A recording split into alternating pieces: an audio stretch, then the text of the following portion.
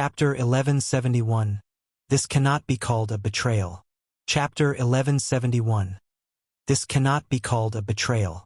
Without the information lockdown, 2 days later, the video footage of the battle over planet Earth Ring exploded on the internet extremely quickly, shocking and attracting the attention of the galactic residents. The Black Star Army's search notice was quite famous lately. The entire galactic society thought Black Star was just looking for someone. Quite a number of them even took part in it. However, they never expected something so shocking to happen while they were not paying close attention. Was Black Star not looking for someone? Why did he suddenly fight the Mechanic Emperor? Most importantly, he even won. Due to the Mechanic Emperor's stand being exposed in the Intelligent Plague incident, his reputation had plummeted. However, his strength position was hardly shaken at all. Although the three universal civilizations had been promoting the tie, since there was not enough firm evidence, the promotion was not very effective.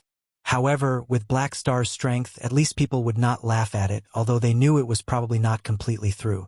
Everyone only supported it because Black Star had made a tremendous contribution to the universe, so no one would step out to object it.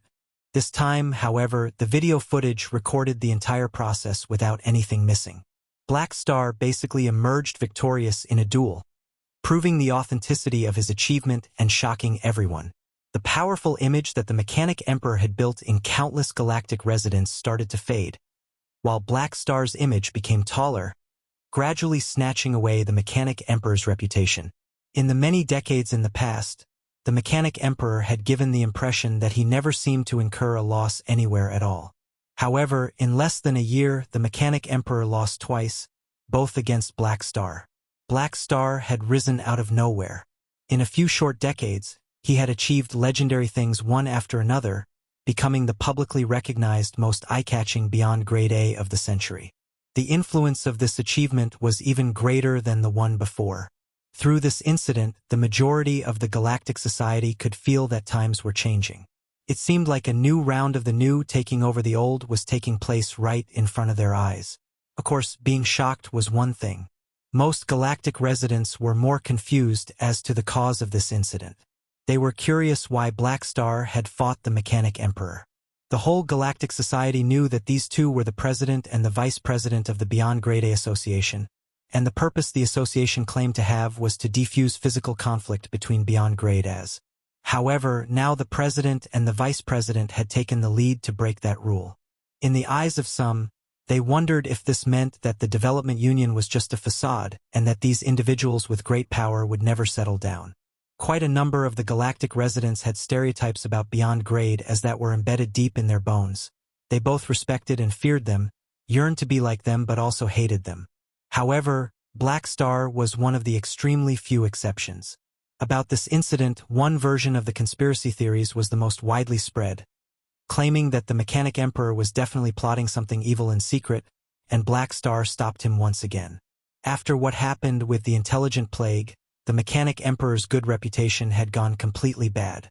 As soon as he did anything that was a little over the line, the public would subconsciously assume that he was planning some conspiracy that would hurt the entire universe again. This kind of image did not come out of nowhere. The recordings clearly showed that the reason the Mechanic Emperor locked down the planet was to search a fugitive. It was tough not to associate the identity of the fugitive with Aesop, for whom Black Star Army had been searching. This way, many people suddenly figured it out and felt that everything connected. The Mechanic Emperor discovered that Aesop had gone missing, so he wanted to secretly kidnap Aesop to threaten the Dragon Emperor and Black Star. This guy is such an asterisk shoal. This was clearly an internal affair of the Black Star Army, yet he wanted to kidnap their family, despicable. This conspiracy theory seemed very logical. More and more people started to agree with it. On the network, it seemed like the Mechanic Emperor became a notorious public enemy overnight. Of course, for a rumor to spread this fast, there were undoubtedly people behind it, from more than one party in this case too. Those organizations who had beef with the Mechanic Emperor or did not like the Mechanic Emperor were all secretly helping to spread the news. Judging from the Mechanic Emperor's reputation in the industry, it was not difficult to guess who these people were. A few days after the rumor had fermented, the Black Star Army finally publicized a short announcement, which pushed the incident to a new height. The Black Star Army claimed that they had already found Aesop and discovered that Aesop did not go missing on his own will but was kidnapped. They had already found that the Mechanic Emperor was one of the culprits who assisted in the kidnapping, and the mastermind behind this was the Modo Civilization. The army stated that the possibility of further action was not ruled out. Of course, the wording of the official announcement was subtle, but the Galactic Society could all clearly see what Black Star was saying between the lines. You piece of sh*t. Playing dirty behind my back? Just you wait. It's confirmed. The Soul Swapper has fallen into Black Star's hands. Inside the secure conference room of the Modo Civilization, the atmosphere was so tense that everyone present found it difficult breathing.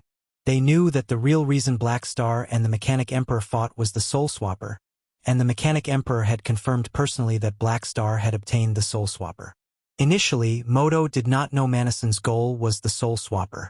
They thought that they had kept the secret well, so finding out now was too late. Even though the Mechanic Emperor's motive was not pure, the one who got the Soul Swapper in the end was Black Star, so there was no point holding the Mechanic Emperor responsible for anything. The partnership they had might even end because of it.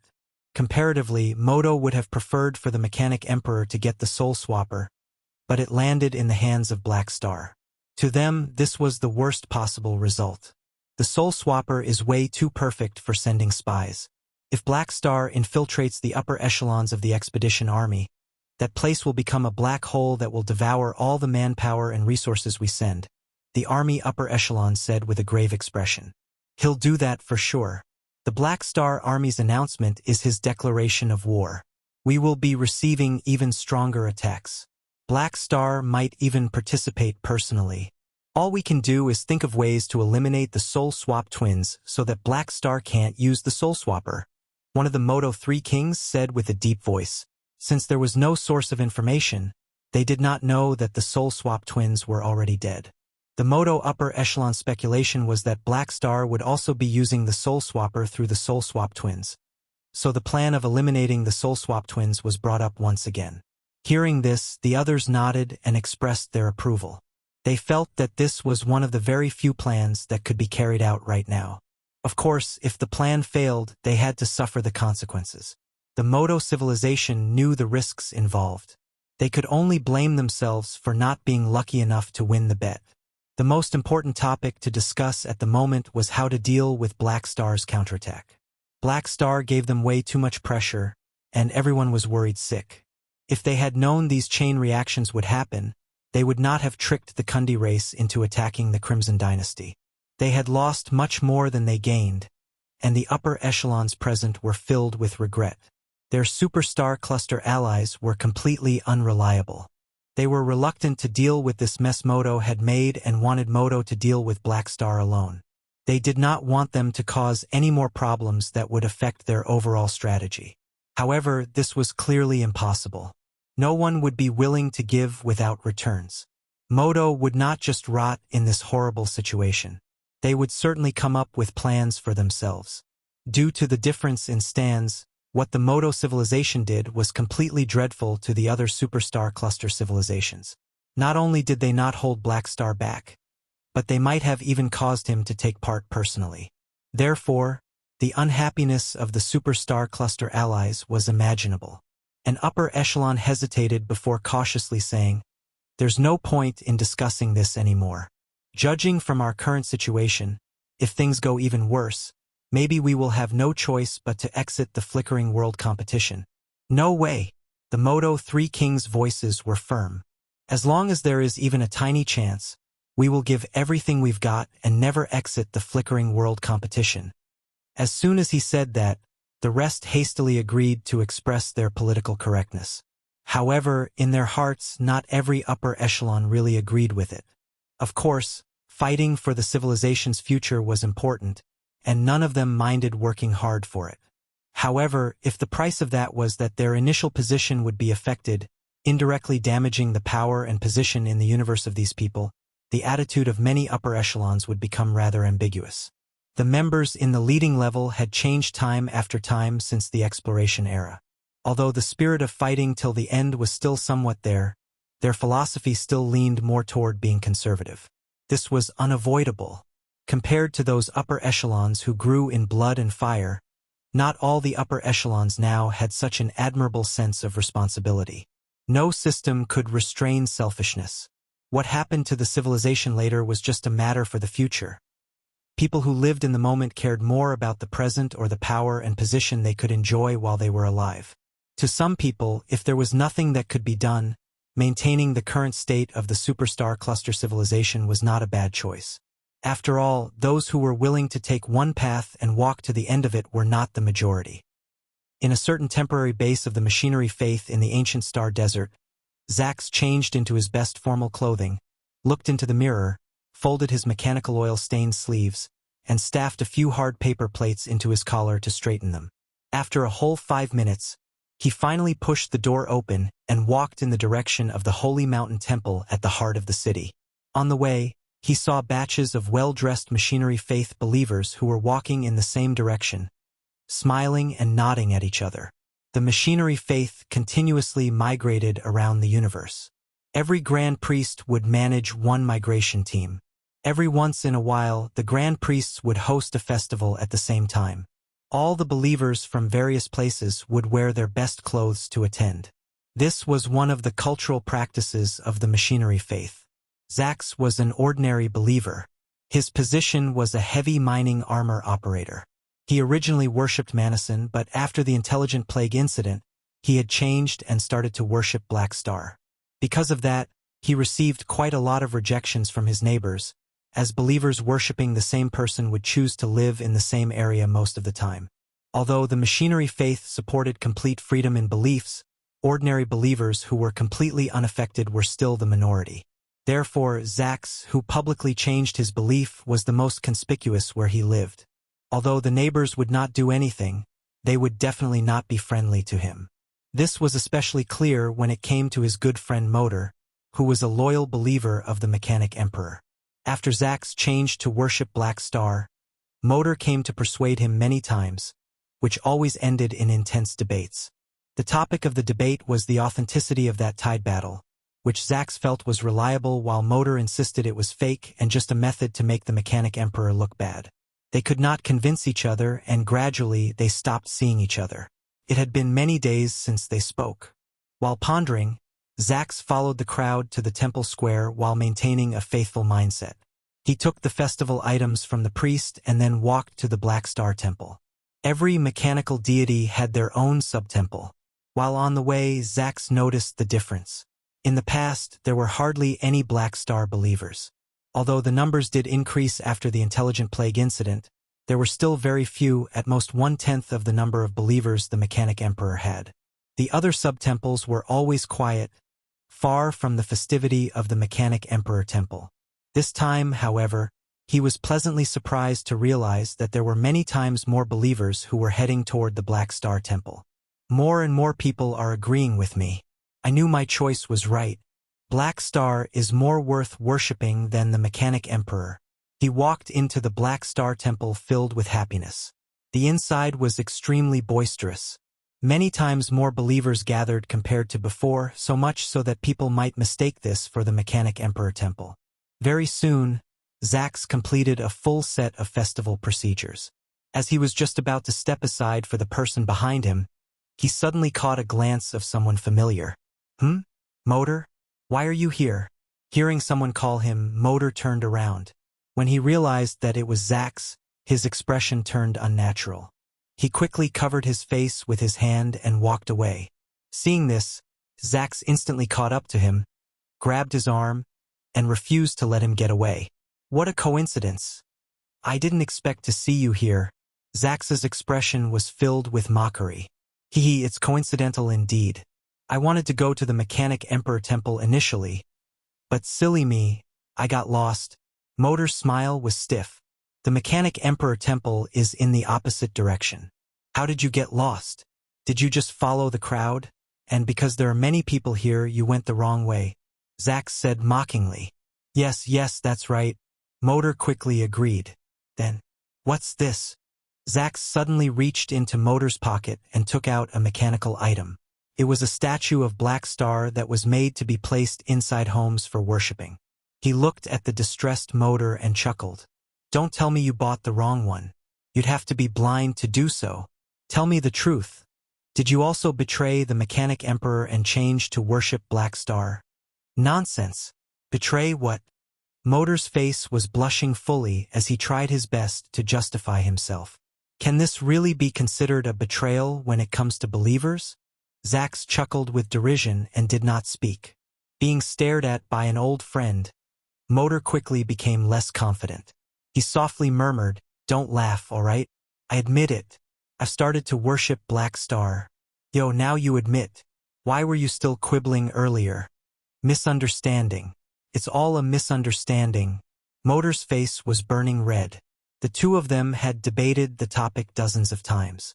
He had insisted that Black Star was inferior to the Mechanic Emperor. However, the recordings of Black Star cutting the Mechanic Emperor's avatar into pieces a few days ago slapped his face so hard it was swollen. Hence, he secretly scolded the Mechanic Emperor and changed his belief.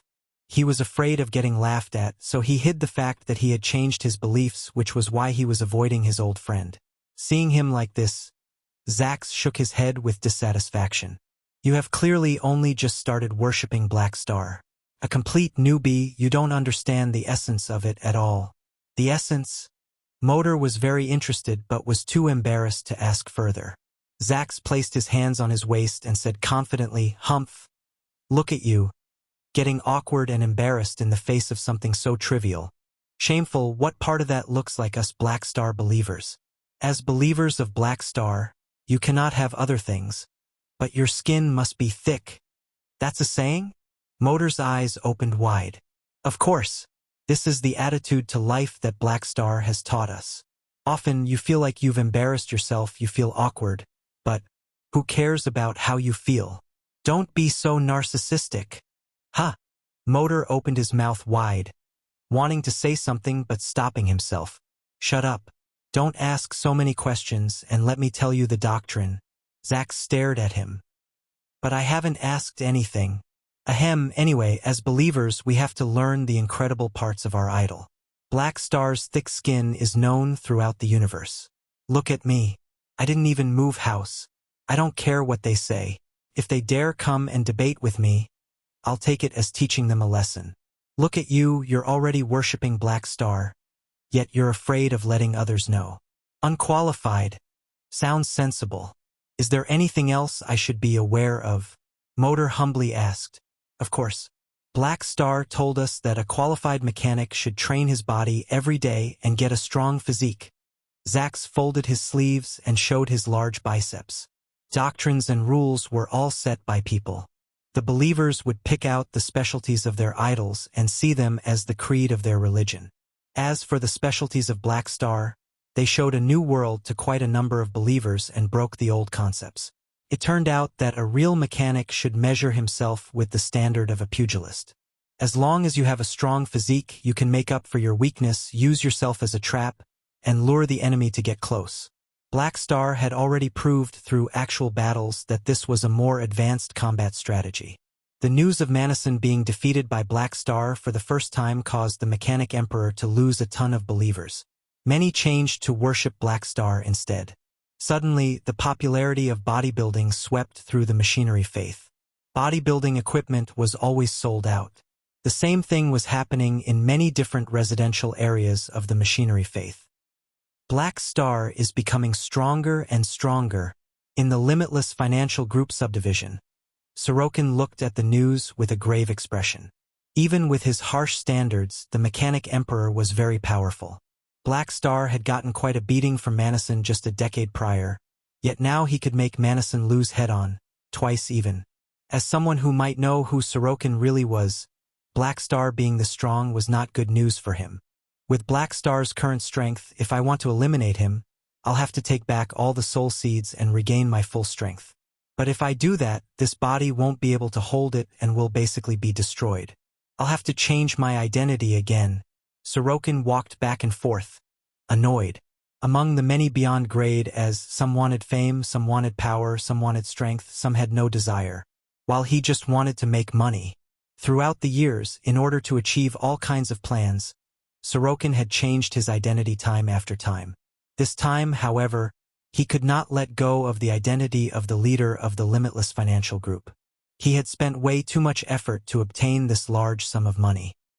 Meanwhile, in the returning fleet of the Black Star Army, after Han Shao had finished dealing with the chores and had the free time, he finally remembered about testing the Soul Swapper.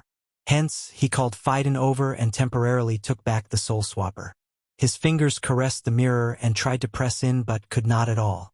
No matter how much strength he used, the Soul Swapper did not give in. It was the complete opposite of how it actively tried to suck Phaidon in. Since only some are qualified to use you, let me see what on earth you are.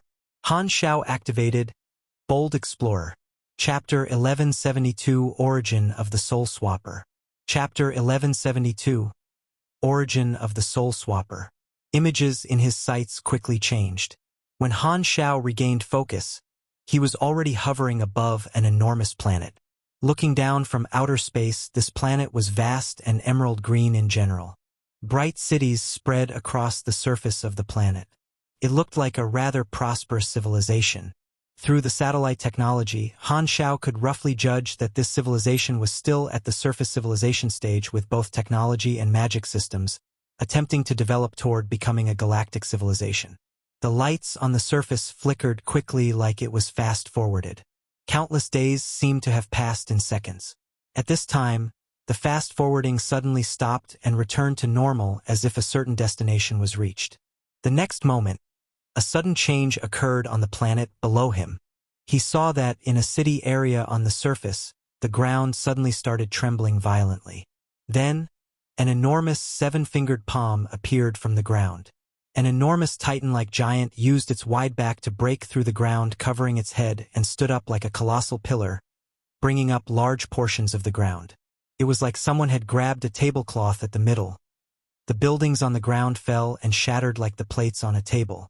Crawling out of the ground, the thousands of meters tall body of this gray giant finally appeared. Just the aftershock of it breaking out of the ground destroyed more than half of this city. He walked toward the mountains, causing chain earthquakes with every step.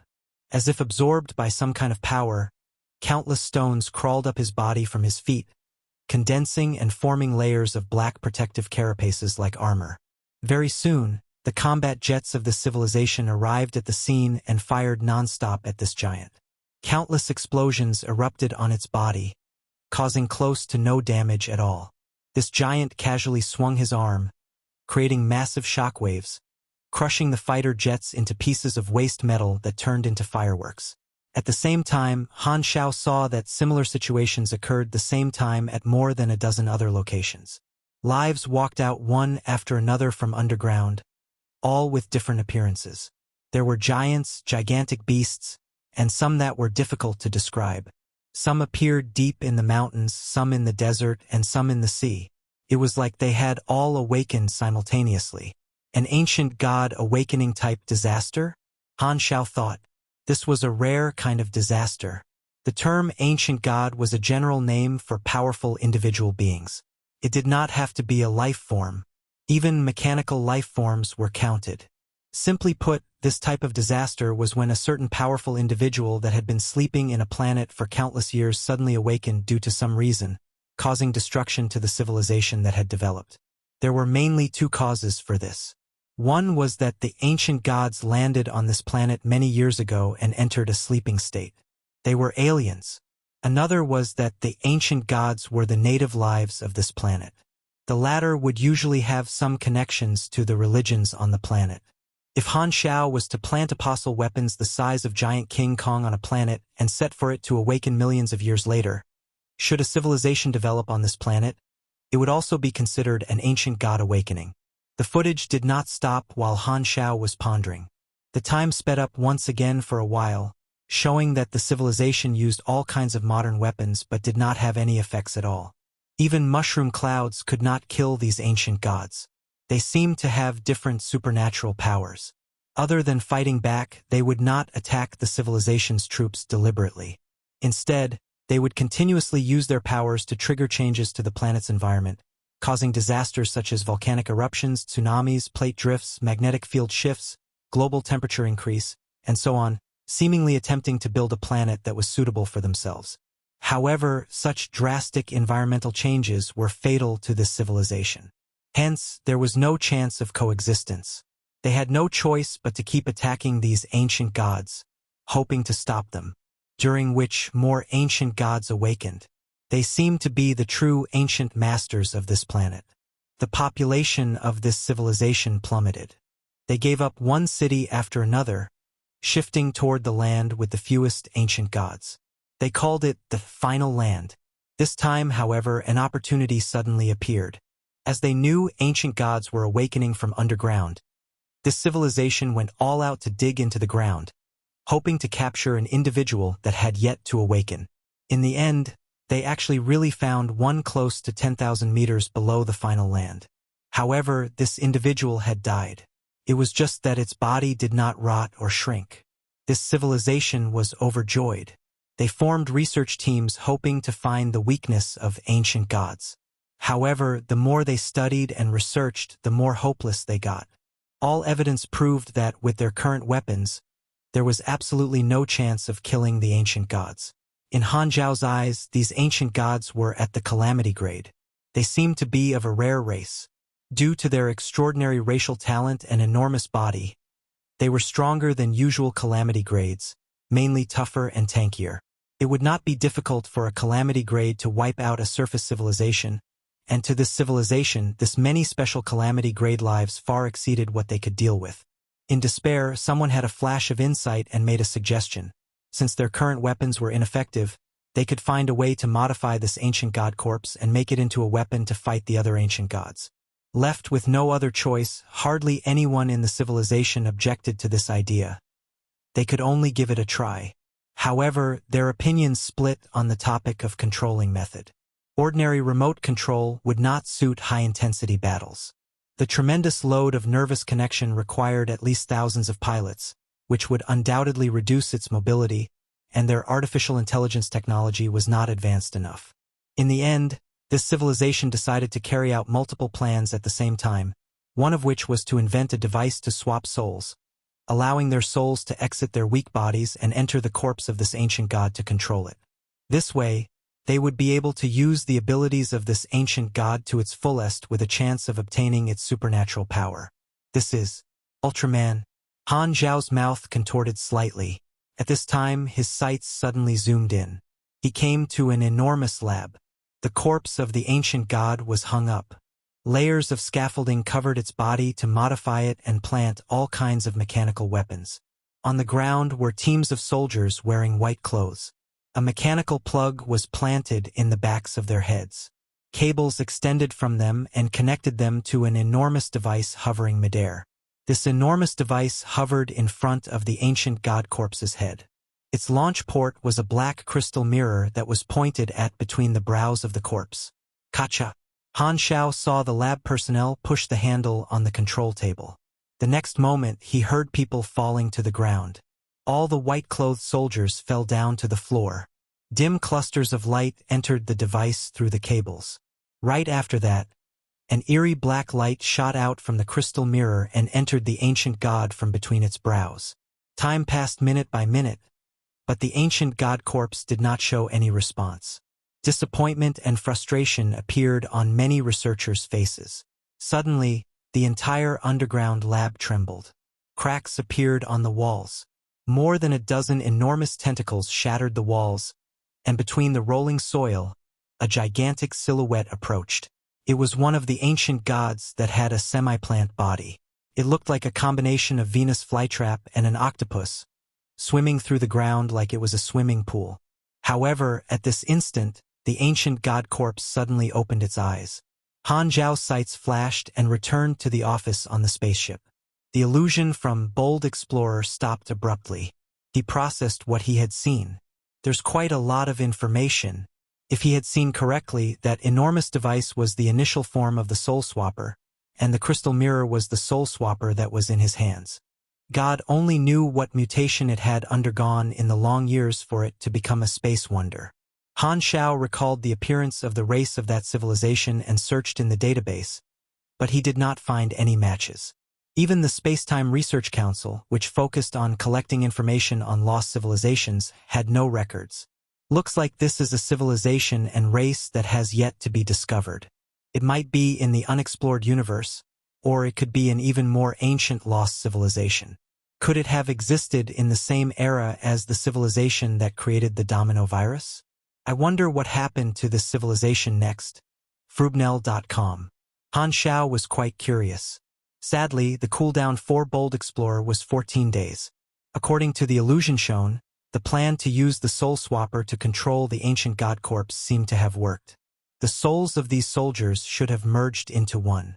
The corpse did not rot, but the soul had disappeared long ago, so there was not much resistance. The shell successfully accepted the new soul. At this instant, a flash of insight exploded in Han Zhao's mind like a lightning bolt.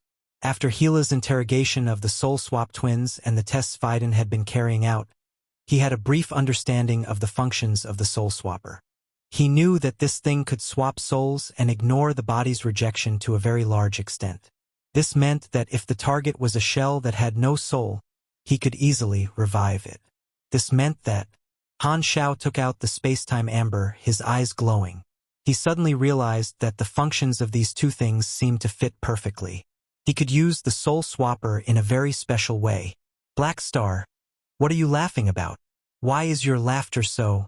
Phaidon stopped and did not say the word, perverted. Ahem. Han Xiao quickly coughed. I've thought of something good. What? It's nothing, none of your business. Han Xiao lifted the Soul Swapper in his hands. I'll be taking this to do some experiments.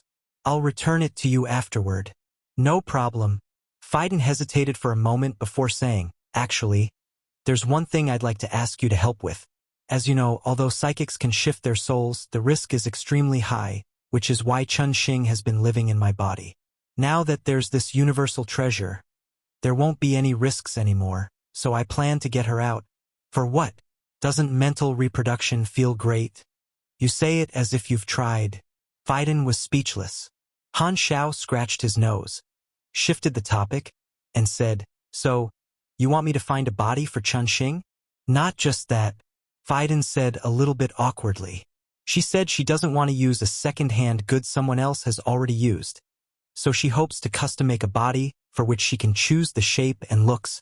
I can't do that. Han Xiao waved and rejected the request. I'm just an ordinary mechanic. Building machinery isn't a problem, but creating humans isn't my thing. Do you think I'm a god? Can't you use biological muscles, nanotechnology nerves, and so on to create a bionic human? I can indeed, but that'll require a chip. The consciousness staffed in it is in virtual soul format. It's not compatible with the soul of a psychic. What about imitating the structure of a brain without using a chip? Sure, I can do that, but I can't say what side effects it'll have. What then? Phaidon felt a little defeated. It's not like we can kill a young and pretty female just to find her a body. From the way I see it, you can find a pet first and transfer your wife into that temporarily. Isn't that nice? She said you're becoming more and more perverted. Phaidon narrowed his eyes. And I agree. What are you guys thinking about? Han Xiao rolled his eyes. You're one to talk. Phaidon shook his head and said seriously, I've already split off the parasite soul inside Aesop's body. He's recovered. Oh ho! Tell him to come and see me then. Let me see how he's doing. He's already outside the door. Phaidon signaled.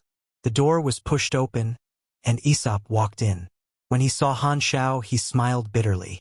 Han Xiao sized Aesop up and said, Old man, any side effects? Nope, I feel normal now. Aesop sat down.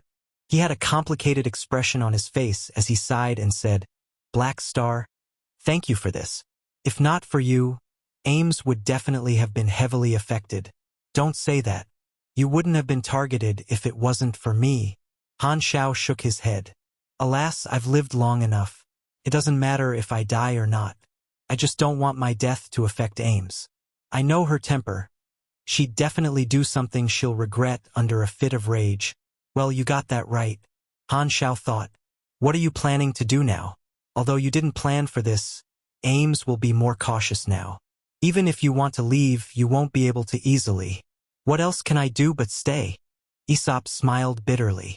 Originally, he had come to an agreement with Black Star that he would be leaving to travel around after this mission was complete, but clearly that was not going to happen. If Black Star did not notify Ames, he would not have been in such a troubling situation.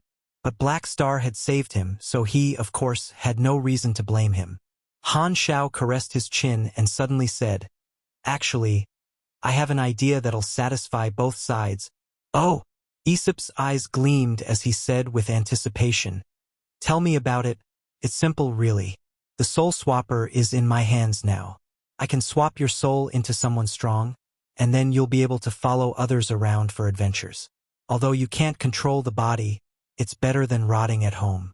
Plus, your safety will be guaranteed." Aesop's eyes gleamed. He was tempted. "This is a good idea.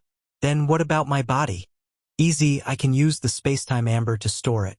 But I suggest you temporarily lend it to someone else, and I happen to have a candidate for that." "Who?" Han Shao pointed at Phaidon, chuckled, and said, "You enter Phaidon's body, and Chen Xing will borrow your body. Isn't that a perfect plan?" Hearing this, the both of them felt a chill down their spine. Thinking of his adorable wife becoming an old man, Phaidon wanted to vomit. Thinking of the fact that Phaidon had a habit of fornicating in the mind, Aesop subconsciously tightened his legs. "I'd rather die," the two of them said simultaneously. It was the day for another plenary meeting at the Beyond Grade A Association headquarters. The remote projections of various Beyond Grade As arrived at the venue outside the conference room, gathered in groups, chattered, and waited for the meeting to begin. "Have you heard? Black Star fought the Mechanic Emperor again not long ago. He even won this time," Sun Hunter said, floating in midair. "We're not living in a cave." "Of course we've heard," Kant tooted with his arm crossed. "Remember the fight we watched a few months ago? Black Star could only fight on par with the Mechanic Emperor at most back then. So little time has passed, and now he can already defeat Manison head-on. Scary. Manison lost big time. Feels good." A neutral mechanic was laughing joyfully. Kasui shook his head. "I know the Mechanic Emperor's strength very well. To think that he still lost after using so many trump cards. It's really unbelievable. I've seen the recording. Black Star seems to have learned some kind of new ability that happens to severely counter the Mechanic Emperor." Sieran snorted. "He just got lucky. I personally object to your evaluation of his luck. You're questioning my expertise," Secret Master said with an expressionless face. Sieran did not know how to respond to that. "Speaking of which, I don't know if I'm wrong, but the last Beyond Grade A weapons that the Mechanic Emperor took out at the end, aren't they the three guys we know?" Milizaus asked hesitantly. Once he said that, the entire place became silent for a moment. Everyone had a strange expression on their face. To these senior Beyond Grade As they knew who the Mechanic Emperor had defeated before, and some even knew them personally. Seeing someone they were close to in the past getting modified by the Mechanic Emperor, they did not feel happy. Although modifying living individuals was not forbidden, it was improper in the Beyond Grade A circle. Everyone had great powers. Once anyone was found to use something like this, all the Beyond Grade As would become cautious around that person due to fear of becoming their prey. "I saw that Black Star captured 2 of them in the recordings. When he's here later, we can ask him." Kant shrugged. At this time, another remote projection appeared not far away, and everyone looked over. "Yo, speak of the devil." Chapter 1173 Triple Provocation. Chapter 1173 Triple Provocation. As soon as Han Zhao's remote projection arrived, he could feel the surprise, respect, and all kinds of looks from everywhere. "Black Star." Hearing someone calling him, Han Shao turned and saw Kasui and the others approaching.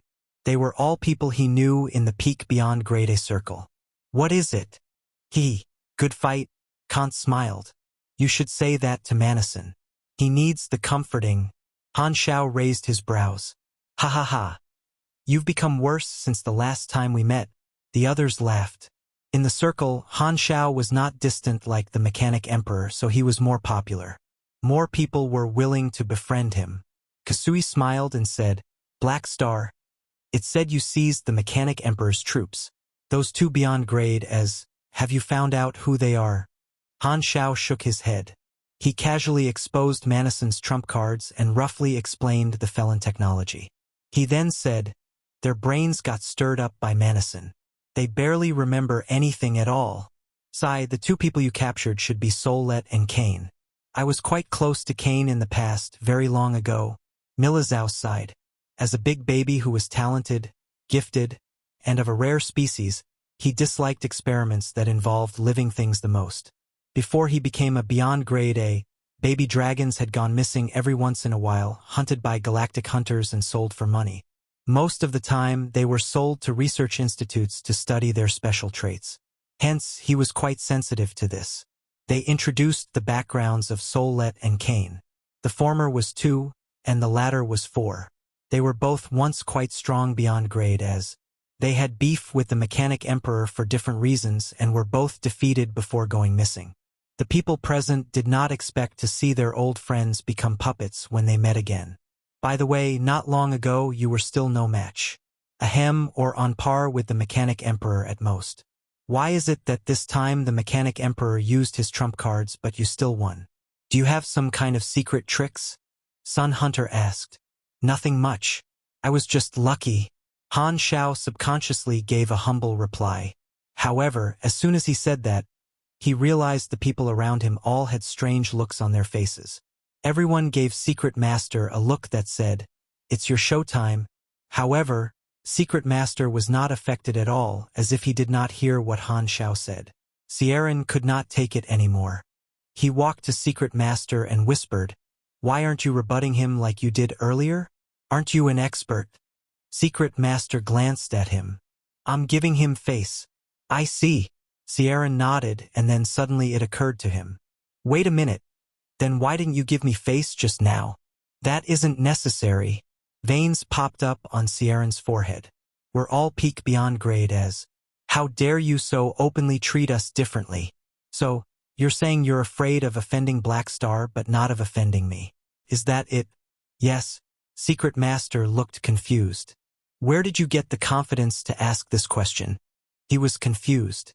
Black Star could not be unluckier, so I can't reduce his luck anymore. But don't you know how extremely lucky you are? Sieran pointed at Secret Master and was at a loss for words. "Can't you just comfort me even for the sake of it?" The few of them chatted a while. Very soon, it was time for the meeting to start. The people swarmed in and sat down. Manason's remote projection arrived right on time. He did not look at anyone after he arrived. He ignored everyone's strange looks and walked right into the venue. He arrived right on time because he did not want to meet Han Shao before that. He could guess with his feet just how boastful Han Shao would be in front of him. When passing by Han Zhao's seat, Manason purposely ignored him. He thought Han Shao would insult him. But to his surprise, Black Star did not say anything at all, as if he was someone else. Already mentally prepared, Manason felt somewhat uncomfortable. So much so he almost spoke to Han Shao first. Noticing Manason's vision, Han Shao did not even look at him. "You thought I was going to insult you, but I'm going to deliberately ignore you, and that's an insult too." Suppressing his impulse to talk to Han Shao, Manason coughed and said, "Let's begin the plenary, everyone." Before he finished, Han Shao stood up and slowly said, "I have something to tell all of you." Everyone looked over. Han Shao leaned forward, pressed his hands on the table and said, "About my experience some time ago. Some of you here might not know the full story, so let me explain. I have personal beef with the Modo Civilization. The origin of that is the Kundi race incident in the second exploration phase. Modo tricked a native civilization into attacking the Crimson Dynasty, causing unnecessary losses. My Black Star army took part in the war and I lost some men. After that, the Kundi race joined my command for protection, so I took over the responsibility to find out the one who's behind this. Originally, this war could be completely avoided, but Modo's plots caused us to lose the chance of coexisting peacefully. One reason for the beef between Modo and I is the damages my forces suffered, and another is out of morals. Modo and I are enemies, so it's understandable for us to attack each other, and I accept the damages Modo has caused to my troops in the front lines. However, Modo used conspiracies. Never mind that they used conspiracies. After all, it's one way of attack in wars. But what they shouldn't have done is drag an unrelated beyond grade A into this. Then Han Shao pointed at Ames.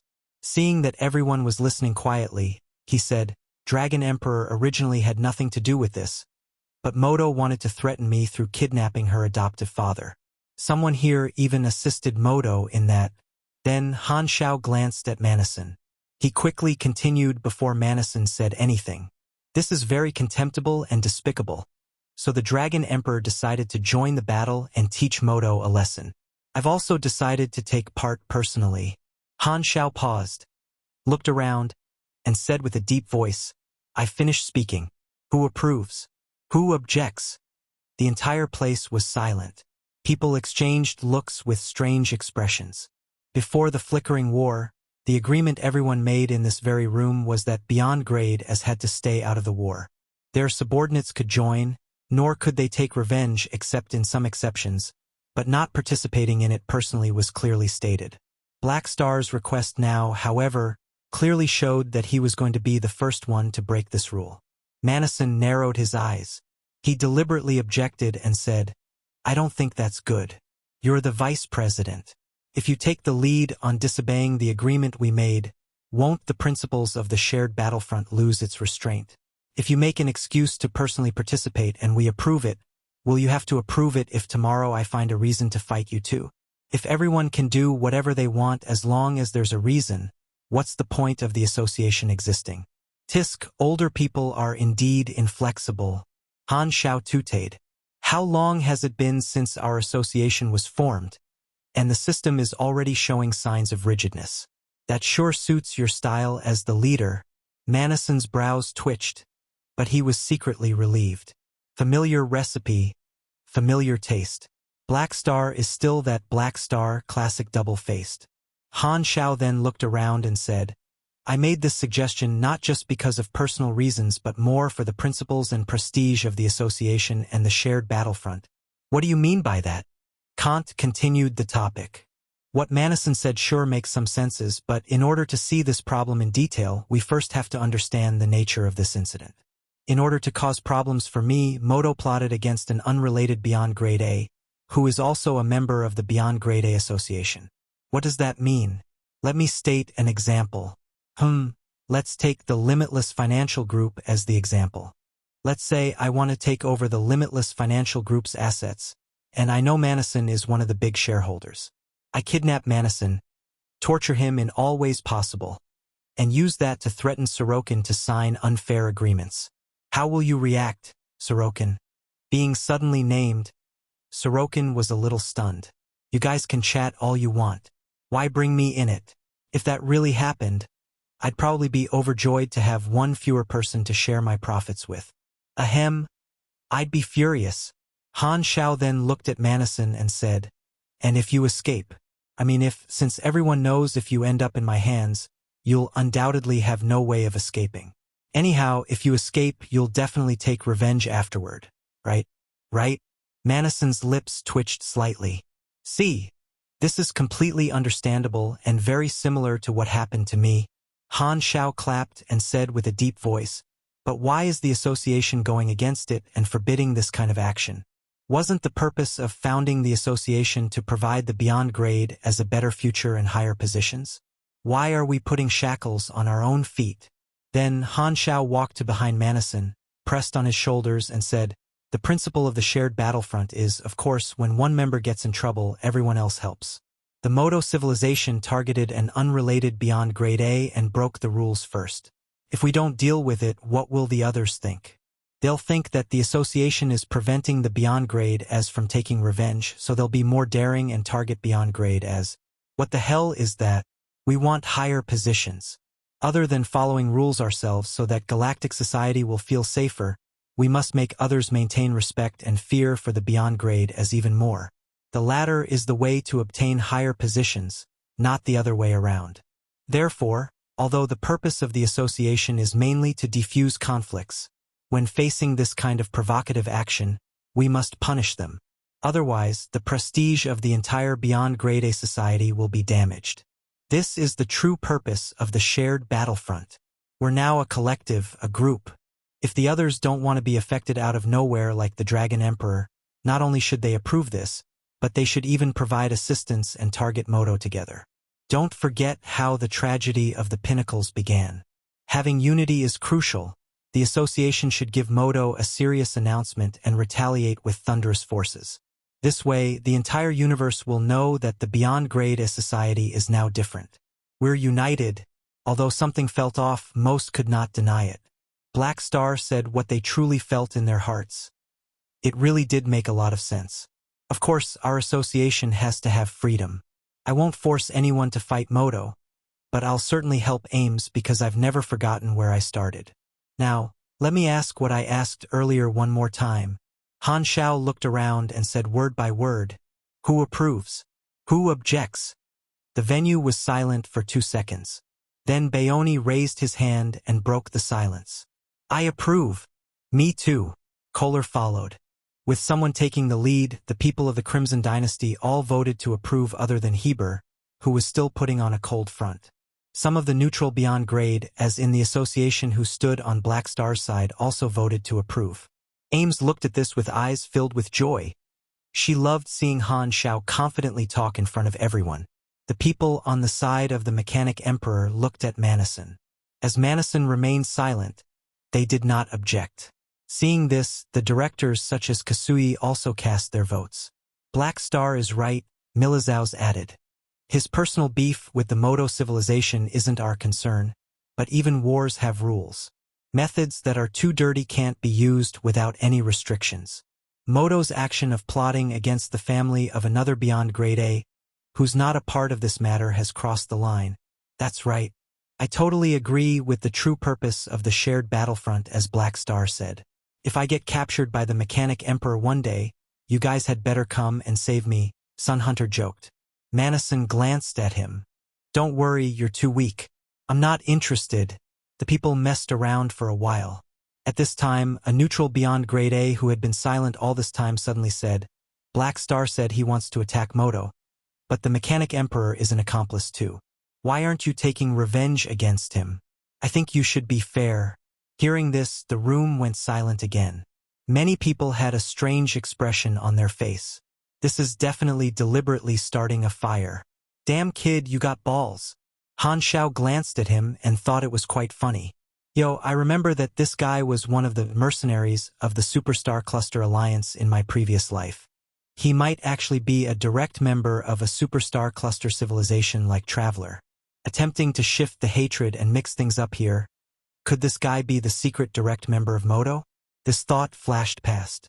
Seeing that everyone was looking at him, Han Shao waved generously, purposely sighed, and said, well, after all, one of the purposes of our association is to resolve conflicts between Beyond Grade as. Although Manison was unethical, I can't be immoral. I'll take it as I made a small loss and won't chase after him for it. As soon as he said that, Manison's entire body shook. His mental state that had finally calmed down almost exploded once again. What the F***CK are you talking about? You took the Soul Swapper and my 2 felons, and you call that making a loss? I'll make losses like that any day. Seeing Manison's twitching face, many people hastily rubbed their whiskers to cover their mouths and hold back their laughter. Manison closed his eyes, took a few seconds to suppress his rage, and said with an expressionless face, Black Star, even if you took my samples, you won't be able to grasp my technology. He was this confident.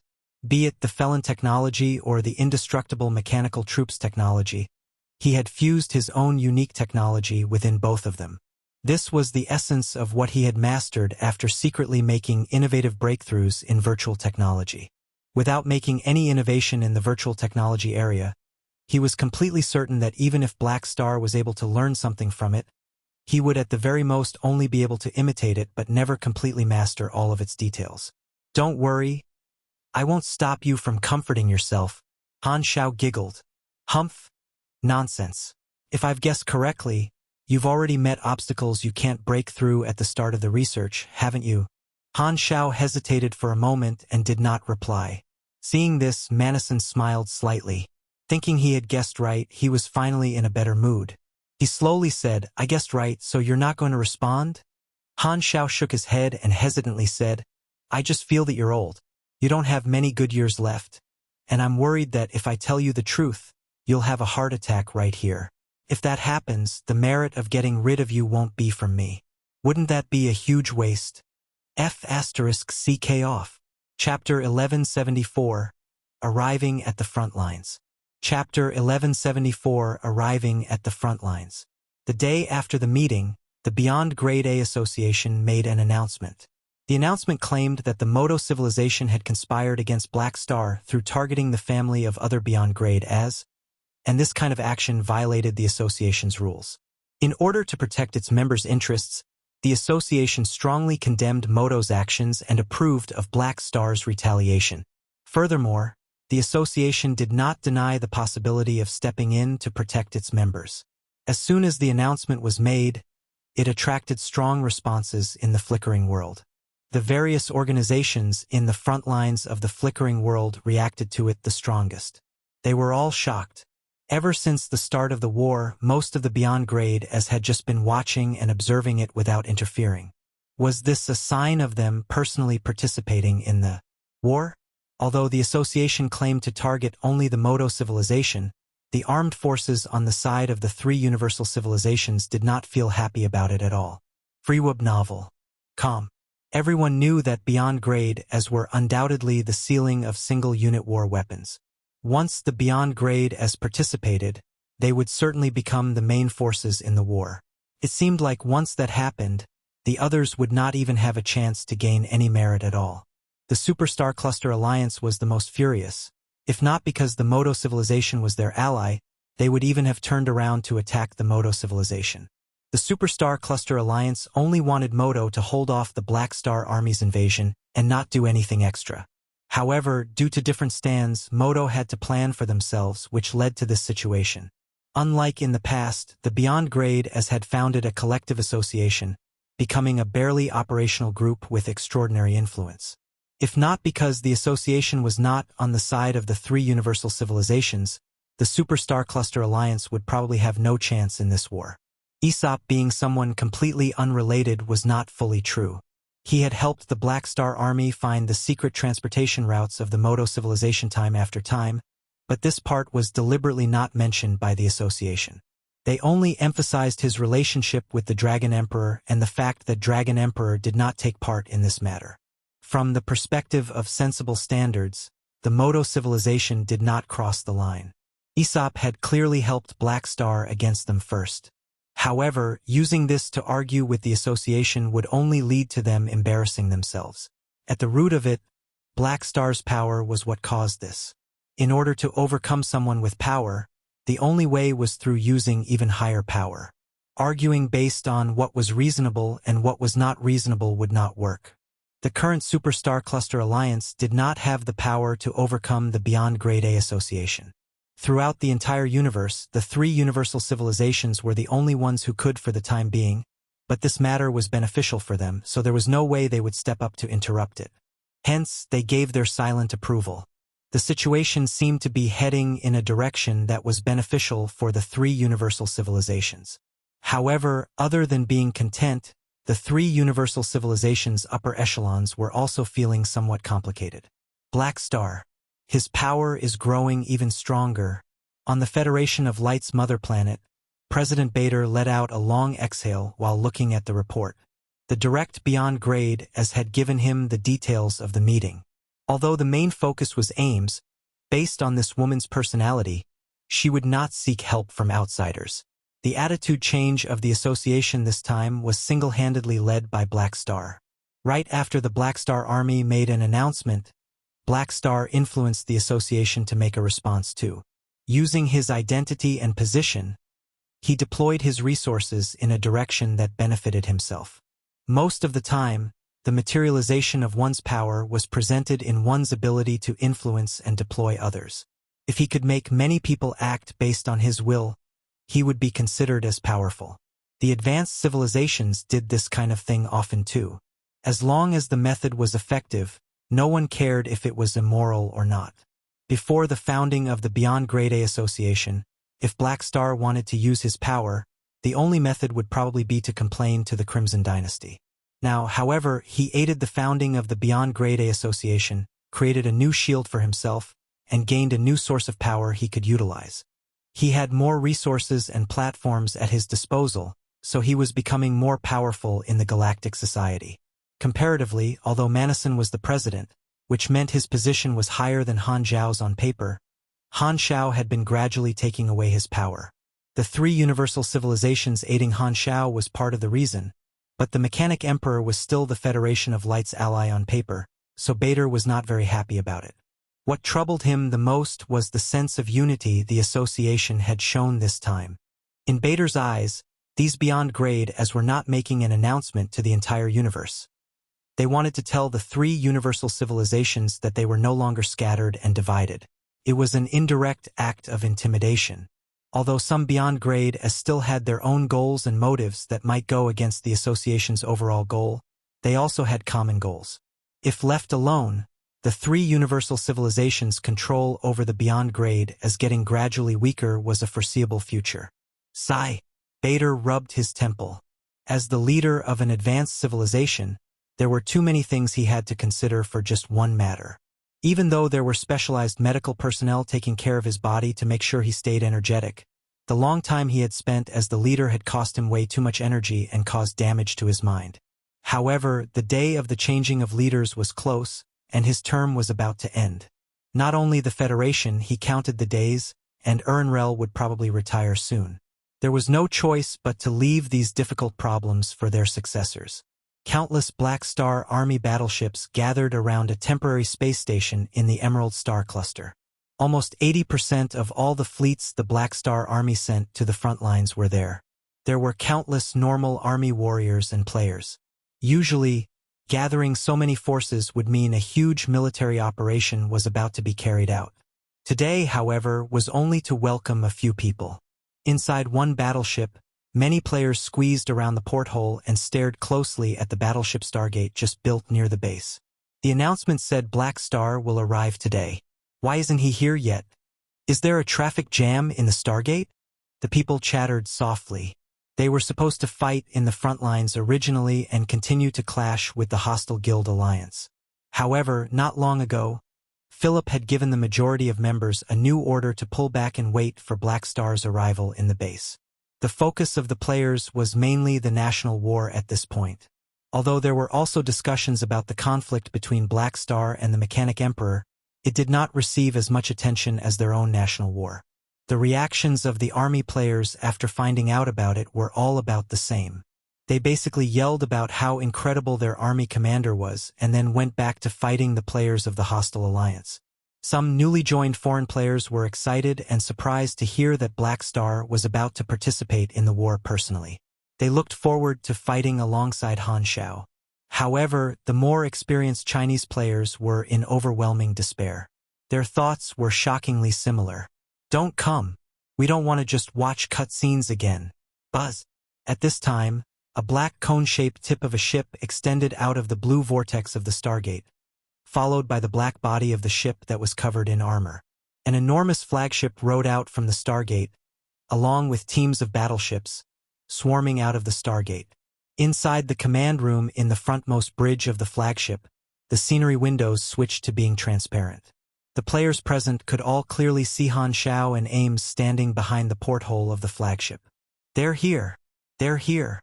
Black Star. Dragon Emperor. Ah, I have seen those long legs with my own eyes. I have no more regrets in life. Sigh, looking at him again now after seeing the main character Faiden in the Black Star documentary movie. I've realized this is the difference between imagination and reality. To think that B***starred Black Star can play with this pair of legs any way he wants. I'm heartbroken. They're a perfect pair. Who are you to object it? Quite a number of people had not seen Han Xiao in a very long time and were all very excited. However, in terms of popularity, Ames was overwhelmingly superior. Inside the command room, Ames looked at the fleet outside and asked, "Are these people enough?" "Including the two of us, yes, of course." Han Xiao nodded. After making the announcement, the two of them headed to the front lines right away to fulfill their promise, personally joining the battle against Modo. At this time, a remote projection appeared beside the two of them. It was the current chief commander of the frontline fleets, Herluz. Your Excellencies, the troops have gathered accordingly. What should we do next? Han Shao narrowed his eyes, smirked and said, Give the Modo Civilization a present, of course. Hearing this, Ames looked excited. This was a plan they had already discussed on the way. Based on what they had found out from the captives, the plan to plot against Aesop was first proposed by the commanding level of the Modo Expedition Army. Hence, the two of them made a decision once they arrived at the front lines, they would charge in right away and kill them. But before we have a good time with Modo, we'll first have to chase away those in the way. Have all the organizations following behind the Black Star Army in the Ferdinand battle zone been identified? Yes, Herluz nodded. The Black Star Army's target had always been just the Modo Civilization. However, some subsidiary organizations of the three universal civilizations used the opportunity of the Black Star Army penetrating the line of defenses and followed behind to attack together, continuously taking over Modo's territory, wanting to use this place as the breakthrough point for the war. Okay. Contact all the commanders of these forces and drag them into the communication channel. After that, Han Shao closed his eyes and waited for a while. In less than 10 minutes, the commanders of all those organizations entered the channel. Contacting them was too easy. Hearing that Black Star was looking for them, none of them rejected the communication request. Inside the channel, voices sounded one after another. Not long after, everyone had arrived. Only then, Han Shao opened his eyes and said, Hi, I'm Black Star. Greetings, Your Excellency Black Star. Hi, Lord Black Star. Have you eaten? The channel went silent for an instant, followed by the greetings of everyone. Their terrified expressions could be clearly imagined from their tone. Han Shao nodded, cut to the chase and said, Guys, do me a favor. Please retreat from the Ferdinand battle zone. Stop wasting time here. Everyone was stunned, not knowing how to reply. The channel became silent. Some people were displeased, thinking that Black Star wanted to take all the benefits for himself by making them quit with just one sentence. Your Excellency Black Star, I'm not sure that's suitable. Plus, we can provide help. With us helping you to deal with the troops that have escaped, your troops will suffer less damage. Furthermore, us being around the exteriors of the battlefield prevents the possibility of the Black Star Army being surrounded by the Modo Civilization or other enemies, someone argued. Yes, we all know you're eager to take revenge. But with our help, you can get rid of the Modo Civilization expedition even faster. Quite a number of people agreed and added their thoughts. You don't say. That's exactly why I'm doing this. If you people defeat Modo too fast, they'll give up. I can only torture them as much as possible if they don't surrender. I don't want to repeat myself. I hope you guys can leave the Ferdinand battle zone within 5 days. Han Shao said in a deeper voice and a slower tone. I'm taking over this entire battlefront. Chapter 1175, Overwhelming Army. Chapter 1175, Overwhelming Army. Han Shao considered himself reasonable. With his explanation, these armed forces following behind the Black Star Army willingly exited the battle zone and changed their target. A few days later, the Black Star Army was the only attacking force at the Modo Civilization line of defense in the Ferdinand battle zone. Black Star did not hide his arrival at the front line. The Modo Expedition Army had already received the news, and they were all on edge. Although the Black Star Army's allies had left, Black Star's arrival made the Modo Expedition Army even more on edge than before. Black Star alone was stronger than millions of soldiers. After 2 days, the Modo expedition noticed the movements of the Black Star Army. The Black Star Army had temporarily pulled the troops at other locations back and gathered them at one area of the lines of defense, as if they were about to carry out an all-out attack. The one leading the charge was Black Star himself. The Modo Expedition Army responded by moving tons of troops to this area to strengthen its defense. A large fleet crossed the galaxy. After a while, the line of defense set up by the Modo Expedition Army entered their sights. It was like a wall made of battleships, armed fortresses, and enormous machines that extended beyond sight. 5 planets were moved there to form a defense formation. 2 enormous armies stood against each other in space. Inside the command room of the flagship of the Black Star Army, Ames observed the battlefield, shook her head, and said, "They want to fight us head-on without any beyond grade as. Is Modo planning to sacrifice all of its fleets? They don't have a choice. If they don't use this dumb method, they can only watch us charge right in." Han Xiao smiled. Currently, the beyond grade as participating in the battle were only him and Ames. Although Modo also had beyond grade as, they did not want to expose who they were, and they could not find an excuse to participate with the association's restraint. In order for Modo to stop the charge of two beyond grade as, they could only use fleets to fight them head-on. In battlefields like this, the existence of beyond grade as was crucial. The only thing the side without beyond grade as could do was use countless fleets to fight the beyond grade as. But even if that could hold the beyond grade as back for a while, the fleets could never threaten the beyond grade as lives. No matter how quickly they could build fleets, the speed of it would never match up with the speed the beyond grade as recovered their energy. After repeating the process a few times, the damage would be catastrophic. It was a bottomless pit. This was why the advanced civilizations all fought over beyond grade as. In extremely intense battles, the importance of beyond grade as would be lower. However, those extremely destructive strategic weapons would not be used in every war. In the usual flickering wars, the beyond grade as were more than enough to decide the result of a battle. At this time, the commander of the fleet, Herluz, said, "Army commander, the troops have arrived at the destination. Please give the next order." Han Xiao waved and said, "No need to have a stare down with them. Just start the fight." The order was passed down layer by layer and quickly spread across the entire army. The next moment, the Black Star army struck.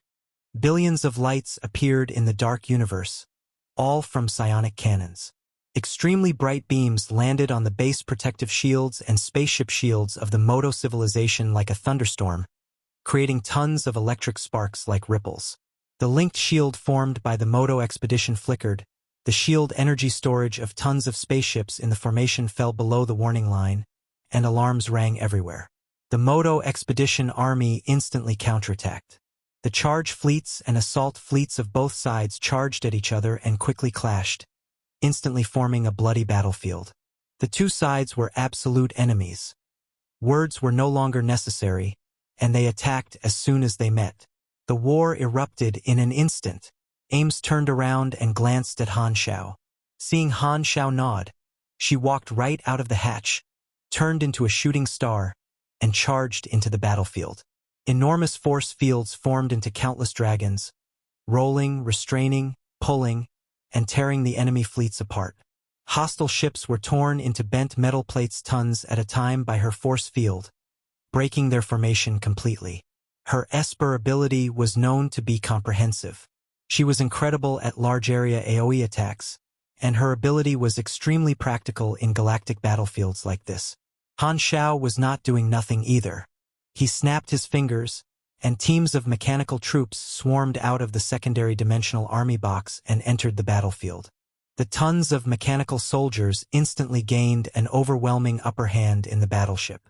A team of just 10 soldiers could easily tear a heavy battleship apart, and there were at least 3 million mechanical soldiers present that were still increasing in number.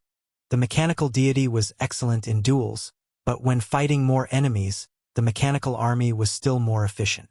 As a peak beyond grade A mechanic who was also a combat expert, taking part in a battle of this level personally was a total piece of cake. Usually, Han Xiao might hold back, but against Modo he had no intention of doing so. The two sides fought fiercely. Modo was incurring tragic losses, and their troops fell legion by legion. Agent organizations were attempting to escape the battlefield frequently, but most were hunted by the mechanical army and blown to pieces. On the battlefield, the members of the Galactic Business Alliance, Northern Battlefront, 5C Alliance, Plateau's Eagle, and other guilds that were on the side of the Superstar Cluster Alliance were doing everything to hide. Not a tiny bit of the confidence they once had could still be found. They just wanted to hide and minimize their losses. Luckily, we didn't bring all of our things here this time. The leader of the Northern Battlefront, Fire of Northern Sea, was scared. If I had known about this, I would have ignored the order and not come. The leader of the Plateau's Eagle's face was filled with heartache. It's not the time to be relieved. The Modo Expedition Army won't be able to guard this line of defense. We should think of how to save the forces we have. Though not large, it'll still hurt, the Galactic Business Alliance president said with resignation. Due to the Black Star Army's attack, the national war between the players was mainly focused around the Ferdinand battle zone. The player alliances of the Superstar Civilization side were temporarily under the Modo Civilization's command. When they heard that the Black Star Army was about to carry out what might be an all-out attack, these important Immortals allies also received orders from Modo to guard this line of defense. These guild alliances were not stupid. They had heard of Black Star's arrival on the forums, so they played it safe and brought very few of their forces to take part in this battle. As it turned out, this was a wise choice. The opposite side had 2 beyond grade while Modo had none. The odds of winning were less than 1%. If these guild alliances brought all of their forces, they would have lost everything. Although the main participants of the national war were the players, fleets and equipment were just as important.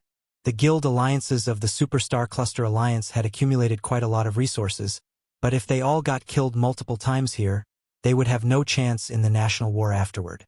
They would be thrashed by the Black Star Army players without a doubt. Speaking of which, these guild alliances were quite speechless about this. We were just having a proper national war, and now your Black Star Army suddenly sent its boss. That's bullying. If Black Star likes to personally participate so much, how are we going to fight the army player? This feels like 2 kids were fighting, and one side's parents suddenly stepped in. It's unfair. No NPC organizations that these guild alliances met while fighting in the free competition zone were unafraid of the cancer of the universe. However, the guild alliances were very clear-headed. They knew that in the face of a super boss like Black Star, even they, the cancer of the universe, were the weaker side. They would be slaughtered no matter how many times they could revive. With the assistance of 2 beyond grade, as the battle was one-sided. Very soon, a hole was cracked open in the line of defense. No reinforcements could make up for it. The Modo soldiers of this line of defense started to show signs of retreating. Han Shao observed the battlefield, looked at the gap opened in the line of defense, and said, "It's about time."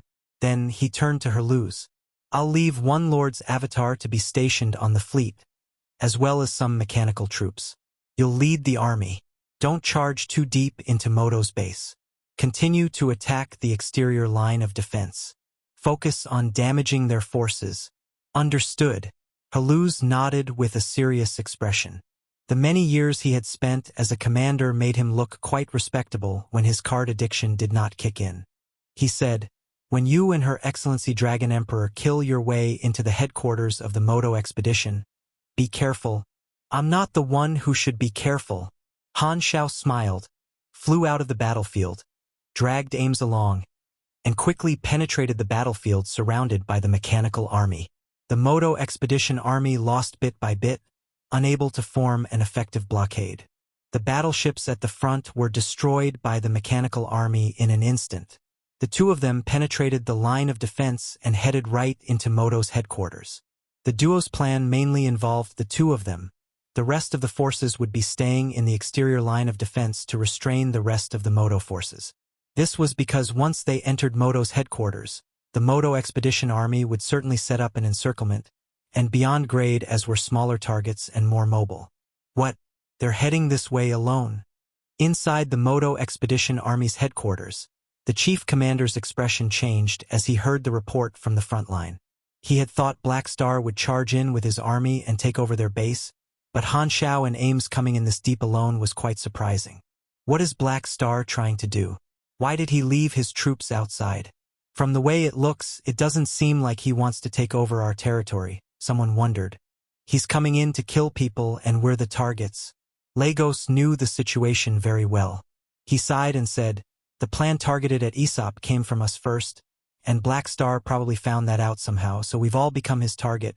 Hearing this, fear and panic appeared on the faces of the people present. At the same time, they were strangely flattered. They had never thought they would become must-kill targets of a peak beyond grade A one day. Maybe we guessed wrong. What if Black Star has other goals? Someone said with disbelief.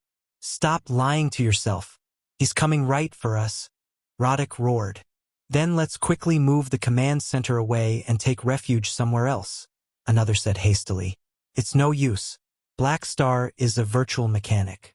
We won't be able to fool him no matter where we go. Roddick walked back and forth with a grave expression. He did not regret Lagos proposing the plan against Aesop. He only regretted the fact that it did not work, and now the price of failing had arrived. This was karma. Let's ask for help from the upper echelons. Since Black Star is so confident, if we make Beyond Grade as fight alongside our expedition army, maybe we can surround and kill Black Star, someone suggested cautiously. Hearing this, Roddick and Lagos exchanged looks and saw a tint of sorrow in each other's eyes. As the ones with the highest positions in the expedition, they knew very well what the Modo Civilization would decide in this kind of situation. Black Star was already slaughtering his way into the headquarters. There was not enough time for anything. Plus, Modo would not want to expose their Beyond Grade and take the risk of having them come here to save them. In other words, even if the Modo upper echelons knew about Black Star's goal, there was nothing they could do to help. They were forced to be abandoned. Actually, the moment Black Star announced his participation in the war, Roddick knew this was it. He had asked for help from the Modo upper echelons many times, hoping that they could send Beyond Grade as there. However, the Modo upper echelons never gave him a response but instead kept asking them to hold on, while only providing the usual resources and ordinary fleets. How could that ever stop Black Star? That's the same as giving me 100 anas and asking me to buy something that costs 100,000. How am I supposed to do it? Why are the upper echelons hesitating? Is it necessary to still hide the identity of the direct Beyond Grade A? If not now, when? Roddick roared in his heart. But no matter how he felt, he could not make the decisions for the upper echelons. There's only one option left: seek help from the Superstar Cluster Alliance, Lagos said with a deep voice. Roddick nodded with a grave expression, took out the communicator, entered the communication channel of the Superstar Cluster Alliance Expedition Army upper echelons, and said, I need help. Black Star has charged in. He explained what had happened. The channel remained silent for a while. Then the commander of the expedition army of another Superstar Cluster civilization asked, What do you want us to do? We can't stop Black Star. I hope you guys can send reinforcements and help us to force Black Star to retreat. We also hope to temporarily move the command center to any one of your territories. This way, Black Star won't be able to come right for our heads. Impossible, another commander said furiously. Modo brought this upon itself. Settle it on your own. We agreed to help each other, Roddick said with an angry tone. Are you guys going to violate our agreement just like this? The agreement states we're going to stand together against the 3 universal civilizations' attacks. Not pay all of your debts, someone yelled with rage. Honestly, I've already been putting up with Modo's actions for a very long time. freewebnov.com. The Superstar Cluster civilizations formed an alliance to fight for territory from the 3 universal civilizations and help each other. They had already let go of a huge portion of their selfish interests and would not continue to have internal conflicts at this time. However, when the matter affected the overall strategy, the other superstar clusters would not put up with it. If there was no Beyond Grade A association and Black Star had struck on behalf of the 3 universal civilizations, they would have provided assistance without hesitation.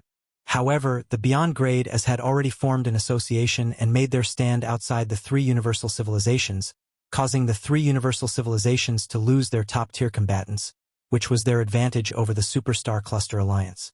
This was supposed to be an amazing thing, but Modo messed with Black Star themselves. If the others interfered too, who knew what attitude the Beyond Grade A association would have? Would Black Star turn around to attack them too? They were barely holding on themselves in the war. No one wanted to be dragged down by Modo's **T. Therefore, the other Superstar Cluster civilizations did not want to help Modo fight Black Star at all, or their overall strategy would be heavily affected. Instead of that, they would rather sacrifice their ally. Roddick hung up the communicator with a heavy expression. Calm. Everyone there had heard the conversation. The atmosphere was low. Looks like we can only rely on ourselves. Lagos said that but was bitter inside. He knew there was no hope left, unless a miracle happened. Thinking of his confidence when he got this position, compared to the hopeless situation he was in now, Lego's heart was filled with complicated emotions. If not because of the Modo Civilization's conspiracy against the Kundi race, they would not have been forced to deal with this mess. Modo would not be in such a dire situation and would be just like the other superstar cluster civilizations. Although Lagos did not like finding someone to blame at this point, he still uncontrollably hated that guy who originally proposed conspiring against the Kundi race. What a complete moron he was. Chapter 1176. This is the technology you have missed. Chapter 1176. This is the technology you have missed. As Han Shao and Ames entered the Modo Expeditionary Army's territory, like adding water to a boiling pot, the stationed Modo troops instantly started moving, searching for the whereabouts of the two of them. Part of the fleets at the front line were also called back to provide support. If this was really a superstar cluster civilization's headquarters, any beyond grade A would find it difficult trying to break through it. However, this was the flickering world, so the Modo Expeditionary Army's control over their territory was clearly not as strong as their home. The construction of many planets was not even complete yet.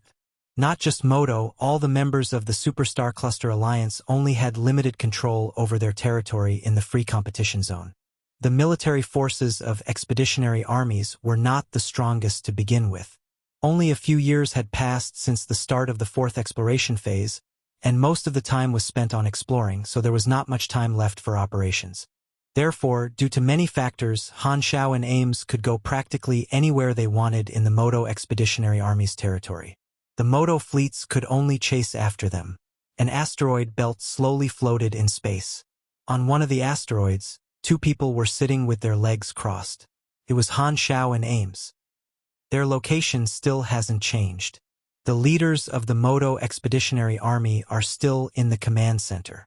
TSK, if this was a less developed civilization, they might be fleeing right now, thinking they might get lucky and escape.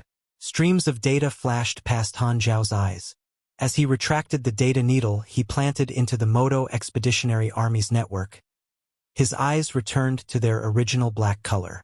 Ames casually played with two pieces of highly condensed metal she scraped from the asteroid, raised her brows slightly, and said, "We've been here for more than half a month.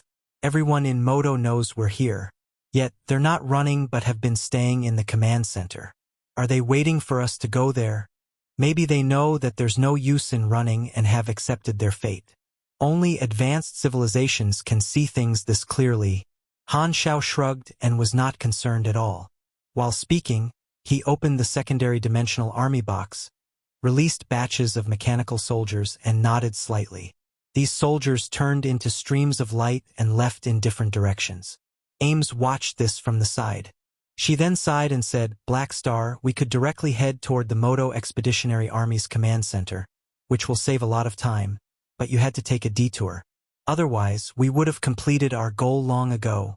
Han Shao sighed, looked like he was about to stand up, and said, "So, you don't like me spending more time with you? All right then, we'll go there and get this done with." "Who said so? Sit down." Ames changed the topic instantly. "You said you were going to plant plenty of secret sentries in the Modo Expeditionary Army's territory.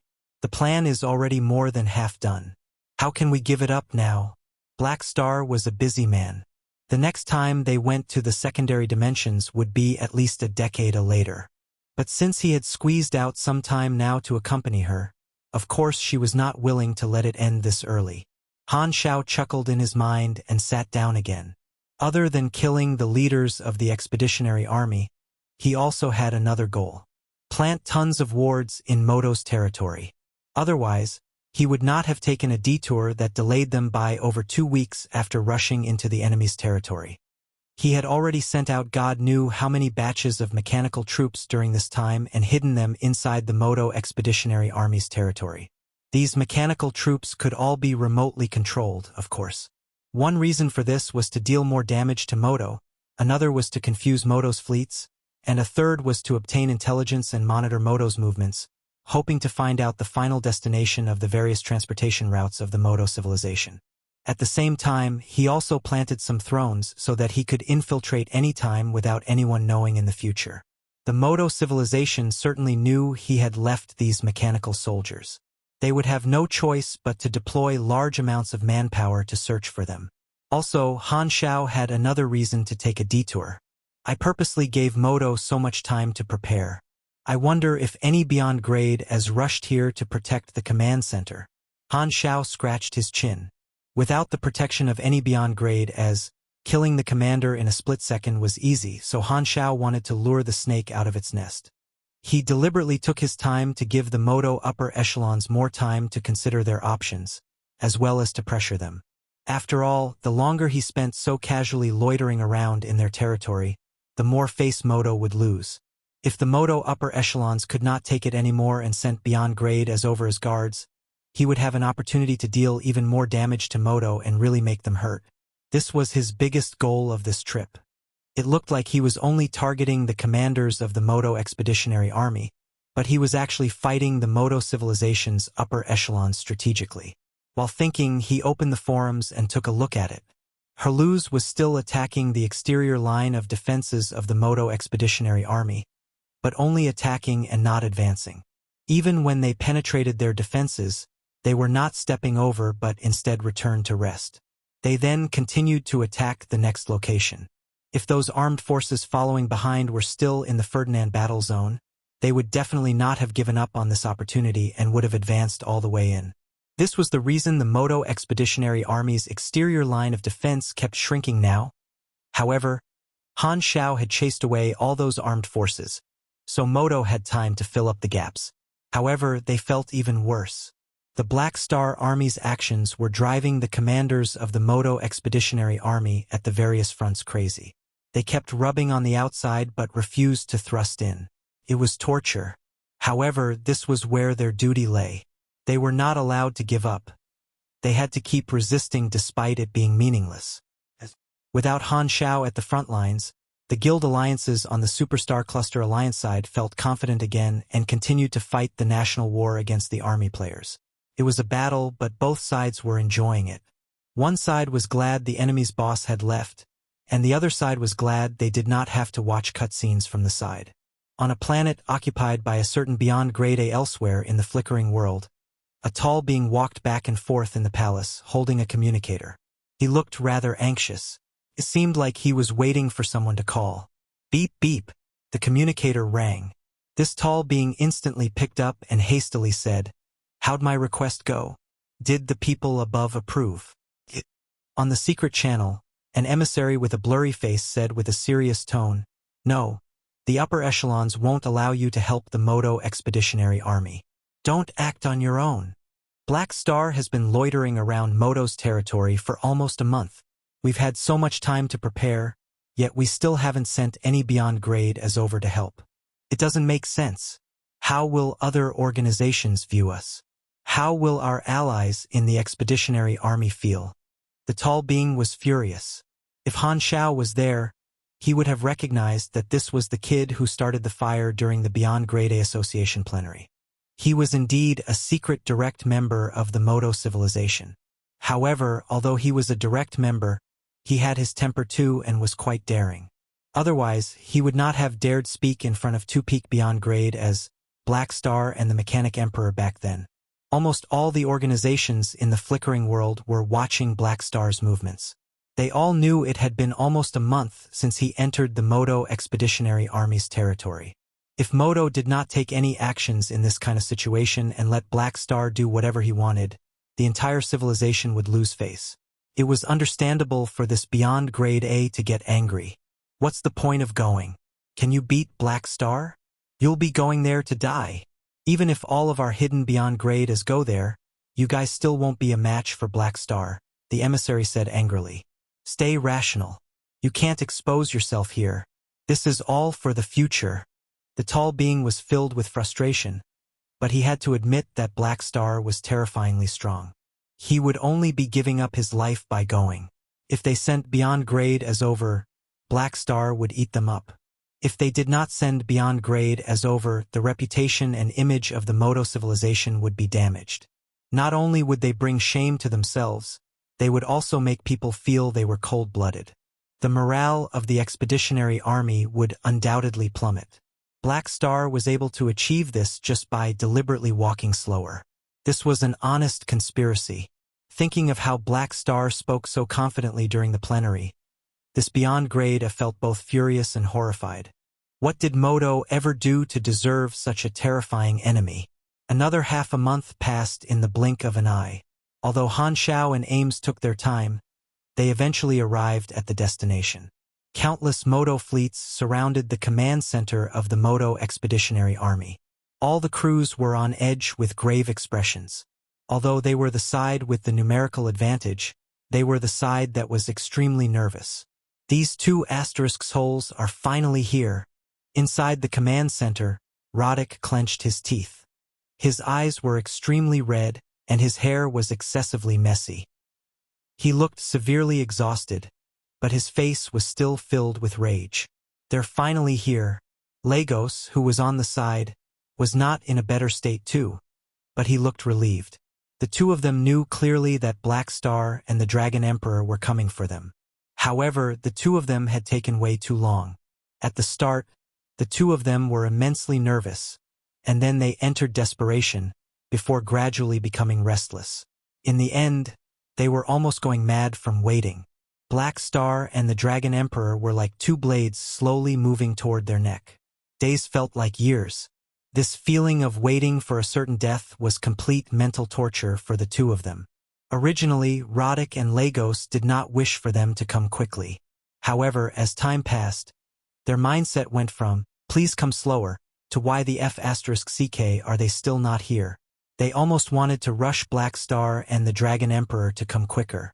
Plus, the Modo Civilization had never sent any beyond grade as in the past 1.5 months, so Roddick and Lagos were more certain they had been abandoned. Filled with sorrow and hopelessness, they had accepted their fate. They would die one way or another, so they rather die sooner. Roddick turned on the public channel and said with a ferocious tone, "Black Star, aren't you here to kill us? Do it." Hearing the roar in the channel, the many Modo soldiers there felt somewhat betrayed. They all knew that Modo did not send any help and had abandoned them. To say they did not feel betrayed would be a lie. However, as soldiers, they would still obey their orders even if they knew they were headed for death. Han Shao looked around, turned up his senses to the maximum, and laughed with a shake of his head. Yoho, Modo is quite patient. I've given them more than enough time, but they still haven't sent a single beyond grade A. Are they that afraid of me? Ames smiled and said, who isn't afraid of you in the entire universe? Never mind. This proves that Modo has learned their lesson. Han Shao shook his head. Although he was unable to lure the snake out of its nest, he did not mind. After all, he would still be able to damage Modo's image. He looked around. His eyes stopped at one location in the Modo Expeditionary Army's base. That was where the command center was located, and the targets he was going to kill were inside. Han Shao turned and asked, so, are you going to personally slice the targets up? Or should I do it? At the start, Ames wanted to kill Lagos and Roddick with her own hands. However, thinking of the experience she shared with Han Shao in the past few days, she shook her head carelessly. Whether you or I do it doesn't make a difference. I'll do it then. It'll be more efficient. You're too slow. As Ames rolled her eyes, Han Shao coughed and ordered the mechanical soldiers behind him to advance. He knew that the Modo Civilization would certainly set up tons of space-time stabilization devices near its base, so he had summoned a mechanical army long before he arrived. Seeing this, the Modo fleet instantly responded. The crews suppressed their complicated emotions and became firm, staring at the renowned Black Star far away, ready for the battle to begin. Han Shao glanced at them and snapped his fingers. These mechanical soldiers suddenly stood still. Dense white noise appeared, and space bent slightly around them. The next moment, this batch of mechanical soldiers disappeared. When they reappeared, they had already moved a long distance forward but were still in a stationary state, like a painting. Boom! In the face of this strange scene, the Modo fleet did not hesitate and fired instantly, shattering these mechanical soldiers. However, something shocking happened next. This batch of mechanical soldiers reappeared again. Not only were they completely undamaged, but their location had moved forward a long distance once again, closer to the command center. This strange scene made the Modo fleet perplexed. Han Shao narrowed his eyes. Using the Kundi race's technology against you people is considered using it in the right place. This scene that looked like a screen lagging was indeed the technology Han Shao had obtained from the Kundi race, the space-time splicing technology. With his research and improvement over so many years, the space-time splicing technology he had now was far from its original version. It was way more enhanced and upgraded. This technology was now rather matured. It would no longer be easily countered by all kinds of space-time devices like the original version. The difficulty and time required to break this technology using the same methods as before would be at least 7 to 8 times higher. This meant that it could stay operational for a longer period of time. Although the Crimson Dynasty did not allow him to casually use this in front of others, Han Shao had a flash of insight just now and intuitively felt that if he used the Kundi race's trump card to fight Modo, it might be beneficial for the mission. He trusted his intuition quite a lot, so he did it. In the face of this unknown technology, the Modo army panicked and used all kinds of attacks. However, no matter what attacks they used, they could not stop this army of mechanical soldiers blinking forward. Part of their fleet had no choice but to attack Han Shao himself, but the attacks were all easily guarded by Han Shao and Ames. Furthermore, their battleships were getting hacked frequently. Impossible! Roddick's eyes opened wide with shock.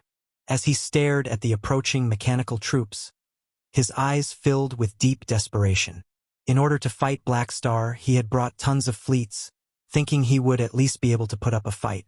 However, to his absolute dismay, Black Star simply used one ability he had never seen before and easily penetrated the line of defenses of the fleet, threatening his life. What the hell is this technology? Lagos was stunned too. Hearing the shocking tone of the two of them in the public channel, Han Shao suddenly smiled and said with a mocking tone, "Fate really has a bad taste. To tell you the truth, this is the technology the Modo Civilization missed. You guys were so close to obtaining it in the past. It's a shame.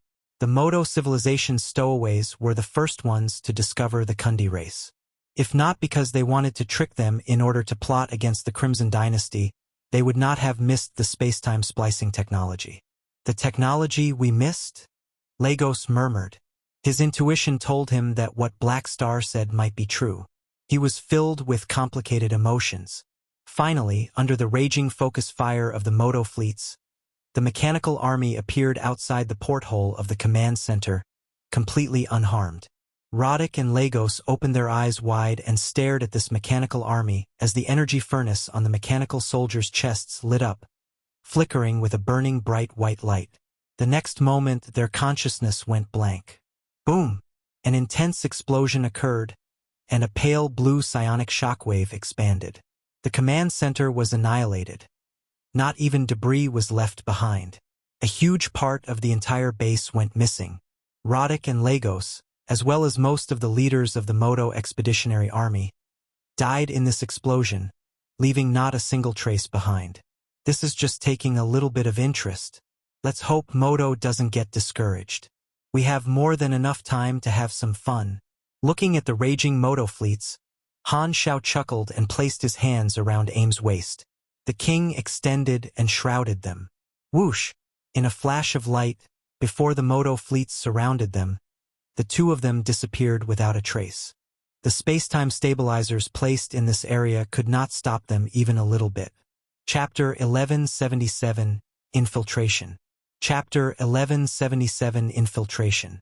Han Shao felt the mechanical suit shake. When it opened again, he had already returned to the Black Star Army fleet that was attacking the Modo Expeditionary Army's exterior line of defense, appearing inside the command room of the flagship. Hearing the sounds, the many officers who were originally staring at the battlefield all turned around. First, they looked at Han Zhao's face. They then uncontrollably moved down to his hand that was wrapped around Ames' waist and Ames' calm expression. The room suddenly became silent. "What you looking at? Never seen this before?" Han Shao glared at everyone and moved his hand away. Herluz coughed and said, "Boss, is the goal complete?" The Modo Civilization didn't even send any beyond grade as, "How could I not succeed?" Herluz was about to ask why it took so long, but when he saw Ames' refreshed and energetic appearance, he hesitated for a second and smartly did not ask. Han Shao looked up at the battlefield outside the porthole. The battle was at its most bloody stage. The fleets of the two sides were fighting fiercely. The army had already broken through the exterior protective shield of two planets and deployed tons of army players who were fighting the players of the Guild Alliance. There were no signs of losing on either side in their battle. Ames turned around, patted Han Zhao's chest, and said, "All right, the route's been eliminated. I'll be going back to the Shattered Star Ring." You're leaving so soon?" Han Zhao was surprised. "Didn't you say you wanted to fight the masterminds together?" He thought that Ames wanted to stay and participate in the coming battles against Modo to vent her anger. He did not expect her to leave now. "My anger is already vented by killing the initiators of the plan. Plus, you being here is enough." Ames smiled. She was in a very good mood. Her original plan was to help Han Zhao while taking revenge, which she had already done to a very large extent. Without her, Manison would have lost one less felon. Han Zhao had convinced her during this time, so Ames decided to listen to Han Zhao's suggestion and return to Floating Dragon. Ding! The moment she said that, Han Zhao's interface responded. The Ames Rage mission became completed. That's it. Luckily, it didn't require me to turn over the entire Modo Civilization. Her anger has probably already passed, which is why she gave up such an excessive thought. Looks like my convincing has been quite effective, Han Zhao thought. I'll be taking Aesop back and strengthening the monitoring. I'll never let him escape so easily again. Ames brushed her hair behind her ear. Han Zhao mourned for Aesop for a third of a second before nodding. Do whatever you want with him. You don't have to give me face. Ames extended her long and white fingers, poked Han Zhao's chest with a smile, and said, I'll go back now then. Come find me when you have the time. Anyway, I won't say thanks again. There's no need for us to be formal, and you don't like to hear it. All right, quickly go then. Han Zhao waved carelessly. By the way, before I leave, I have a gift for you. Ames seemed to have suddenly recalled something. The runes on the back of her hand flickered, and a book appeared in her hands. What's this? Han Zhao looked at it curiously. I concluded my energy training experience some time ago and created a new energy training technique. It should be inclusive for all. You should be able to use it too, Ames said with a smile. Han Zhao accepted the book and read through it. It was surprisingly handwritten. The content was an energy training technique called Dragon Emperor Star Energy Extraction Technique. The details were unknown, but it looked quite advanced, not inferior compared to Heber Stellar Furnace Cultivation from way back. Why did you write it by hand? Isn't it more convenient to write an electrical copy and send it to me? It helps you to train patience. Ames was still smiling. Her thoughts were simple. It could only be a gift given by hand if it was handwritten. Could also be something that would remind Black Star of her. Of course, Han Zhao was not going to reject this surprise. He nodded and said, Okay, I'll use it when I have the time. I'll be going then. Ames smiled and told Han Zhao to send her back in another king suit. After she disappeared, Han Zhao opened the interface and looked at his rewards. freewebnovel.com. The mission rating was excellent. The 250 million base EXP reward increased to 1 billion. The contribution points of the Floating Dragon faction increased by a few dozen thousand.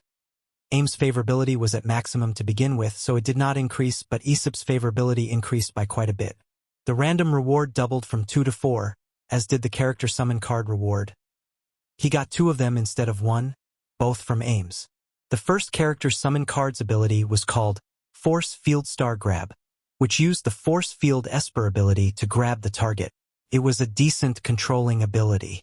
The other character summon cards ability was War Whip Dragon Arc, also a force field ability. It had both AoE damage and controlling functions. It was quite a good ability too. Both had 5 uses. To Han Zhao, this common mission was a cherry on top to begin with, so he did not have too high hopes for it. Nonetheless, these rewards were not bad. His focus had always been the Kundi race's mission. He opened Kundi race leader's last wish in the mission list and looked at it. The first requirement was still the same, as was the second mission requirement. As this was a grade S mission, there was no progress bar. However, his intuition told him that this successful attack meant huge progress in this mission. After doing some thinking, Han Xiao thought to himself, judging from the current situation, the day when the Modo Civilization gives up competing in the flickering world because of my torture should probably be the day the second requirement of this mission is fulfilled. He had always wanted to obtain the 3 rewards for the second requirement. They were the enemy, proof of leadership, and Kundi Rage, all outstanding abilities, especially the semi-molding talent, proof of leadership, that had growth potential. Thinking of this, Han Xiao summoned Philip in the quantum network and said, "Send the recording of me using the space-time splicing technology to defeat the Modo Expeditionary Army to the garrison of the Kundi race. Tell them to repeat it in all their residential areas, making sure every prawn. Ahem, everyone in the Kundi race sees. Roger, hum." Han Zhao's battle against the Modo Expeditionary Army was very short. Philip recorded everything. He was never one to quietly finish what he had to do. Since he had helped Kundi get their revenge, he was certainly going to make use of the recording to enhance his reputation in the Kundi race. He had to make sure their entire race knew about what he had done for them. This would help with the progress of the mission too. After dealing with this, Han Xiao summoned Fiden, pulled him aside away from everyone else, and whispered, "Have you done what I asked you to do?" Fiden nodded. "In the past 1.5 months, I've already swapped the souls of 15,000 Modo soldiers and middle-level officers. They will be our spies in the Modo Expeditionary Army." He received a secret order from Han Xiao. When the Black Star Army fleet was attacking Modo's line of defense, he had been using the Soul Swapper to swap some of the enemy soldiers, infiltrating the Modo Expeditionary Army and planting spies. The Modo Civilization had once used the Soul Swapper against the army, so Han Xiao had Fiden give them a taste of their own medicine. Given how special the Soul Swapper was, even if Modo prepared for it, they could not avoid it. "Well done." Han Xiao nodded with satisfaction. He had already planted multiple chess pieces in the Modo Expeditionary Army's territory. This way, he would have more sources of their internal intelligence. Not only would he be able to control the whereabouts of the Modo Civilization's army, but he could also try to find the location of the secret transport route. He could take his time torturing them. "Give my order. Retreat temporarily. Let's go back to the base and rest for some time," Han Xiao said loudly. The officers present were all surprised. "We have the upper hand now. Why are we retreating all of a sudden? Even if we're not going to enter their line of defense, we should at least finish this battle." What they did not know was that Han Xiao was not doing this to give the Black Star Army time to rest, but instead give the enemy time to rest. He had just killed the commanders of the Modo Expeditionary Army. He knew that they now had no leaders and would definitely be disorganized. He wanted to give Modo a little bit of hope so that he could crush that hope time after time in the future. This way, making Modo give up due to despair would be easier. Though confused, none of the officers would question the army commander's order. Very soon, the majority of the army's forces backed away out of the bloody battlefield and then retreated systematically. Seeing this, the Modo garrison of this line of defense were all confused. "Aren't we getting beaten up? Why did they suddenly stop halfway? Weird. We have to report this to the command center immediately." The fleet commander of this line of defense hastily went to report to the upper echelons. However, what he got was a long silence no one picked up. After quite some time, he finally received the nightmarish news published on the internal network. Only then was he appalled to find out what had happened. The entire command center had been annihilated by Black Star. After adapting and modifying for about 2 decades, the new generations of the Kundi race gradually got used to being in captivity, accepting the culture injected by the Crimson Dynasty and the Black Star Army. As the older prawns passed away naturally, the effects of the cultural modification operation on the entire race started to show. All the residential planets were singled out and could not contact the other planets. They had regained basic productivity, the streets were crowded, and the heavy and depressing atmosphere had become much better. The young generation had given the Kundi race the vitality it needed. On this day, a huge event happened on this residential planet. Every screen on the planet was playing a video. The content of it was the recording of Han Xiao destroying the command center of the Modo Expeditionary Army. Philip even kindly added some narration to explain what happened to help the Kundi race understand what Han Xiao had done for them. Every member of the Kundi race who saw the recording realized that Black Star was still living up to his promise, continuously avenging their race. Furthermore, Black Star even used their technology. Seeing the moment when the mechanical soldiers used the space-time splicing technology to destroy the command center, every member of the Kundi race's face lit up with excitement. They were filled with pride. Look, those who used us are no match for our strongest technology. This made them feel that they were not just watching Black Star avenge them but were actually helping. Along with pride was a strong sense of appreciation for Black Star. Throughout the years, not only did he protect them, but he never forgot his promise to them and brought them the justice they deserved. This incredible and kind man was their one and only god of protection. They felt blessed amid all the unfortunate things they had experienced. The same thing was happening on every planet of the Kundi race. Countless members of the Kundi race gained more and more admiration for Black Star. Chapter 1178 Objectors. Chapter 1178 Objectors. Inside a small private guest room, a few officers at the top level sat on the sofa and complained. "Sigh, the commanders of the expeditionary army got killed, but Black Star stopped attacking. He clearly wants to devour our armies again and again.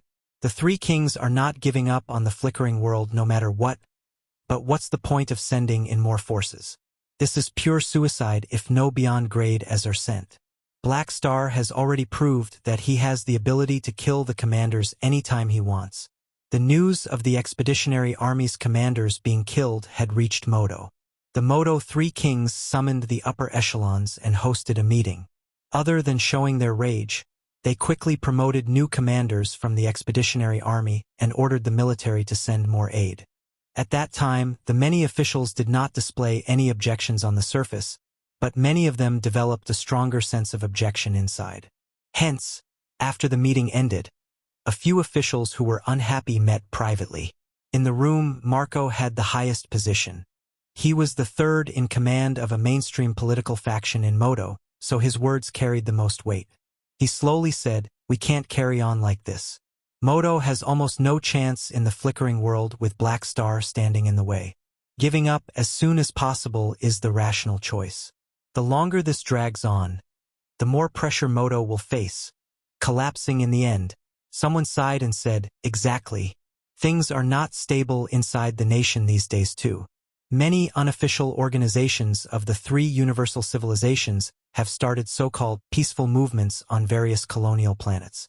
They're using armed demonstrations, organized strikes, and so on to trigger the anti-war emotions of the society, forcing us to exit the war. Many industries have been severely affected. Some with ulterior motives are even spreading ideas of splitting the race up, bashing the policies, and promoting hatred, which actually turned around the way of living peacefully with other races we have been teaching for all these years and successfully worsen racism.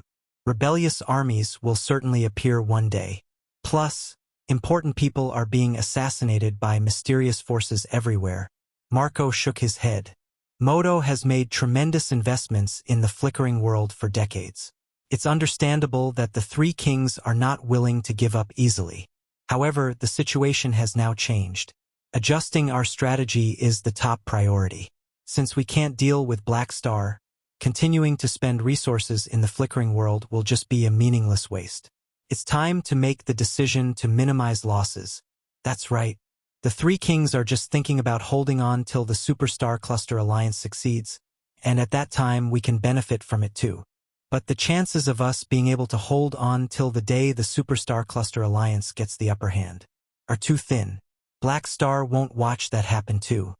He might be stalling with us now, but if we don't keep sending in troops to keep him full, he'll certainly launch an all-out attack and chase us out," another person said. Marco took a sip of the dark ember-colored wine and softly said, "Actually, since the beginning, I've never felt the Superstar Cluster Alliance will be able to invade the flickering world successfully. There's an 80% chance they'll fail.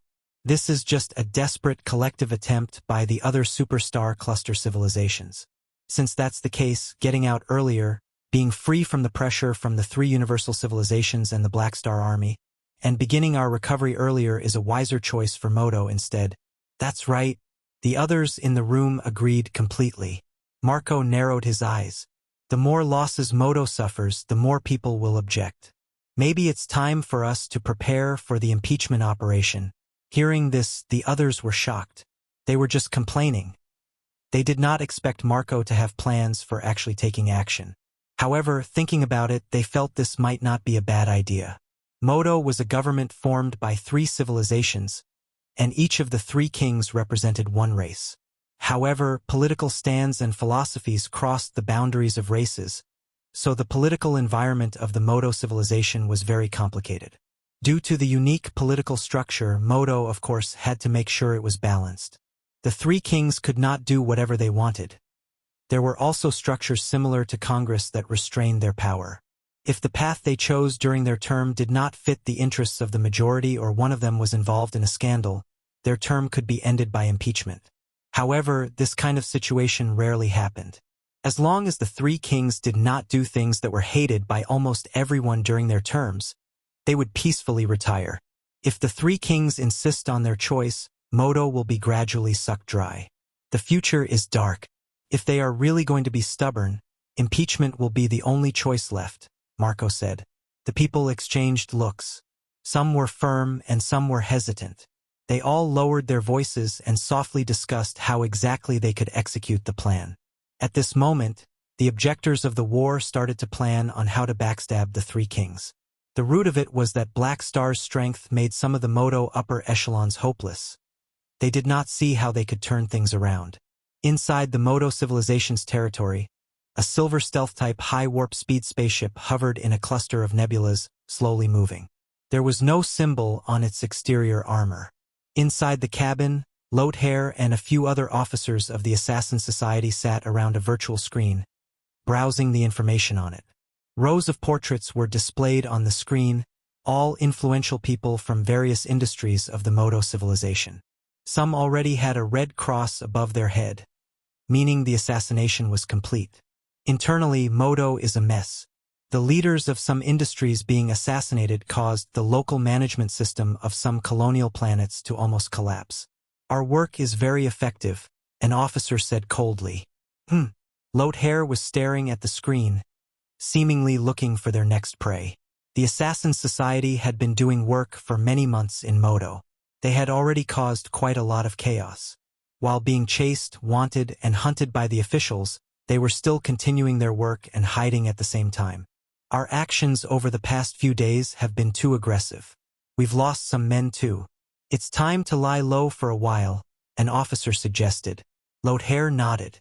He then shook his head and said, "We'll hide temporarily, then do a big one." Then, he extended his finger and pointed at one of the portraits on the screen. The officers present followed his finger. Their expressions all turned stiff as horror and disbelief appeared in their eyes. The target Lothair had chosen was one of the Modo 3 kings. You want to assassinate the highest leader of a superstar cluster civilization? An officer opened his eyes wide. Are you insane? They have 3 leaders. Losing one is nothing. Lothair's tone was calm. I'll do it myself. Do you know the nature of this action? If you succeed, the Modo civilization will become our eternal enemy. Furthermore, there's absolutely no chance of succeeding. The Modo 3 kings are heavily guarded. There's no chance of getting close at all. Plus, there's no way of assassinating them if they don't leave their mother planet, someone said with a hasty tone. For once in a blue moon, Lothair actually explained himself. Firstly, we're Modo's eternal enemies to begin with. Secondly, the Modo 3 kings have many guards, but no beyond grade A guards are present on the surface, calamity grades at most, which isn't beyond my abilities. Thirdly, the Modo mother planet doesn't have the psionic seal ring like the 3 universal civilizations mother planets have, so infiltration is totally possible. At a glance, assassinating one of the Modo 3 kings was an impossible mission. However, after doing some analysis, he realized that it was not completely impossible. After all, although the 3 kings were leaders, they were not individuals with great strength. Furthermore, he had Deity Assassinator in his hands. Even if the 3 kings had magical defense runes, this weapon would be able to penetrate them. The main problem was, whether the assassination was successful or not, getting away afterward would be extremely difficult. The others were in dismay, like this was the first time they had met Lothair. Even though they were all assassins who had killed many important people, this was still an extremely daring plan in their eyes. Easy to say, but executing it is complete suicide. Everything is possible. Sometimes all you need is a little bit of luck. Lothair narrowed his eyes. The people there did not know what he was thinking, nor did he plan to explain further. Due to Rosalind and the three universal civilizations' operations, the internal racial issues and racist philosophies were gradually becoming more severe. If he could assassinate one of the three kings at this time and find a way to blame it on the extremists of the other two races, it might further stimulate the conflict and make these philosophies explode. The results were not difficult to imagine. Sure, the method was a little bit dirty, but as an assassin, Lothair did not care if the method was ethical or not. He was only concerned if it was effective and could achieve his goal. It could be said that he would do anything necessary to achieve his goals. He had been operating in the outside world for decades. He was no longer just a pure assassin. He had gradually learned to analyze the big picture. Although Black Star did not specifically instruct him on what to do, Lothair was very clear of Black Star's goal. He was more than happy to use swifter methods to deal greater damage to Modo that was more powerful than just an assassination. Of course, assassinating Modo's highest leader and pinning it on racism was just an idea. It was extremely difficult and impossible to complete with just the Assassin Society. However, the three universal civilizations' forces in Modo's territory were a natural help. Lothair planned to create a fuse so that they could operate around it, just like how the philosophy tide they created gave him the idea of assassinating one of the Modo three kings. Boom! A red silhouette fell onto a desolate planet like a meteor, crashing a crater on the planet's surface. Freebnol.com. Blood flowed out from the tip of Gila's lips. Her body was embedded into the ground. As she pulled herself out, Han Shao suddenly appeared right above him, and a powerful kick swept onto her abdomen. Boom! The little bit of death energy she had just gathered got scattered by one kick. A shockwave erupted with a loud explosion noise. Having been heavily hit in the abdomen, Gila's body bent like a shrimp as she shot out like a rocket for dozens of miles, leaving a long fissure behind. Are we going to continue? I've already been beating you for 11 hours. If I remember correctly, you've already been close to death 3 times and fainted 5 times. Han Shao stood with his arms crossed and sighed. Humph! Are you going to praise me for being energetic? Never mind, let's call it a day. But don't forget, this is just the 3rd time. Gila wiped away the blood on her lips, rubbed her stomach, and stood up. Hearing this, Han Zhao's eyelids twitched uncontrollably. He was now fulfilling the agreement he made back then to spar with Gila 30 times. Now there were 27 times left. As Han Shao thought of this number, he could almost feel his waist hurting. This was a certain location near Black Star Palace. He had returned from the free competition zone long ago. Modo did not send any beyond grade as for what he did, so they most likely would not in the future either. Furthermore, Han Shao had already left enough mechanical troops and lords' avatars there, so he did not continue to stay in the front lines and directly returned to the headquarters using the king's suit. Han Shao originally wanted to stay indoors and focus on studying the felon and the indestructible mechanical troops technology, but Gila was insatiable and had to spar with him. Due to their agreement, he could not reject her and had no choice but to hit Gila every day for a few days. Although Gila was a tough sandbag, using her so often was excessive even for Han Shao. With the exclusive talent Virtual Technology Innovation Manison, the progress of studying the felon and the indestructible mechanical troops was going quite smoothly. However, there were still a number of key factors he had to overcome till completely mastering them, which required time. Hence, Han Shao did not use awakening points to quicken the progress.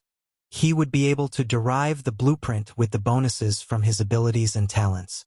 This time, Gila flew over from afar and asked, "How do you think I'm progressing?" "Not bad," Han Shao said casually. "TSK, such a perfunctory response. You're so patient when accompanying aims, but so whatever to me. Do you not want to accompany me that much?" Gila raised her brows. "What do you think?" Han Shao gazed at her. "You masochist, don't you understand that forcing me to beat you up every day is tiring for me too?" Due to her passion for battle, Gila became stronger rather quickly, and with the underworld, her growth potential was even higher.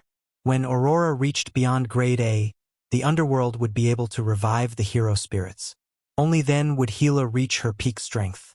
Han Xiao had also found out from Anisalu that if Aurora's vital energy Esper ability reached beyond grade A, its qualities would change. She would be able to create living bodies with no soul that could be used for the hero spirits to live in. It just so happened that this ability could work with the Soul Swapper. Han Xiao had told Faiden this and promised him that he would ask Aurora to build a body for Chun Xing. Gila snorted softly, changed the topic and said, "There are 27 more spars. I want one the day after tomorrow. Remember to make time. Aren't you too hard to satisfy? Can the interval be longer?" Han Xiao was speechless. "No, I finally snatched you back from my teacher. I want you to accompany me as much as possible." A tint of happiness flashed across Gila's eyes. She then went into the spaceship and headed back herself. Han Xiao sighed and shook his head. He was more certain that Gila was a complete masochist. The purpose of sparring is to test one's strength, but she clearly knows how big the difference in our strength is. Still, she keeps wanting to fight me. Isn't this simply asking to be beaten up? Hadavi is much better. They're both looking to be beaten up, but this guy is much more understanding, still smiling after getting beat up. Unlike Gila, who always has that cold expression like I owe her money. Speaking of which, it's been some time since I've heard Hadavi's flattery. I actually miss it. Han Xiao was in no hurry of going back. He made the mechanical army retrieve some of the shattered mechanical soldiers. While the battlefield was being cleaned up, he opened the forums. He was about to look at the players' jokes and relax. However, as soon as he opened the flickering world panel, his eyes were drawn to a pinned post. World Server War Invitation Letter. Chapter 1179 Impeachment. Chapter 1179 Impeachment. The World Server War. What's bound to come will come in the end. Han Xiao opened the post and browsed through. Seeing that the content was the same as he expected, he sighed. The post was jointly announced by Galactic Business Alliance, September Conference, Northern Tropic of Cancer Light, Southeast Asia War Alliance, and multiple guild alliances. In simple terms, it was an ordeal challenge letter targeted at all player alliances. It stated a time and location, aiming to start an enormous battle. The players of the various alliances usually moved according to their factions' orders, but this did not have much to do with factions. It was just an event between the players. The same thing had happened in his previous life. The various guild alliances announced the war, and it turned into a battle between millions of players that lasted for many days. It was then recorded in the Galaxy Chronicles, given the name of Planet Tabor Battle. The great mechanic Han was also active for some time in this battle in his previous life, mainly to loot the equipment and items the players dropped. He had made a big fortune from it. This time, although the war still happened due to the butterfly effect he had caused, the time and location had changed slightly. From his perspective, these guild alliances announcing this challenge was not sudden. It was already the final stage of version 4.0. If they did not create some big news, they would not have a chance to do so anytime soon. One reason was to justify killing those in the hostile alliances, and another was to strengthen the unity of the big guild alliances by having the normal players take part in it too. Basically, they're bored, so they want to start a fight. Han Xiao shook his head. The internal affairs of the players had nothing to do with him. He did not plan to interfere. The location was not in the Ferdinand battle zone. It was on a planet in the front lines called Marison. When the players headed there to participate, it would affect the army's battle in the front lines to a certain extent. Although the army could use orders to restrain the players and not let them participate in the big battle all players could take part in, it would not have a positive impact, nor did Han Xiao plan to do so. After all, players were not really his employees. If he restrained them too much, it would only achieve the opposite effect. Of course, not only him, but all the organizations who had players would be affected to different extents. If these forces forcefully stopped their players, it would instead benefit the army and make recruiting players easier in the future. The army players will stick together in this war. They'll be the largest group, so they'll probably be targeted by many other alliances. But that's not bad for me. Han Zhao's eyes sparkled. The Pro League during the final stage of a version was an excellent way to boost sales. Many players would be willing to spend a lot of their savings to make themselves stronger. When that happened, the army sales would rocket, and Han Zhao would harvest a lot of EXP. However, the Pro League had already been hosted 3 times. Most normal players were now very aware that they had no chances. A lot of them preferred saving their EXP to use in the next version. Large-scale wars were different. The players would not miss it. It was also a natural opportunity to boost sales, which was very beneficial for him. He would be able to harvest even more EXP near the end of version 4.0 that would become his inventory during the version update. If I remember correctly, the interval between version 4.0 to version 5.0 should be about half a century, even longer than the last one. The next version was the Calamity of the Supers. The conflict between the Beyond grade as would break out, and some of the primordial ones would return.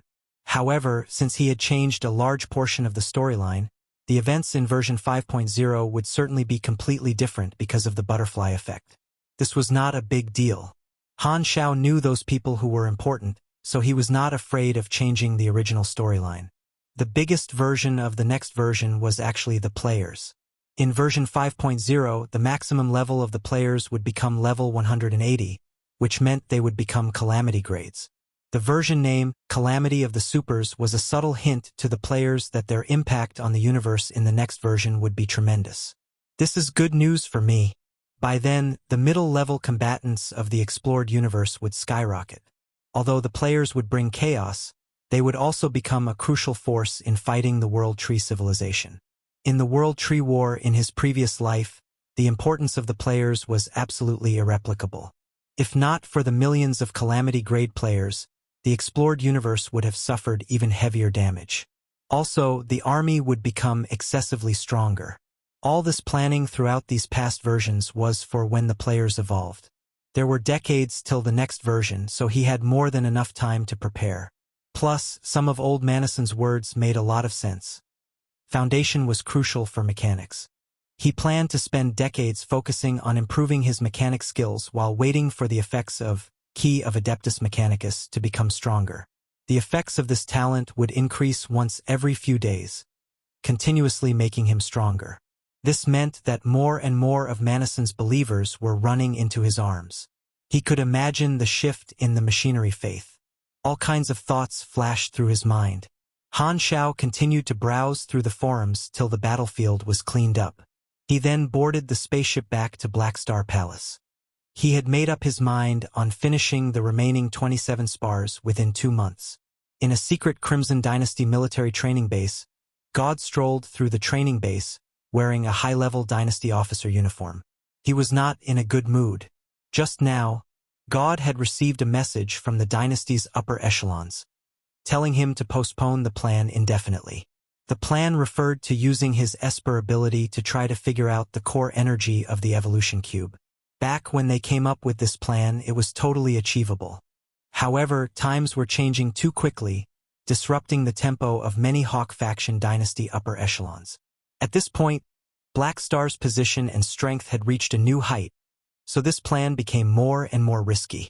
Hence, the upper echelons had no choice but to pause this plan temporarily with resignation, both because they did not want to mess with Black Star as well as to keep God hidden as a trump card. At the root of it, this was because of Black Star's extremely quick growth that kept changing the situation repeatedly, so often that people could not react fast enough. This was the source of God's bad mood. Black Star's growth speed was even faster than his, even though this was his new account. He could not even see Black Star's taillights. It was tough for him not to feel frustrated. Black Star. Black Star. God mumbled as he walked to a public training facility without realizing. The sound of intense battles entered his ears. He looked at the source of the sound and saw a low-grade elite class fighting in pairs under the supervision of the drill sergeant. They looked like a group of novices.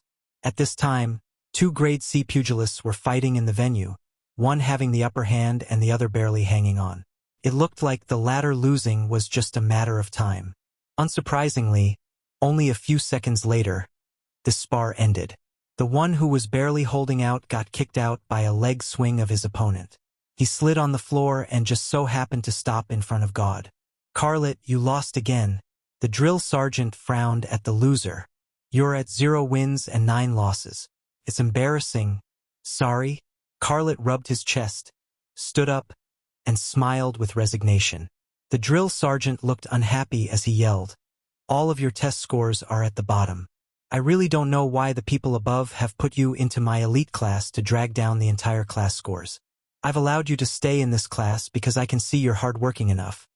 But if your scores are still at the bottom the next test, I won't give you another chance and will make you leave." After he said that, the classmates all looked at Carlet coldly, not hiding their dissatisfaction. Although these people were students, they were talents the dynasty had selected from the various departments who were being trained in this secret base. Furthermore, this was an elite class. Everyone in it was a talented dynasty soldier, and they were all renowned in their own divisions. The opportunity to receive this type of training was very rare, so these students treasured it very much. This was exactly why they disliked Carlet. He was too ordinary and not like an elite at all. Logically, he was not qualified to receive such training. Due to how difficult it was to get this opportunity, these elites all felt it unfair.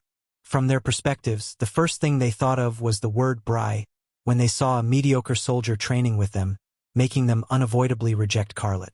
Furthermore, as soldiers, they respected the strong above all.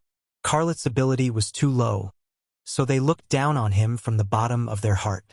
Naturally, they were not going to treat him well. Noticing the cold eyes of everyone, Carlet sighed in his mind. He had accepted the fact that he was mediocre long ago. He knew that these people were elites who were much more talented than him from the beginning, so he was not discouraged. He had gained this opportunity to undergo such advanced training thanks to Black Star. Although he was carefree, he was not someone who would give up an amazing opportunity. However, he was already doing the very best within his capabilities, yet he still could not match up to the growth speed of these elites. There was nothing else he could do. God quietly observed from the side. Some time ago, he had heard people say that someone who Black Star once heeded had entered this training base, and that person's name was Carlet. As it was related to Black Star, God kept it in mind. This was the first time he had seen this person. He sized Carlet up. All he could see from Carlet was the word, mediocre. God considered himself to have sharp eyes, but even he did not find anything special about Carlet. He was confused. Why was Black Star interested in this guy? He's known for having accurate and sharp eyes. He shouldn't have made a poor judgment. God could not figure it out at all. He thought about it for a second before waving at the drill sergeant. The drill sergeant had noticed God long ago. He instantly put on a smile and walked over. Almost everyone in this base knew that God was the person with the highest chances of becoming a beyond grade A and had received a lot of resources and training. God's position was quite high. "What is it, God?" That novice called Carlet. "Whether he passes the tests or not, let him stay in the base," God whispered. Hearing this, the drill sergeant was puzzled. Based on his test scores, Carlet was bound to be disqualified and leave the training base. He did not expect God to speak for him. "I'm not sure. This guy doesn't have much value. Keeping him here is a waste of resources. Do what you can then." God could not see what was special about Carlet either, but because of Black Star, he wanted to keep Carlet and observe him longer. Han Shao had stayed in Black Star Palace and did not go to the front lines. 1.5 months passed quickly. On this day, a shocking piece of news suddenly erupted in the Modo Civilization. The Tri-Race Senate announced the beginning of the impeachment process for the current Modo 3 kings. Throughout history, the impeachment of the highest leaders had occurred very few times, so this instantly shocked the whole society. As the name suggested, this assembly was formed by the congressmen from all 3 races. It had extremely high power, including the impeachment right of the highest leaders. The initiators of this impeachment were 33 congressmen who proposed the impeachment together. The Tri-Race Senate approved it by voting. The preparations started quickly. It was clearly planned. Being shocked was one thing, but the Modo citizens supported it to quite a large extent. The chaos in the civilization had already severely affected the daily operations of their society. Although this was caused by enemies, the The citizens did not care much and blamed it on the highest leaders, which was much easier. Marco had gathered more and more supporters, and he found the logical excuse of regaining order and objecting to the war. He used a long and formal report to analyze that Modo's chances of winning this war were extremely low. Using this as evidence, he objected to the Modo Three Kings' decision to continue supporting the expeditionary army, calling it a meaningless sacrifice. His stand received recognition from quite a number of officials and citizens. Not everyone was willing to sacrifice their present interests for the so-called future potential. The Modo Three Kings did not expect those who objected to their decisions to suddenly backstab them at such a crucial moment. Their plans were heavily disrupted. Chapter 1180 Assassination. Chapter 1180 Assassination. As soon as the impeachment proceedings started, the political world of the Modo Civilization became boisterous. All the factions were dragged in and forced to pick sides. Modo had no choice but to shift their focus back to within the nation and deal with the impeachment. The Three Kings were forced to deploy their men to take part in a political war. Luckily, after so many years, their positions were firm and strong. They would not be overthrown easily. There were extremely few advanced civilizations that were in a dictatorship. Being in the position as the highest leader did not mean instantly obtaining the highest power. Politics was an art of compromise. Power came from obedience. Even as leaders of civilizations, in order to firm their position, they still had to fight for the support of various factions and train loyal followers.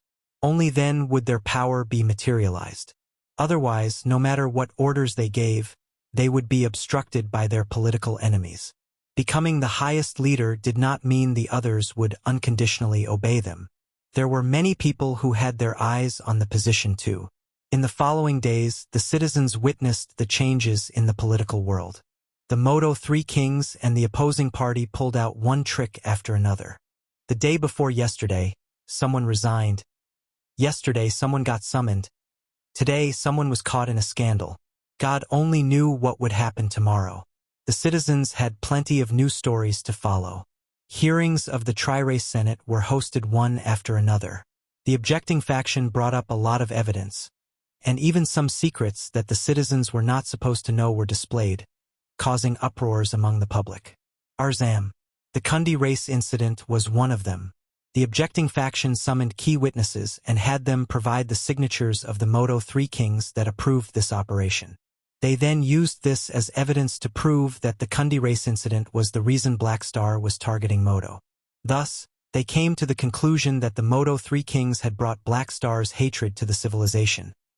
They were the culprits that caused Modo to be in this horrible situation. The objecting faction claimed that the Modo Three Kings had made an awful decision, and that the Modo Three Kings were not capable enough of remaining as the leaders of the civilization. There were some more similar pieces of evidence. The objecting faction blamed all the sinful things on the Modo Three Kings, emphasizing to the Tri-Race Senate that the Three Kings were not capable, and suggested changing them. This was not framing the Modo Three Kings. As the highest leaders, even though some plans were not proposed by the Three Kings, they would only be carried out with the signatures of the three of them, so they could only take the blame. Endless testimonies caused the situation to gradually worsen for the Modo Three Kings. However, their position would not be shaken so easily. Their connections were very comprehensive. Including the military, many factions were their firm supporters. These factions all had members in the Tri-Race Senate. They worked together to obstruct the impeachment, which was highly effective. The military was firmly on the side of supporting the war, which brought the support of more important upper echelons. Compared to the supporters of the Modo Three Kings, the objecting faction led by Marco was no match. The investigations hit a wall very soon, so the objecting faction turned their focus to the next batch of Modo Three Kings candidates, hoping to gain their support, which also failed without much suspense. With the impeachment fermenting, the matter led to political strife. The Modo Three Kings had wasted too much time. They did not want to waste more energy on this matter, so they did not hold back at all. Therefore, this nonsense did not last too long. In the end, the Tri-Race Senate rejected the objecting faction's impeachment request. The result was basically a loss for both sides. As the political opposition was dealt with, in order to regain their reputation, the Modo Three Kings decided to give a public speech to give a conclusive response on the impeachment matter. Benit Square was one of the landmarks of the Modo Civilization's capital, a tourist destination with tons of visitors every day. On this day, it was used by the government as the venue for the Modo Three Kings to give a speech. The venue was already set up. Due to their negative image to the public, the Modo Three Kings did not speak in the political building this time but instead chose to give the speech in front of the public to build an image that they were close to their citizens. The filtered audience filled the square. A cordon had been set up around the square. Tons of security personnel were stationed around, protecting the perimeter with expressionless faces. At this time, an audience that extended beyond one's sights had gathered outside. Many people held up banners with words like, "Overthrow the Three Kings." They were all protesters. Although the objecting faction had lost, they still dealt irreversible damage to the Modo Three Kings' reputation. The seats of the officials were around the podium, and the objecting faction seats were all at the edge, clearly arranged deliberately. The others were not willing to even look in their general direction, not wanting to have any connections with the objecting faction that had lost. "I didn't expect the Three Kings to invite us," a member of the objecting faction mumbled. "They want to humiliate us in front of the public to enhance the effectiveness of the speech." Marco was not in a good mood. He knew full well that at this point, there was absolutely no way the Modo Three Kings had invited them to attend the speech to repair their relationship. They were certainly going to condemn their actions as victors. Of course, the objecting faction only stepped out to try to impeach the Modo Three Kings because they were confident that they could win. However, they were defeated in the end. The trump cards they had pulled out were resolved one after another, and some witnesses had changed their testimonies. Marco could only admit his loss. There were actually some others who had the same mindset as him but did not stand out this time because they did not dare take the risk. In order to change the path of the civilization, Marco was willing to take the risk. On the other hand, the people who hid to protect their positions did not take any actions despite the fact they objected to the Modo Three Kings' decisions and watched the armies being sacrificed meaninglessly. Although he had lost, he still despised these cowards. After a while, the Modo Three Kings approached the podium. The spotlight focused on the three of them. A loud round of applause instantly started on the square like it was rehearsed, silencing the furious yelling and cussing of countless spectators outside the square. The three of them waved at the same time, looked around at the audience inside the square, and smiled. While the three of them looked around, their eyes deliberately paused for a moment when looking in the direction of Marco and the objecting faction before turning away. The camera then jumped to focus on the objecting faction, showing their forced smiles or expressionless faces. "Humph!" Marco snorted softly while clapping with just enough force to make a noticeable sound.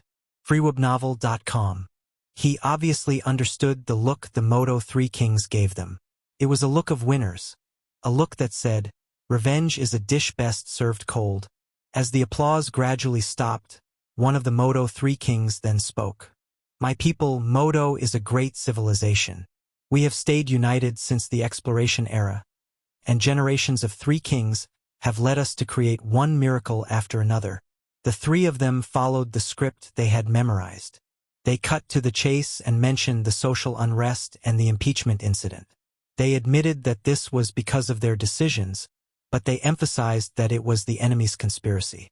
They claimed, "Modo is walking on the right path. The enemies want us to back away, so they've used all kinds of plots and conspiracies, hoping to make us afraid." The three of them also explained why they kept sending soldiers to the flickering world, saying that it was for the civilization's future. During the long speech, the Three Kings explained and rebutted the matters the objecting faction had brought up during the impeachment, trying to save their reputation and the government's reputation as much as possible. The Modo Three Kings' words sounded sensible. The people in the square clapped from time to time. The audience outside was gradually convinced too, and the number of protesters gradually decreased. Other than the reporters, countless spectators were also recording the speech. In the crowd outside the podium, a tall male held up a multifunctional commutation terminal and recorded the speech. He looked just like an ordinary spectator, but he was actually one of the spies of the Federation of Light responsible for obtaining intelligence. He was sent there to record first-hand footage. While doing his job, this spy thought the objecting faction has lost, but the Modo 3 kings have also been heavily hurt. It's good news. The dust had settled. There was no more shocking news, only the speech from the winners. This spy did not think he would find anything valuable. He was only here because of his duty. However, at this moment, a flash of light suddenly went past the corners of his eyes. The spy subconsciously turned around. His eyes penetrated the crowd, and he saw a dim light on the back of a hooded man's hand, as if a mark was lighting up. The next moment, a sharp golden light abruptly crossed his sights and shot out like a bolt of lightning. The spy instantly turned and saw this flash of light arrive before the Modo 3 kings, who were giving a speech. Clank! An azure magic shield suddenly opened and stopped this flash of light. The Beyond Grade A defense enchantment on the Modo 3 kings activated instantly. It could guard against many kinds of attacks. The speech suddenly stopped. Only then did the Modo 3 kings realize that the item that had attacked them was shockingly a golden spear. It was indeed Lothair's weapon, the deity assassinator. Assassin! The security personnel around were appalled. Multiple calamity-grade bodyguards who had been standing behind the 3 kings were shocked. They hastily activated their abilities to protect the 3 kings. Although their reactions were quick, it was not quick enough. The outstandingly strong Beyond Grade A defense enchantment only stopped the deity assassinator for a moment before it was penetrated. The spear pinned one of the Modo 3 kings right on the ground. Shock and indignation lingered on his face. The sudden change stunned everyone present. Someone attempted to assassinate the 3 kings?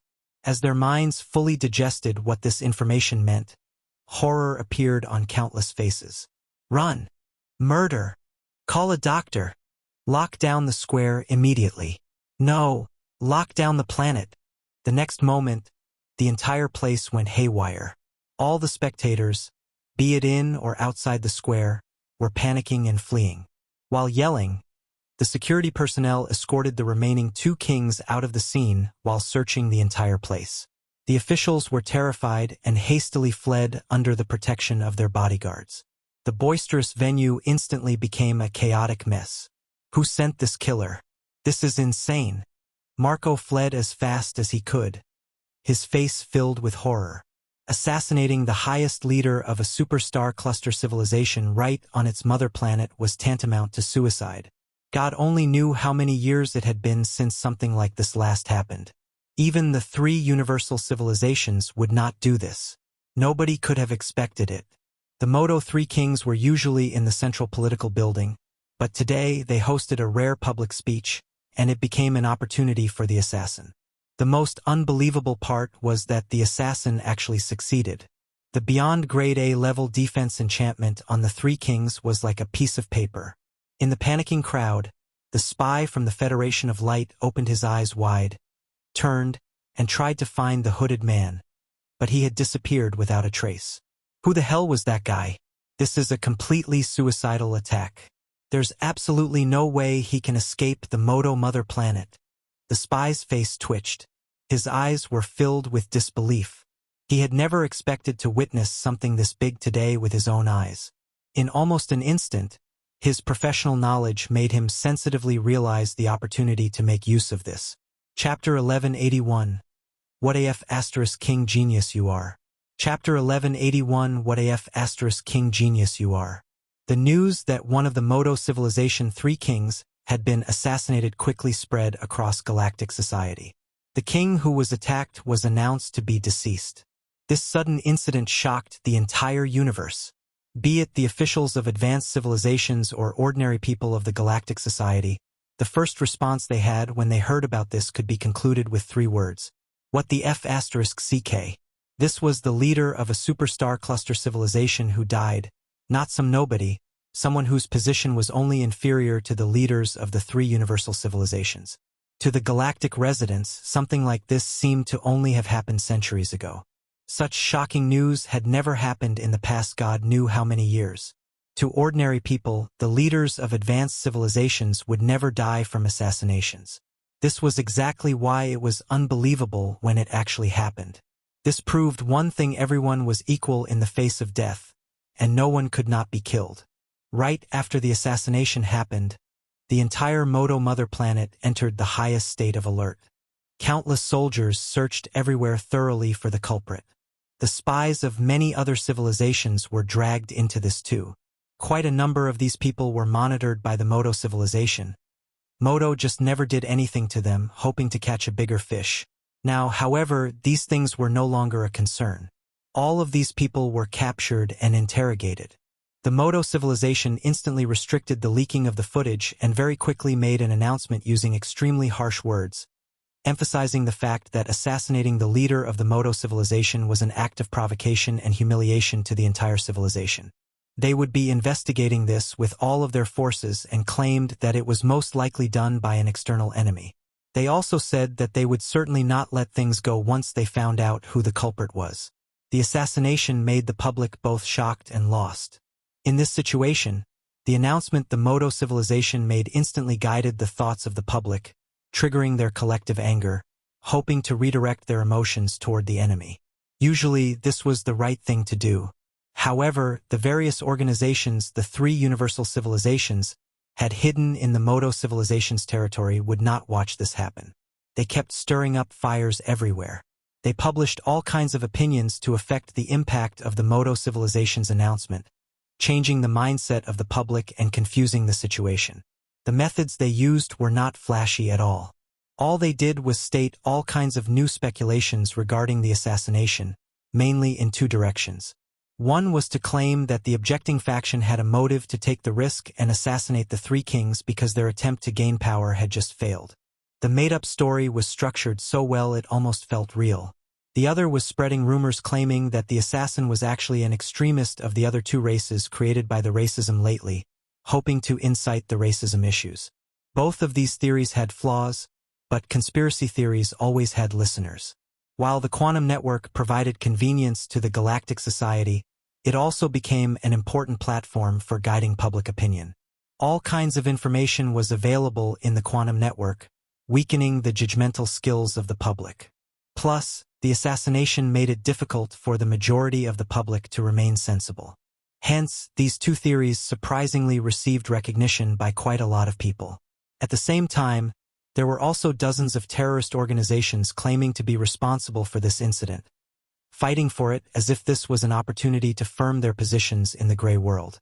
The number of people who supported the racist thoughts and believed the political assassination theory was growing rapidly. The seed of chaos gradually matured. One could never know what kind of strange opinions people might have till something big happened. It was complete anarchy.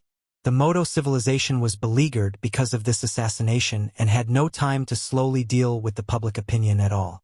They had no choice but to take tough measures, forbidding the public from discussing these two conspiracy theories. Although the upper echelons clearly knew that this would only make things worse in the future, they had to first restrain the spread of these rumors. This incident received immense attention. Countless organizations paid close attention to it. A storm was brewing under the noses of the public. Han Xiao, who was far in the flickering world, received the news too. What the hell?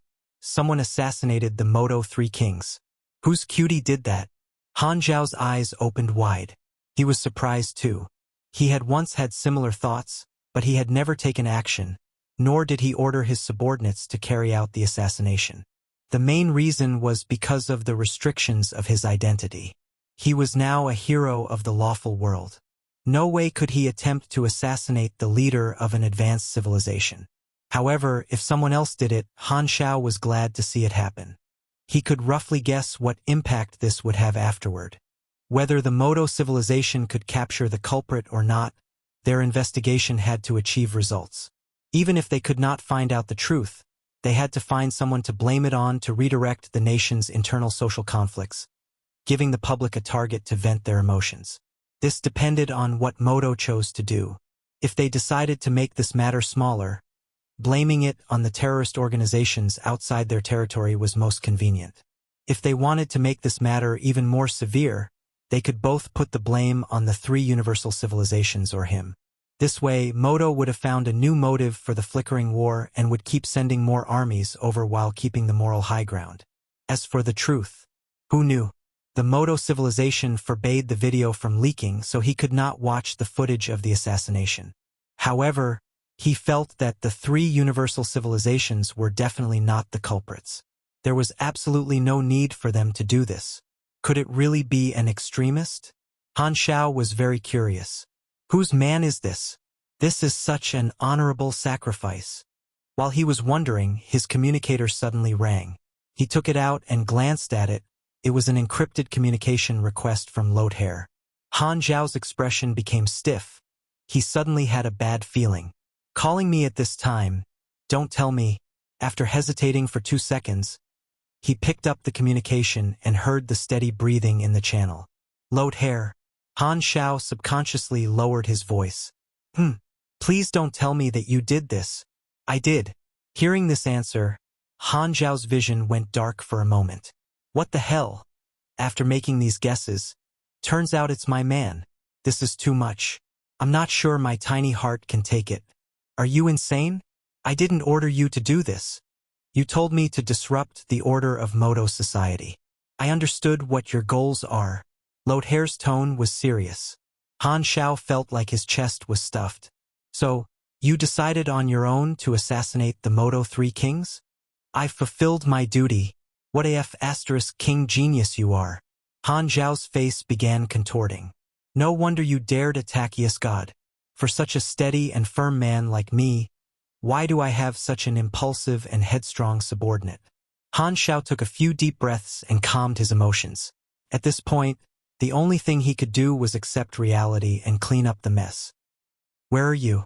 Have you escaped the Modo mother planet? Yes, or I wouldn't have contacted you. Lothair briefly explained what had happened. He was not completely reckless. He had already infiltrated the Modo mother planet more than a month ago and come up with many ways of getting out, only acting after the plan was fully complete. He had been waiting for the opportunity. As he could not come into contact with the three kings, he had been waiting patiently all along till a few days ago. When he saw the three kings' announcement to give a speech, he knew that this was the opportunity, so he struck after making enough preparations. With one assassination after another, Lothair had gained enough experience and become an expert. From the assassination succeeding till the Modo Civilization executed the lockdown, there would be a reaction process in between, and he used this bit of time to successfully escape. The entire process was well planned and organized. However, he was only temporarily safe now. He still had to face the Modo Civilization's search afterward. After hearing Lothair's description, Han Xiao sighed and said, "It won't be that easy to escape from someone else's territory. Pause all your assassination missions. Killing one leader is effective enough.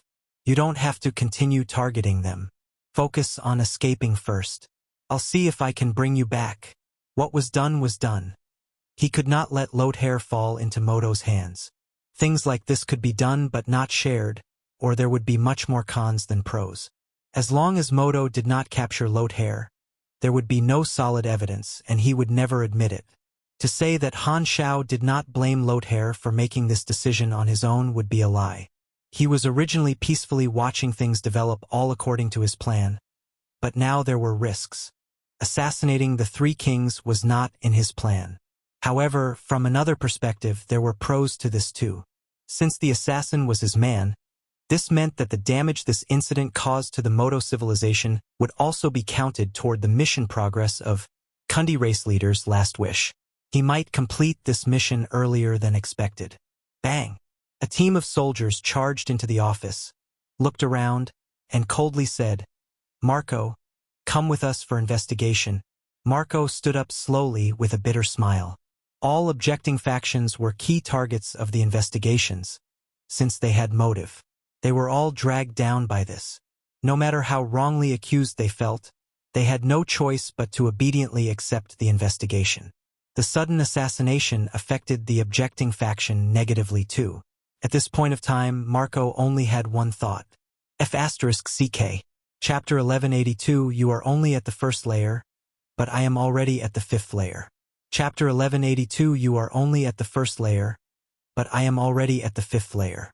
In the conference room that now had triple the guards compared to before, The remaining two kings of Modo and the various upper echelons were hosting an emergency meeting.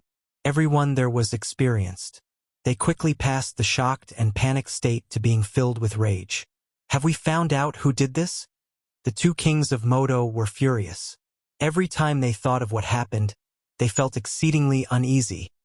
If the one who was giving the speech at that time was not their unlucky colleague, they might have been the one who died.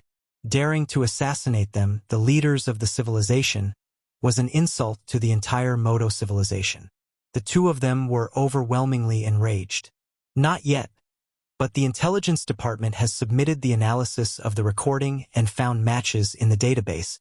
An intelligence official operated on the table with a solemn expression.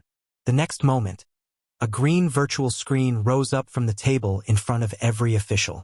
On it was the same file. The weapon the culprit used is a golden spear. According to the data, the master of this weapon is a highly dangerous wanted criminal with the code name Mystery. The earliest record of this man was during the Kundi race incident. This man committed multiple assassinations at that time and then disappeared for more than a decade. Recently, he started to act again in our territory, killing the heads of all kinds of industries. According to the analysis, Mystery has top-notch calamity grade strength, possibility at the level of a beyond grade A seed. The golden spear weapon he uses is a powerful enchanted weapon. However, due to the little observation records we have, we were unable to obtain too much information. Nonetheless, from this assassination incident, we can speculate that Mystery's weapon possesses an extremely strong ability to penetrate energy and also deals extra damage to strong targets. Also, Mystery might be acting with a group. The assassinations committed by many others seem to be related to him too. We suspect he might have formed an organization in the 10 or so years he disappeared.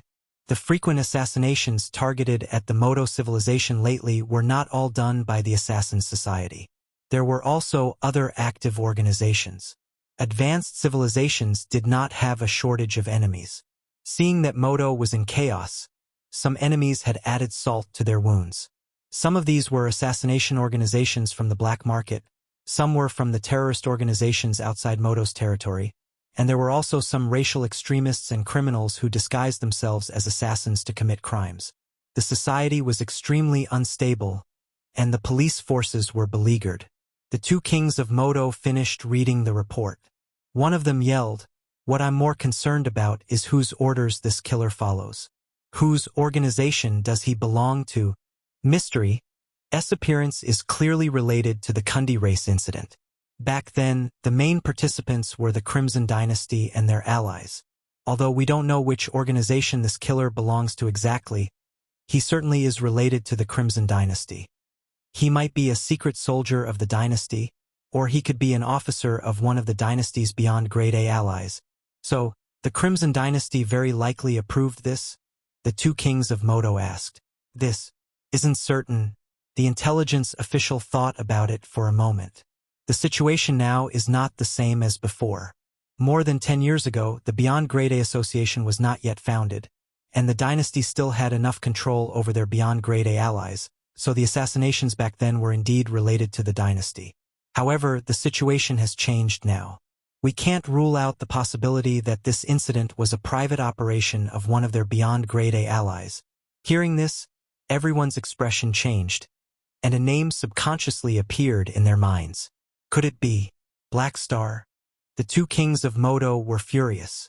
Although the Crimson Dynasty was scum, taking the risk of assassinating the leader of an advanced civilization had many more cons than pros for them.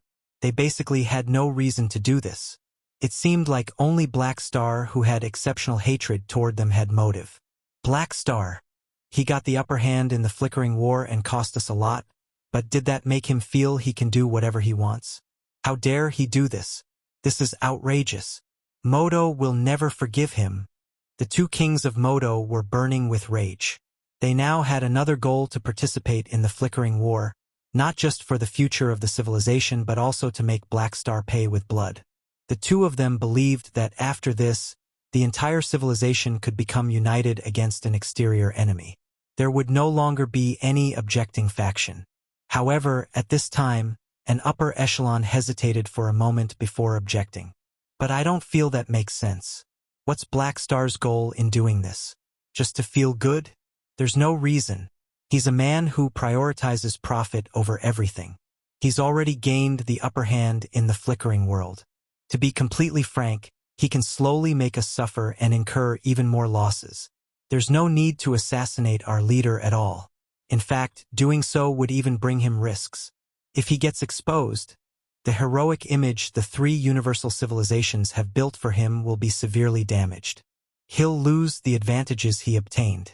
Black Star doesn't feel like someone who'd make such a reckless decision. After hearing this theory, the various upper echelons present also frowned in doubt. That does make sense. Black Star wouldn't do meaningless things. If the assassination was ordered by him, it's definitely to achieve some kind of goal. And what goal would that be? The room went silent.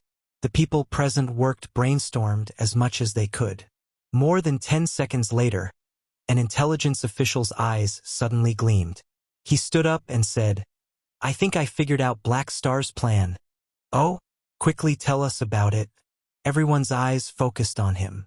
This intelligence official said with a firm tone, "Black Star did this to prevent us from surrendering." "Huh?" Everyone tilted their head. Big question marks appeared above their heads. Explain." The two kings of Modo frowned. "This is my speculation.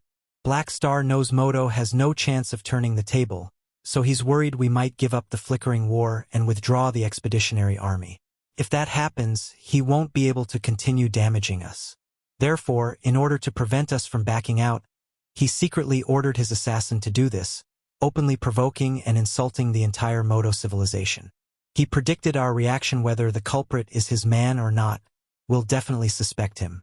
Then, due to our hostile relationship, he feels that we'll likely claim that he's the mastermind to damage his reputation, which will go exactly according to his plan. Once we claim Black Star is the mastermind under the eyes of the entire universe, we'll have to show we're not going to let him off easily, so we won't be able to easily pull out the expeditionary army. Instead, we'll have to keep sending in more troops, or we'll be seen as a wimp to the outside world. As an advanced civilization whose leader has been assassinated, we must never compromise. This way, Black Star will have successfully maintained the situation and forced us to keep fighting. He will then continue eating up our troops. The others trembled and hastily went through their own thoughts. When they realized that this was exactly what they were thinking of, they felt a chill running down their spine. I knew it. Black Star has calculated even our responses. Luckily, we predicted his predictions. The two kings of Modo shook their heads and said, No, Black Star knows we'll accuse him. Why isn't he afraid of his reputation being damaged?" "I think he really isn't afraid," an official said. "If we don't catch the culprit, we'll have no solid evidence. With the heroic image Black Star already has, which side will the outside world believe? Even if there is evidence, Black Star can still refuse to admit it and accuse us of framing him. Plus, the heroic image he has now was built by the three universal civilizations. Although he's enjoyed the benefits of it, he's restrained by his reputation. If he can get rid of this restriction, it won't be all bad for him. In fact, the three universal civilizations might be more worried than him in that case." Many people nodded and felt this made sense. The two kings of Modo suppressed their wrath and said, "If this is really Black Star's doing, are we not only going to hold him responsible for it, but even cover it up for him? Absolutely impossible. Don't even think about it." The two of them admitted that this speculation made sense, but in order to not fall into Black Star's trap, how could they, an advanced civilization, not hold him responsible but instead cover it up for him? This is ridiculous. Does he think we're shameless? As a powerful superstar cluster civilization, how can we be intimidated by this kind of trick? We will not compromise in any form. The intelligence official who made this speculation hesitated for a moment before speaking again. "Actually, there's another possibility." "Go on." "Ahem. I just thought about it. If there's a third party that predicted Black Stars and our responses judging from our hatred of each other, what if they sent someone to disguise as or bribed Mystery to do this, purposely carrying out the assassination in public to start a storm all to frame Black Star and increase the hatred between us? Is that possible?" Hearing this, the others were perplexed. This kind of plot was not rare in history, so the theory was completely possible. Who would do that? Who else? Our enemy or Black Star's enemy, of course. They might want to watch us fight each other in the dark. If this is the case, should we still pull out the expeditionary army so that we won't fall into the enemy's trap? The two kings of Modo were lost in the layers of speculation. They were not at fault for overthinking. Smart people would always make all kinds of speculations for things, guessing the reason behind it, deriving the matter to the fourth or fifth layer. Never would they guess how simple the truth actually was. It was nothing but the sole actions of a reckless man. Your Excellencies, we're just speculating. We can't confirm that Black Star is the culprit yet. Catching the assassin is our priority now, an upper echelon reminded. The two kings of Modo nodded heavily and shouted, "That's right. No matter what, we have to track the killer. We must catch him and find out the mastermind. Even if this is really Black Star's trap, Modo will never compromise." After saying that, the two of them were filled with frustration. They felt like no matter what choice they made, it would still be within Black Star's plan. It's terrifying to have an enemy like this. The people present exchanged looks. Many people wanted to say something, but no one did in the end. If this was really Black Star's trap, the decision the two kings of Modo made would have fallen right into it. To some people, the two kings were losing their cool. The objecting faction was being investigated, but there were still some with the same thoughts who did not expose themselves, and they were feeling even more shaken now. Maybe Marco and the others were right. It's really time for new leaders. In the corner, seeing that no one was paying attention to him anymore, the intelligence official who made the speculation sat down looking still unsatisfied. He only had one thought in his mind. Get me a drink. I can still brainstorm. If Modo was only suspecting Black Star, the Crimson Dynasty would be completely certain. In the ruler's office of the Crimson Dynasty, Unravel held her chin with her hands and said, "So, Black Star might have done this to prevent the Modo Civilization from backing away. Modo had forbidden the sharing of the recordings, so the process of the assassination could not be found through normal channels. Of course, the three universal civilizations had ways to get the recording, not through virtual technology but totally because they had accumulated enough information channels. In this respect, the accumulation of advanced civilizations was far superior compared to beyond grade as, for example, Han Zhao's forces were limited in the primeval Star River. Although his virtual technology could get him the recordings easily, it still required a process of going there from the flickering world and activating virtual intrusion. Not doing anything personally but still getting the information belonged to the territory of having information sources. Back during the Kundi race incident, Black Star had worked with the dynasty on assassinations. Since she had seen it before, although she did not know who the user of the Golden Spear was, she was certain that this man was Black Star's subordinate. Hence, she immediately thought that assassinating the Modo Three Kings was Black Star's plan. Looking at the report on the screen, Unravel thought, Black Star is more daring than I imagined, even assassinating a leader of an advanced civilization. Although that breaks the rules a little, it seems quite effective. Not long after receiving the news, she had also figured out Black Star's goal. The three universal civilizations did not want the Modo civilization to retreat this soon. Causing as much damage as possible to these superstar cluster civilizations was the three universal civilizations' goal. Black Star's actions matched the interest of the three universal civilizations. Wonderful, wonderful, nonetheless, this does cross the line a bit. Unravel wiped off the smile on her face. A beyond grade A assassinating the leader of an advanced civilization was a very sensitive matter. It would alert all the advanced civilizations, including the three universal civilizations. Just thinking about what this meant would explain why the leaders of the advanced civilizations were so concerned about this. Because this was the oldest profession of beyond grade as when they first appeared. Using individuals who possess strength above the limits for assassinations was much more valuable and effective than putting them in large battles. One could easily imagine how much destruction an expert beyond grade A assassin could bring. Back during the exploration era, beyond grade A assassins who specifically targeted leaders of civilizations were nightmares of the civilizations that survived. The main reason the three universal civilizations built the psionic seal rings around their mother planets was to guard against sudden attacks from other civilization, but also to guard against assassination attempts from beyond grade A assassins. This assassination incident reminded unravel of many tragic examples in the exploration era. Once someone opened this box, it might cause prolonged negative effects to advanced civilizations. After pondering silently for quite some time, unravel sighed. Times had changed. No matter what, Black Star was an important ally recognized by the dynasty, a national pillar. She had no choice but to help to clean up his mess. Be it because of morals or logic, there was no way she could betray her ally. I don't know if Black Star's subordinate will be able to escape. I shall have our people in the Modo Civilization's territory provide some help secretly just in case. Chapter 1183, Disqualified. Chapter 1183 Disqualified. You have triggered the urgent mission, Escape. Mission Introduction. Your friend Lothair has successfully assassinated the Modo Civilization leader. He is being pursued and is trying to escape the Modo Civilization's territory. He needs help.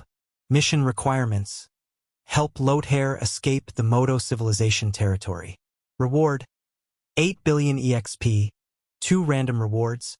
Draw 1 ability/talent from Lothair, Civilization Leader Slayer milestone. Remarks: by accepting this mission, minus 3000 Modo Civilization favorability. The mission only appeared now? In Black Star Palace, a notification popped up on Han Zhao's interface. He was both surprised and speechless. Briefly looking at the mission introduction, Han Zhao accepted it without hesitation. There was already no room for his Modo Civilization favorability to decrease any further. Helping Lothair was something he had to do, so getting rewarded for it was just a cherry on top. He only found it weird that the mission did not pop up when he chatted with Lothair, but only appeared after he had made the arrangements. The arrangements have been made. I wonder if I can get Lothair out. Han Zhao shook his head. He was not very confident. On the low side, the odds of success were only 95%. Ever since he became the three universal civilizations consultant, building subdivisions for the Black Star Army had become much easier. There were subdivisions in the primeval Star River too. Although he could not build an intelligence network there, the armed forces stationed there were quite strong. Han Zhao had also left quite a lot of mechanical soldiers there, including a king mechanical suit just in case.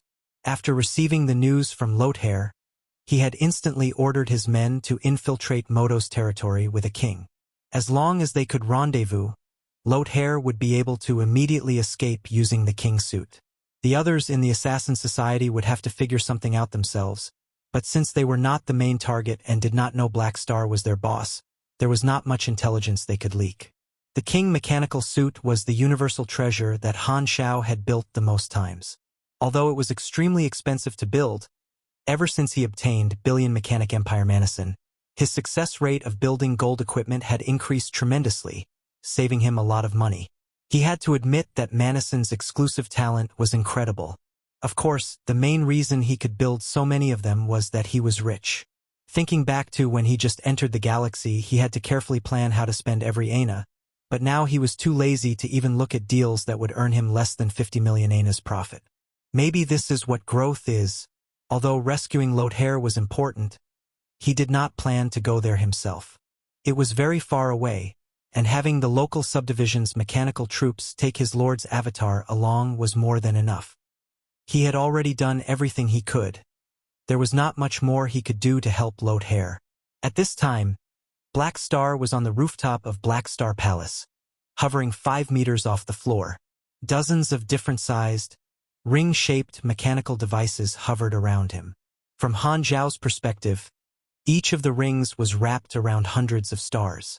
Silk-like beams of light crisscrossed inside the rings like an energy-filtering net, picking out tiny dots of light from nothing that landed on Han Zhao's body and dissolved, absorbed by his skin. He was training AIMS, Dragon Emperor Star Energy Extraction Technique.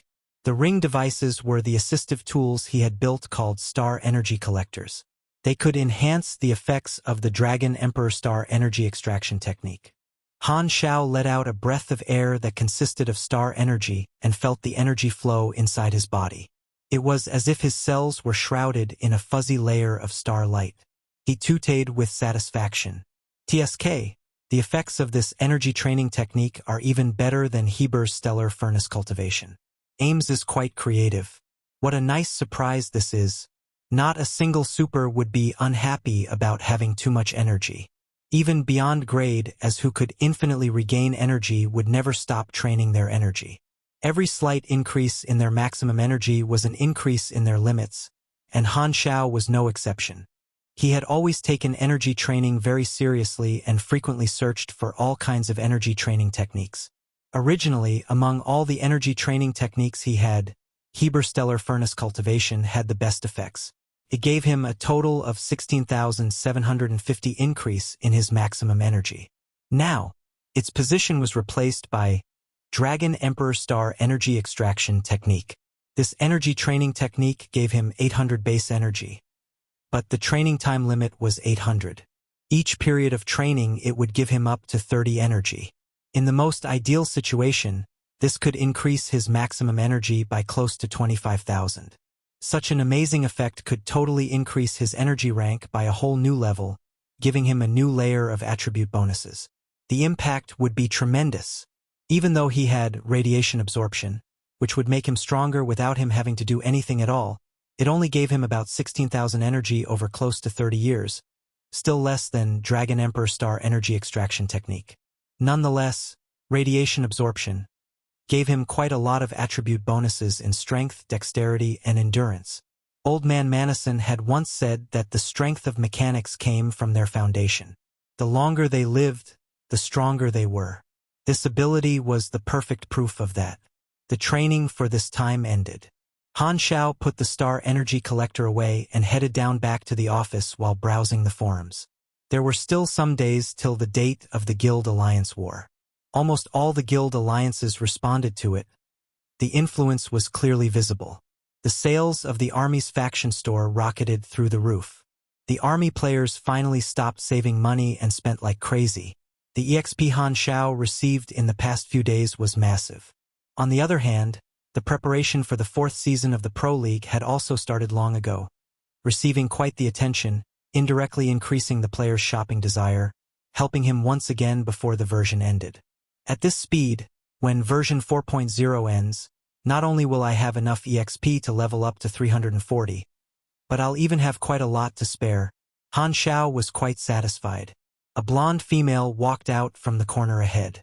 When she saw Han Xiao, she was stunned for a full second. She then trotted and sprinted into Han Xiao's arms. "Uncle!" Aurora hugged Han Xiao tightly. "How old are you now? Still acting like a kid?" Han Xiao rubbed Aurora's hair, pressed on her head, and pushed her away. "I'll always be a kid in front of you," Aurora giggled. She was indeed qualified to say this. Her overflowing vital energy had kept her looking like a teenager. Han Xiao placed his hand on her head and asked, "How's your strength progressing?" "Quite fast." Aurora raised her hand and released a cluster of vital energy. It seemed to be brighter than before. "Let me take a look." Nanoparticles flowed at the tip of Han Xiao's finger and formed a metal needle. He stabbed Aurora's arm and triggered the combat information, seeing her full attributes. Han Xiao looked at it and nodded with satisfaction. Ever since Aurora became the master of the Holy Light Particle, Han Xiao had hired a ton of employees to specifically cultivate the Holy Light Seeds, helping Aurora become stronger. The effect of that was spectacular. The Vital Energy Esper ability was unique, so Aurora would never hit a wall. As long as she accumulated enough, her grade would smoothly increase. Therefore, the method of harvesting leaks using the Holy Light Particle was perfect for her, making her grow at an incredible speed, much quicker than growing naturally. With her current growth speed, it would not take hundreds of years for Aurora to become a beyond grade A. The time would be reduced by roughly 70 to 90%. Han Xiao smiled and said, "Not bad. Not bad. I'm satisfied with your progress. Keep it up. Now go play." "Humph, I've been doing a lot of things in the army, not just playing. Don't always see me as a kid." Aurora puffed her cheeks, turned, and ran away. "You just said you'll always be a kid, and now you're unhappy about me seeing you as a kid. What in the world? Women are so unpredictable. even harder to understand than Old Man Manison's felon technology. Han Xiao shook his head and did not chase after Aurora, instead returning to his office. As soon as he walked in, his communicator rang. He looked at it, and to his surprise, it was a call from Kasui. Han Xiao casually sat on the throne, lay back, and picked it up. Yo, old Kasui, you rarely ever contact me. What's this about? Are you free? What, you want to ask me out? Something like that. I'm planning to explore a special secondary dimension and hope to team up with a mechanic. It'd be best if you're free. Han Xiao's eyes flickered. He sat up straight slightly and asked, why didn't you go to Manison? Aren't the two of you quite close? He's not in a good situation at the moment, so it's not wise to look for him. Comparatively, you're my top choice. You're more suited for this mission than him. Oh? Why? Because that place is dangerous. I need a tank to stand in front, so you know what I'm saying. Kasui coughed. Han Xiao tooted. No wonder you came to me. Turns out it's because of my tankiness. Why hide something like this? You can just tell me you want my body. How dangerous is that secondary dimension? I've never done field research, so I don't know the details either. However, it's definitely very dangerous. Even beyond grade, as lives can be threatened. Who else is going? Just you and me. I don't want too many people to take part in this operation. Hearing this, Han Xiao narrowed his eyes. He felt that this was most certainly not just a simple exploration. He wondered what secret goal Kasui had. That's about it. Black Star. When are you free? In a few months. You know what's happening between Modo and me. I don't have time to do something else for the time being. Are you in a hurry? Not really. I can wait for you. But don't make me wait too long. That's easy. You can deal with Modo together with me. Then I'll be free sooner, right? Han Xiao teased. Hehe. Go trick someone else. Kasui smiled faintly. I can surely go with you, but you'll at least have to show some sincerity, you know, Han Xiao said. What reward do you want?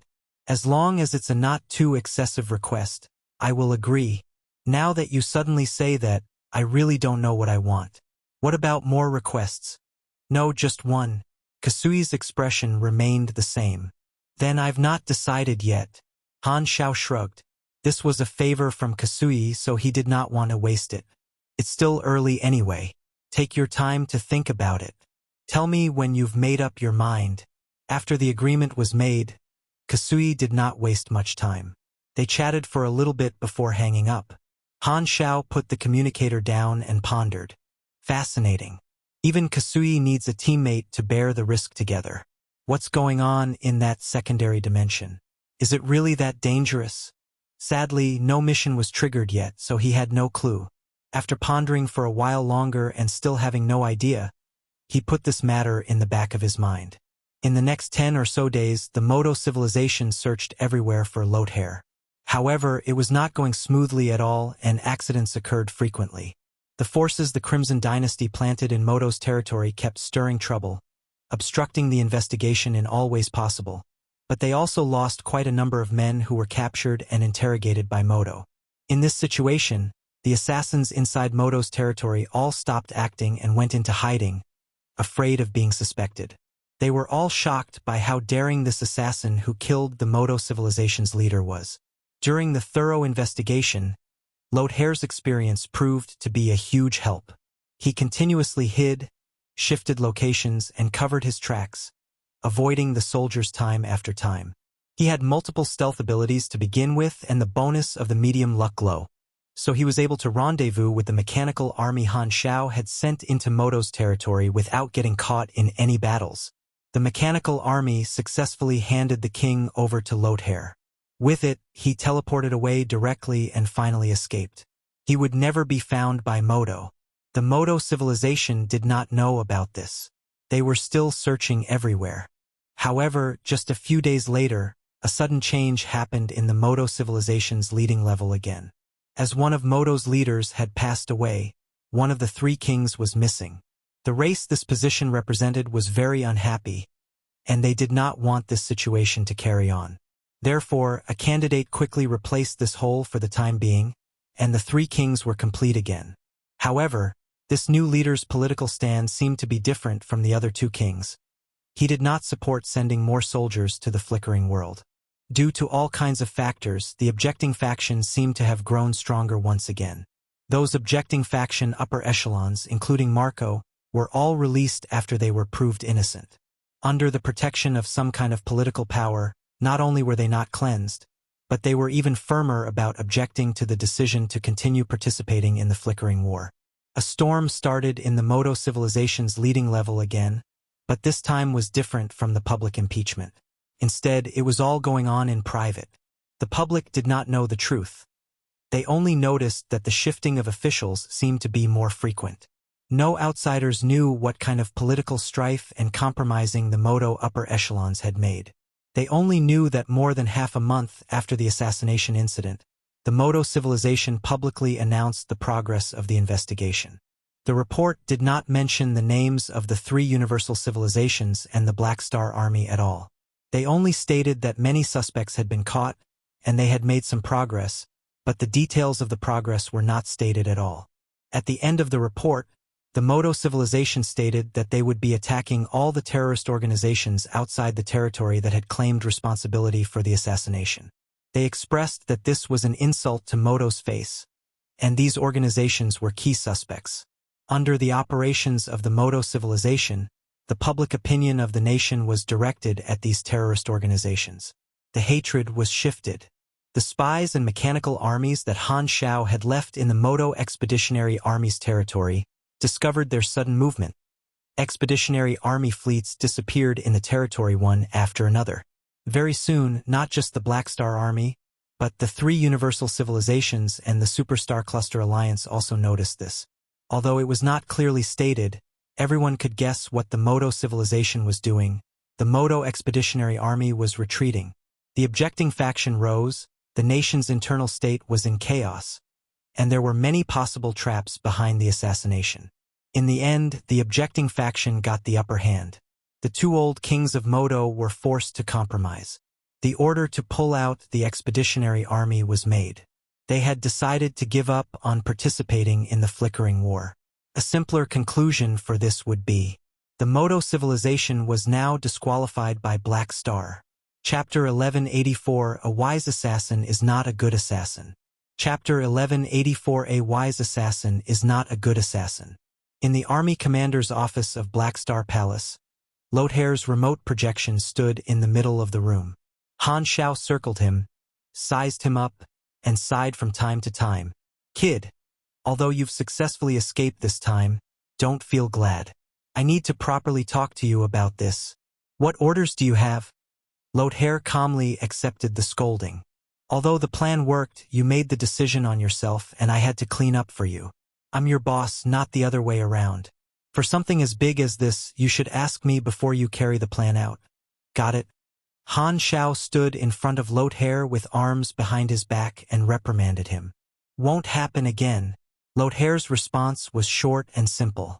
Han Shao grunted, paused, and said, the impact of this assassination was extremely severe. The Modo Civilization has given up on the flickering war and is focusing on internal affairs. They definitely will not let this go easily. Therefore, all activities of the Assassin Society will cease for the time being. Hide and wait for this to be over. Only then will I allow you guys to be active again. How long? A few decades. You have to make use of this time properly to train, Han Shao said. Okay. Lothair did not complain and calmly obeyed. He had acquired some new experience from this assassination. He was just thinking about digesting them too. Assassinating the leader of an advanced civilization was undoubtedly a legendary accomplishment. It had brought him subtle changes. It was like some kind of ability that increased his possibility of reaching beyond grade A. However, since Lothair did not have the interface, he could not fully understand all that. He only got a blurry feel of it. After giving him advice for a bit longer, Han Shao ended the communication. His deliberately serious expression relaxed, and a smile appeared on his face. This assassination that Lothair had never informed him till it was done really startled him, but the results turned out to be extremely good. As the Modo Civilization had withdrawn its army, the The second requirement of Kundi race leader's last wish was now complete.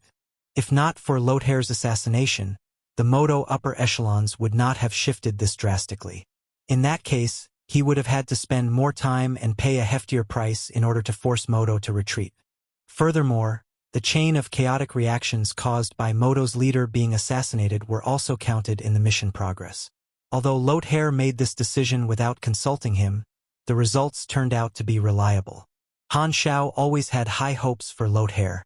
In his eyes, Lothair had the potential to become a beyond grade A. His potential was much higher than lazy beyond grade A seeds like Hadavi.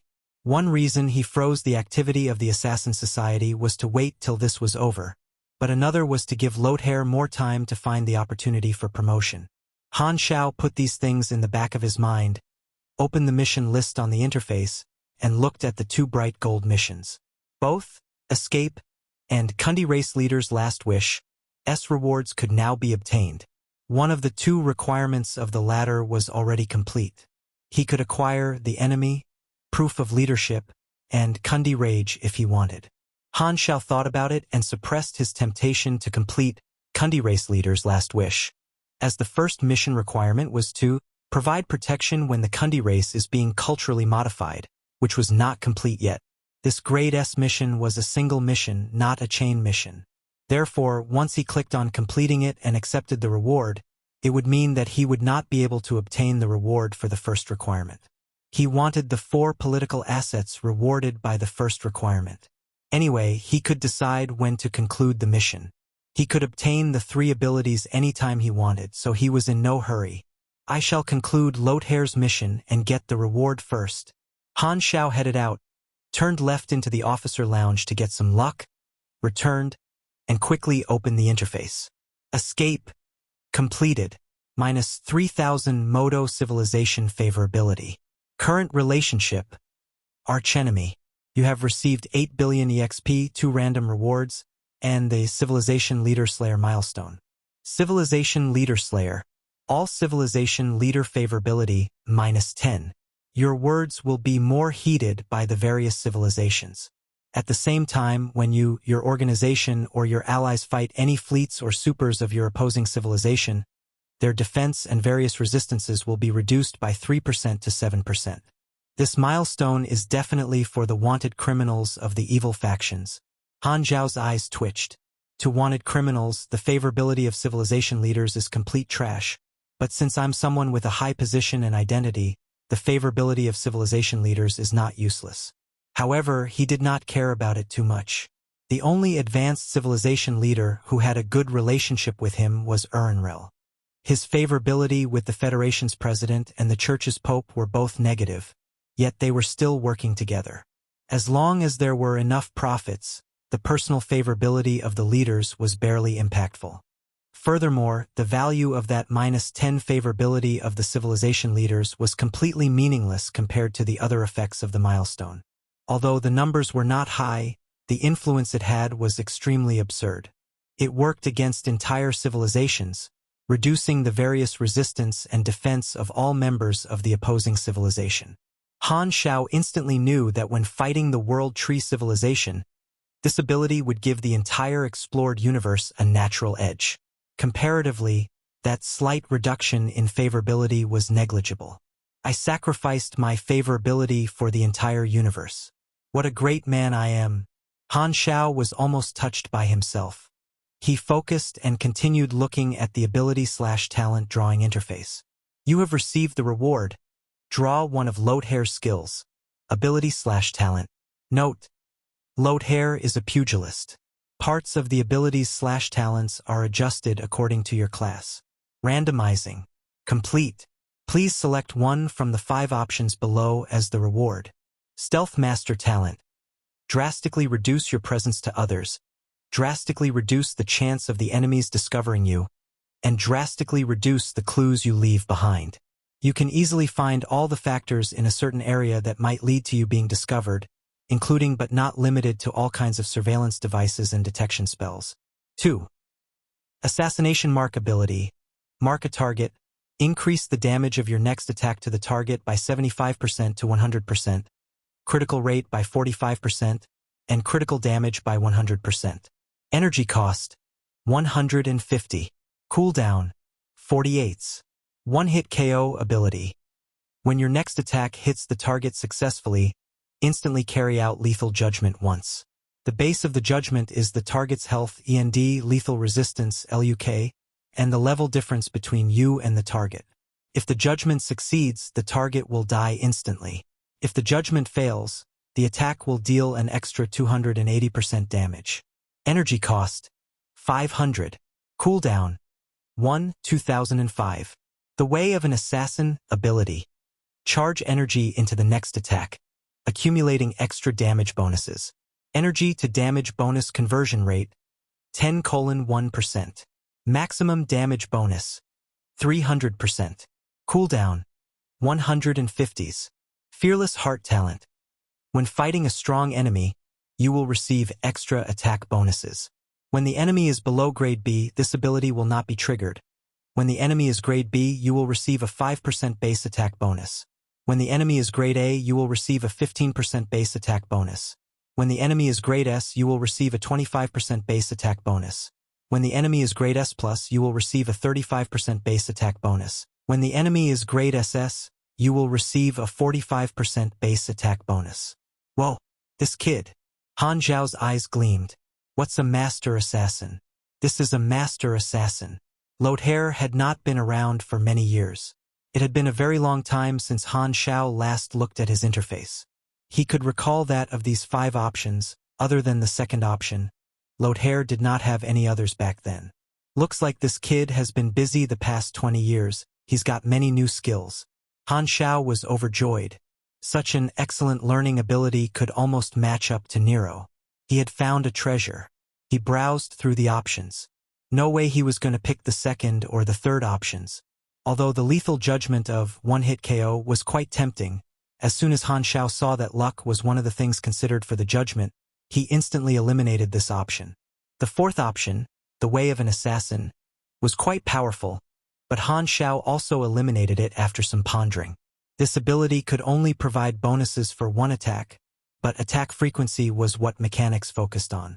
Although the charge endless potential he had obtained from Silver Shadow could work together with this ability, it was too situational. There would not be many chances to use it. Han Zhao mainly hesitated between the first and the fifth option. Stealth Master was a functional talent that would dramatically enhance his stealth ability. It would be tremendously useful for spy operations, infiltration, stealing intelligence, and so on. Although it would not directly increase his strength, it would provide him with other forms of support. However, Fearless Heart's bonuses were way too good. This did not just enhance one attack, but it was a passive bonus. Every single attack from him and his mechanical army could enjoy the bonus. Furthermore, the bonus was on top of base attacks, meaning the percentage increase could be seen as the increase in the actual damage dealt. The only ones who are qualified to fight me now are all peak beyond grade as. This talent is perfect for people like me. Han Zhao felt exhilarated. To Lothair, the bonuses of Fearless Heart beyond the third level were all useless, since there was no way he could defeat a beyond grade now. Only beyond grade as could fully utilize the power of this talent. After pondering for about 10 seconds, the desire to deal more damage won in the end. Han Zhao had made his choice. You have received the talent, Fearless Heart. Nice. Han Zhao took a deep breath. He felt a wave of heat that released from his brain that quickly flowed through his body. After sensing it for a while, his expression became strange. He suddenly connected all the dots. This talent was faithful to its name. It gave him a strong sense of confidence. Han Zhao noticed that more than half of his fear toward the strong had disappeared, replaced by disdain. Manison, fragile little sh*t. Fight him. The 3 universal civilizations? Piece of cake. Fight them. The World Tree Civilization. What is that? Fight them. Anyone that appeared in his mind, he wanted to fight.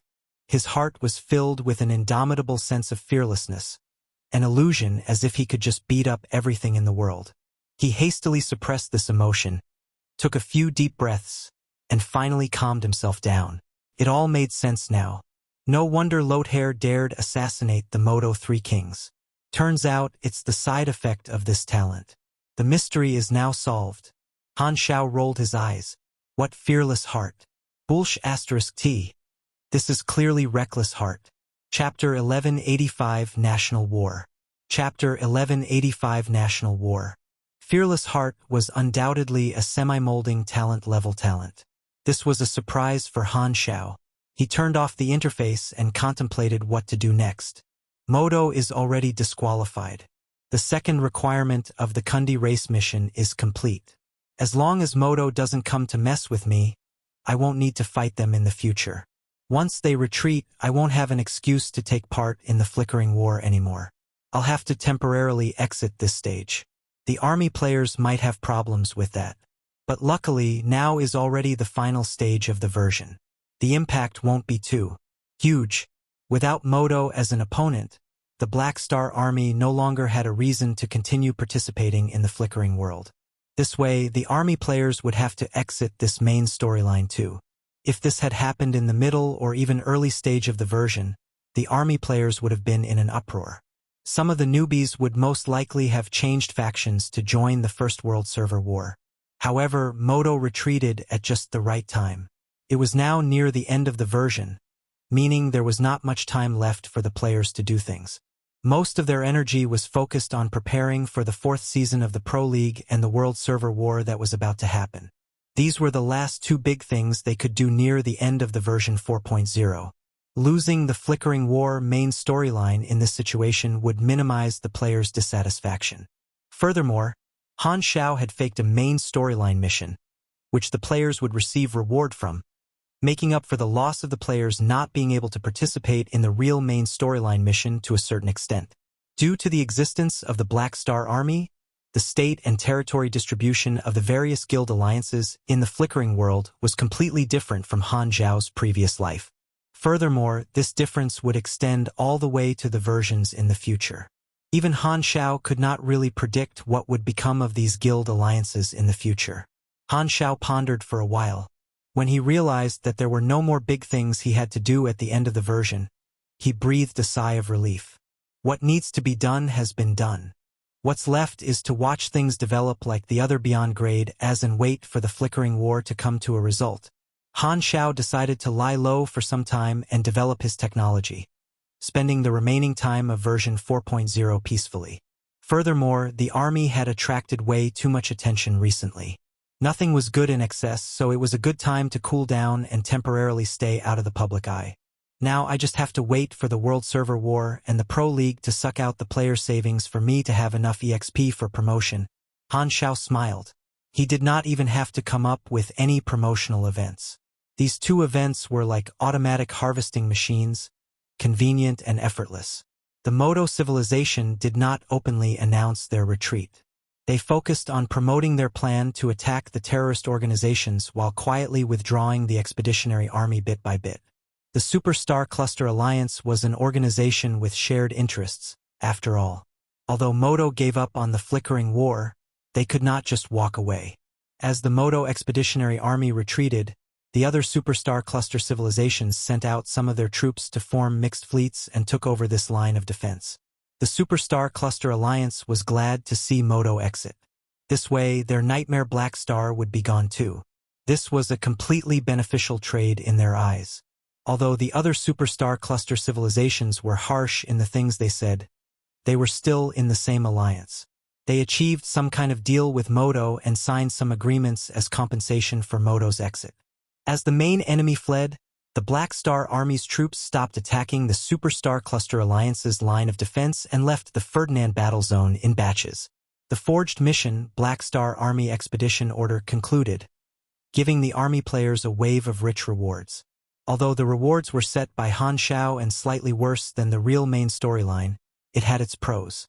The players would only be able to conclude the real Flickering War main storyline mission after the war ended, meaning only in the next version. On the other hand, the fake main storyline mission Han Xiao had made could be concluded now, meaning the players would receive the reward before the version ended. These rewards gave the army players more resources to level up abilities, purchase equipment, and so on to increase their strength. The most direct benefit was that this would help players in the World Server War and the Pro League that was about to come. Just as Han Xiao expected, exiting the main storyline in advance did not trouble the players. If the war against Modo was still carrying on, this would cause ordering the players very difficult for the army. Now that he had basically given the players a holiday, they could fully focus on the World Server War. Planet Milton was a desolate planet located in the exterior parts of the Emerald Star Cluster. Over the past few months, batches of fleets with symbols of different guild alliances had been arriving there, building bases, fortresses, and lines of defenses on this planet. Many of these guild alliances were enemies with each other, but all of them silently agreed on ignoring each other and constructed their strongholds peacefully. The reason that this happened was one of the rules stated inside the invitation letter that before the designated date to start the war arrived, all professional guilds and player alliances that had arrived on planet Milton could construct as many strongholds as they wanted, but attacking each other was not allowed. Anyone who disobeyed the rules would be kicked out of this war. This was like a protected period, basically the preparation stage for all the guild alliances that were participating, as well the time given to all the players to get there. Therefore, in the past few months, these guilds had been sending one batch of spaceships there after another, transporting tons of resources and constructing many temporary strongholds. The locations they chose to build strongholds were anything but random. Some guild alliances had teamed up with others, and their strongholds had to be built close to one another so that they could help each other. Since fighting before the official date was not allowed, fighting for the locations to build their strongholds was also forbidden. It worked on a first-come, first-served basis. Therefore, the invisible war started during the preparation stage when they were constructing the strongholds. Choosing the location of the strongholds was like playing chess. Not only did they have to be close to their allies' strongholds, but they also had to disrupt the enemy guild alliance's stronghold formations. As of now, about 70% of all the players in Galaxy had arrived. The unpopulated planet Milton became exceptionally boisterous. In Golden Alliance Base Number 1, the upper echelons of the 4 biggest Chinese guilds and various top-tier Chinese guilds gathered in one place. In the middle of the room was a 3D projection of planet Milton. The surface was divided into areas with different colors, representing the territories of different guild alliances. The Golden Alliance was the guild alliance the Chinese profession clubs took the lead in founding.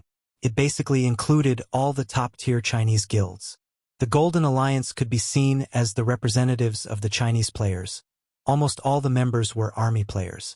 Fewebnovel.com. The term army players was just a general term. It was not an official guild alliance and also had different factions. Some foreign players who only joined the army in version 4.0 formed different guild alliances. Being in the same faction was a link that made these guild alliances natural allies. Usually, these guild alliances could be seen as a whole, generally called the army players. However, when it comes to the national war, they still need to be classified separately.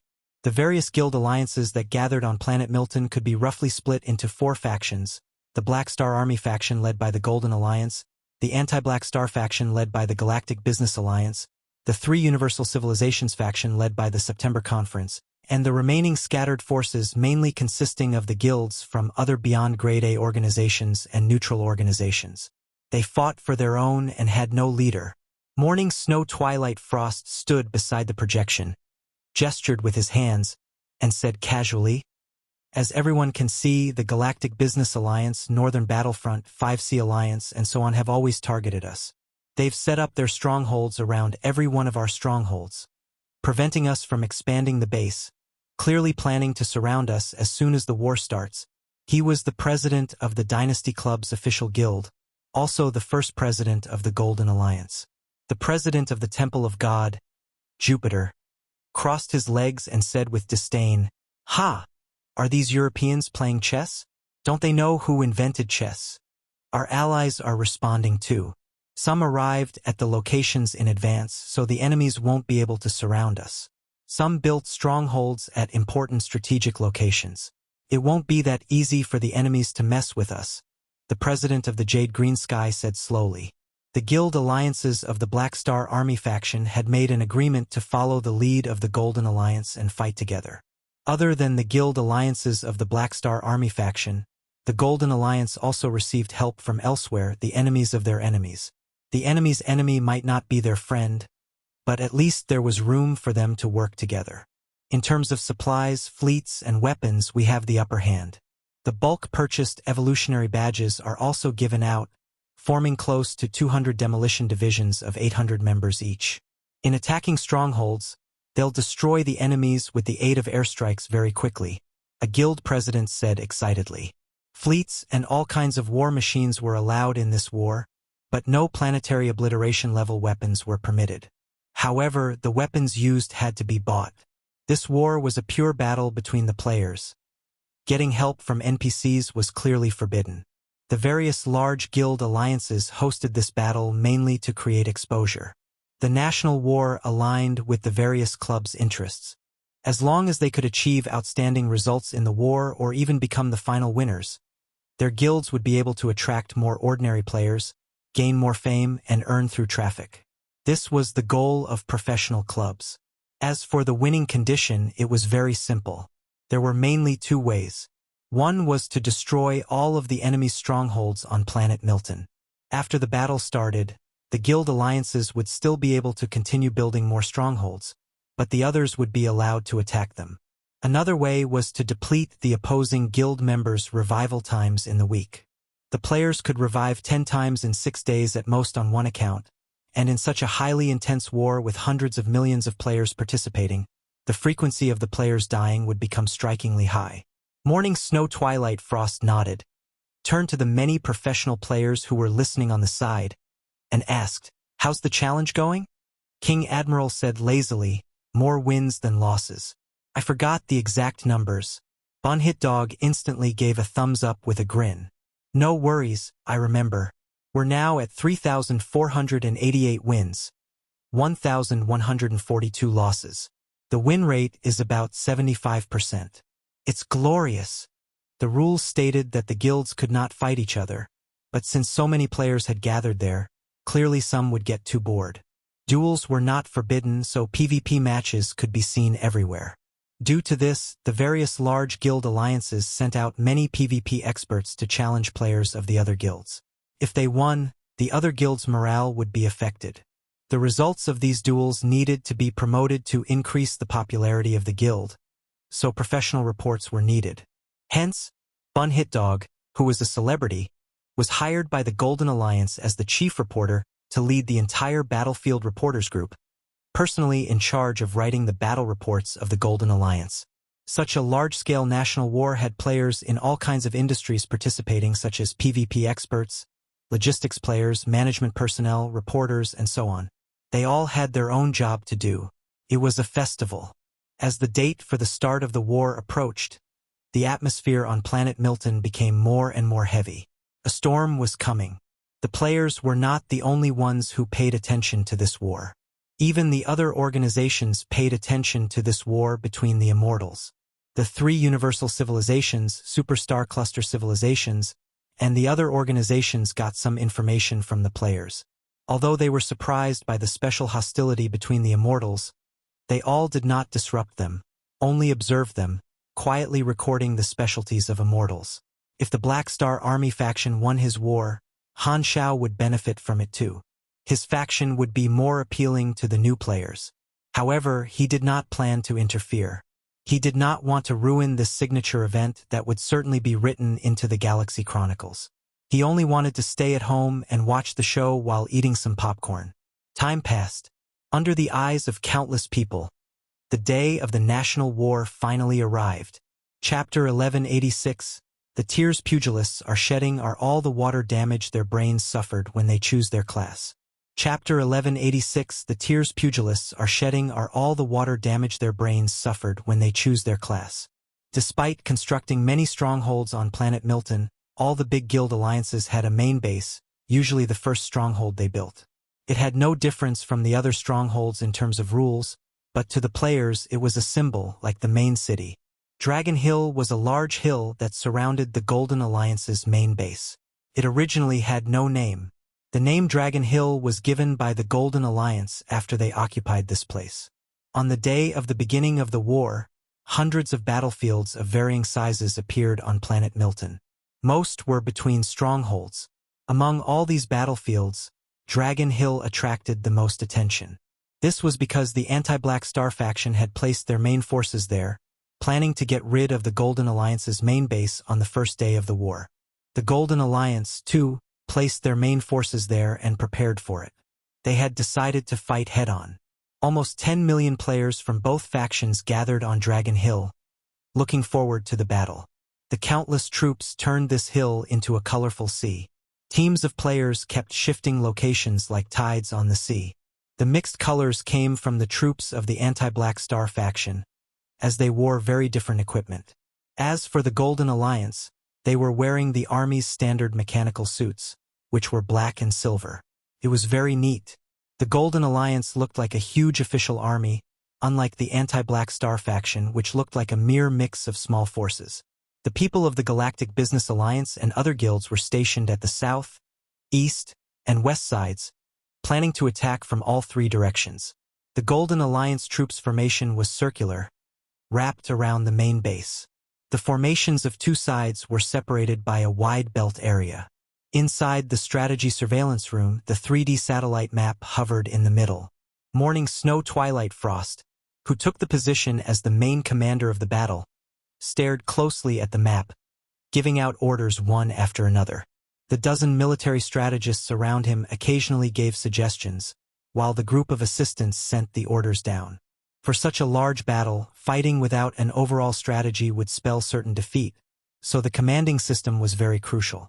To prevent electromagnetic or virtual technology disruptions that might prevent the front lines from receiving orders, both sides chose to use the chat system in the interface as the channel to give out orders. The main commander looked over the entire battle and analyzed the situation with the military strategists. The orders would then be passed down by the messengers in the command room to the various high commanders. The high commanders would then swiftly adjust the detailed strategy based on the orders and the situation of the front lines before giving orders to the intermediate commanders under them. The intermediate commanders would then pass the order down to the team captains at the front lines, who would then communicate with their team members in the team channel and execute the orders. On both sides, there were as many as more than 100,000 commanders, the majority being the team captains.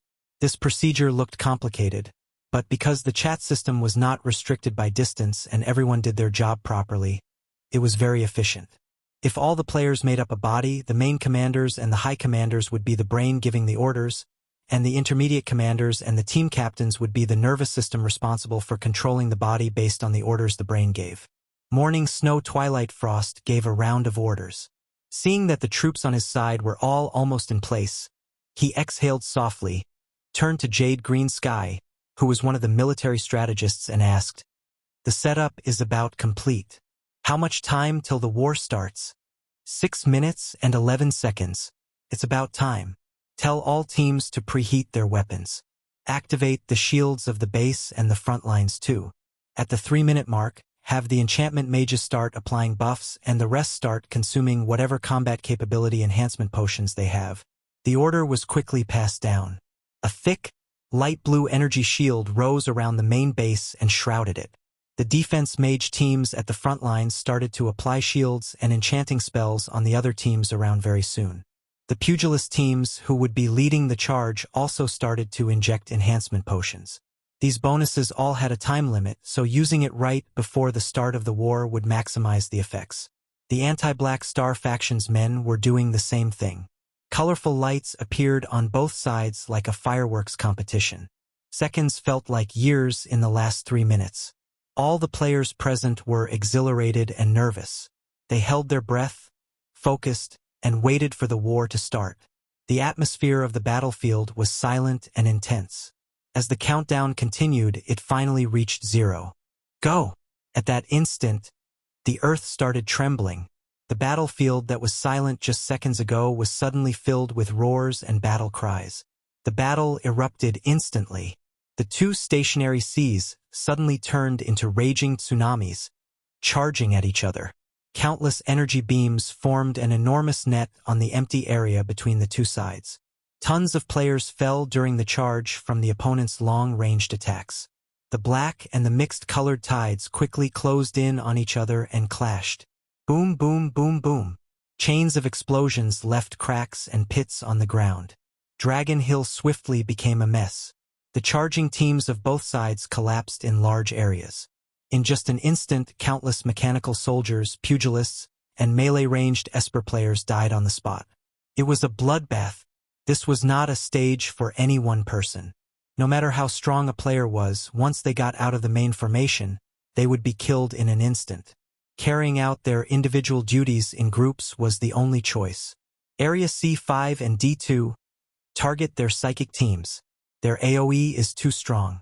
The shield durability is almost at the warning line. Defense mages keep giving the pugilists enhancing spells. Throw fire or poison spells or whatever you have toward the enemies. Trap experts stop F*King throwing spells and keep planting traps. Summoners, get your babies out quicker. Where's the attack mage team of Area B2? Don't fall out of formation. Area A1, A4, B2, B6, C1, and D1 mechanics. Quickly disassemble the traps. D9's artillery is broken. Go repair it. Army style and mechanical pugilists keep advancing. Cannon masters don't stop attacking. Target their psychics and mages. Virtual mechanics handle their fleets. Armed and energy mechanics bring out your heavy weapons and continue to fire. Target their pugilists. Psychics focus on their mechanics. Remember to save your mana. Nice. Someone landed a super critical hit. A ton of enemies have just died. Espers who are not melee types, don't rush forward. Stay behind and step back to recover your mana when you're out. Didn't F*King tell you not to rush forward? That's the job of pugilists. Why the F*CK are you fighting for it? Area C2 pugilists try to die slower. Get back to the front lines after reviving. What are you waiting for? The battle entered the climax instantly. The chat channels were filled with energy, and the commanders were yelling at the top of their lungs. The players of the 5 classes all had their job to do. Psychics were responsible for AoE attacks and applying debuffs. Espers and mages were responsible for whatever their ability was or what they excelled at. The pugilists were the most tragic. They could only lay down their bodies at the front lines for the rest to advance. The pugilists were strong and incredible in the early versions. Now they were weak and helpless. How the tables turn. After all, pugilist was a civilian class. The pros of it were that it was easy to play, the fighting style was cool, and it was not bad in duels. However, in large battlefields like this, everyone was targeting pugilists, hoping to deplete their revival times so that their opponent would lose the teams who were leading the charge. In situations like this, the pugilist's death rate was far higher than the other 4 classes. Even the term cool was lost on them. They were basically competing on who could die in a flashier way. Furthermore, pugilists did not have any other choices. No one would want them even if they wanted to do construction work in the logistics department. Their efficiency was far lower than all kinds of mechanical devices. At this time, the thoughts in the various pugilist players' minds were shockingly similar. F*King hell. How am I supposed to play this class?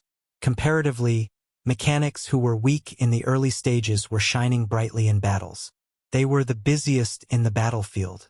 They could fight, manage logistics, charge forward, deal both single target and AoE damage, repair, and produce. They were irreplaceable.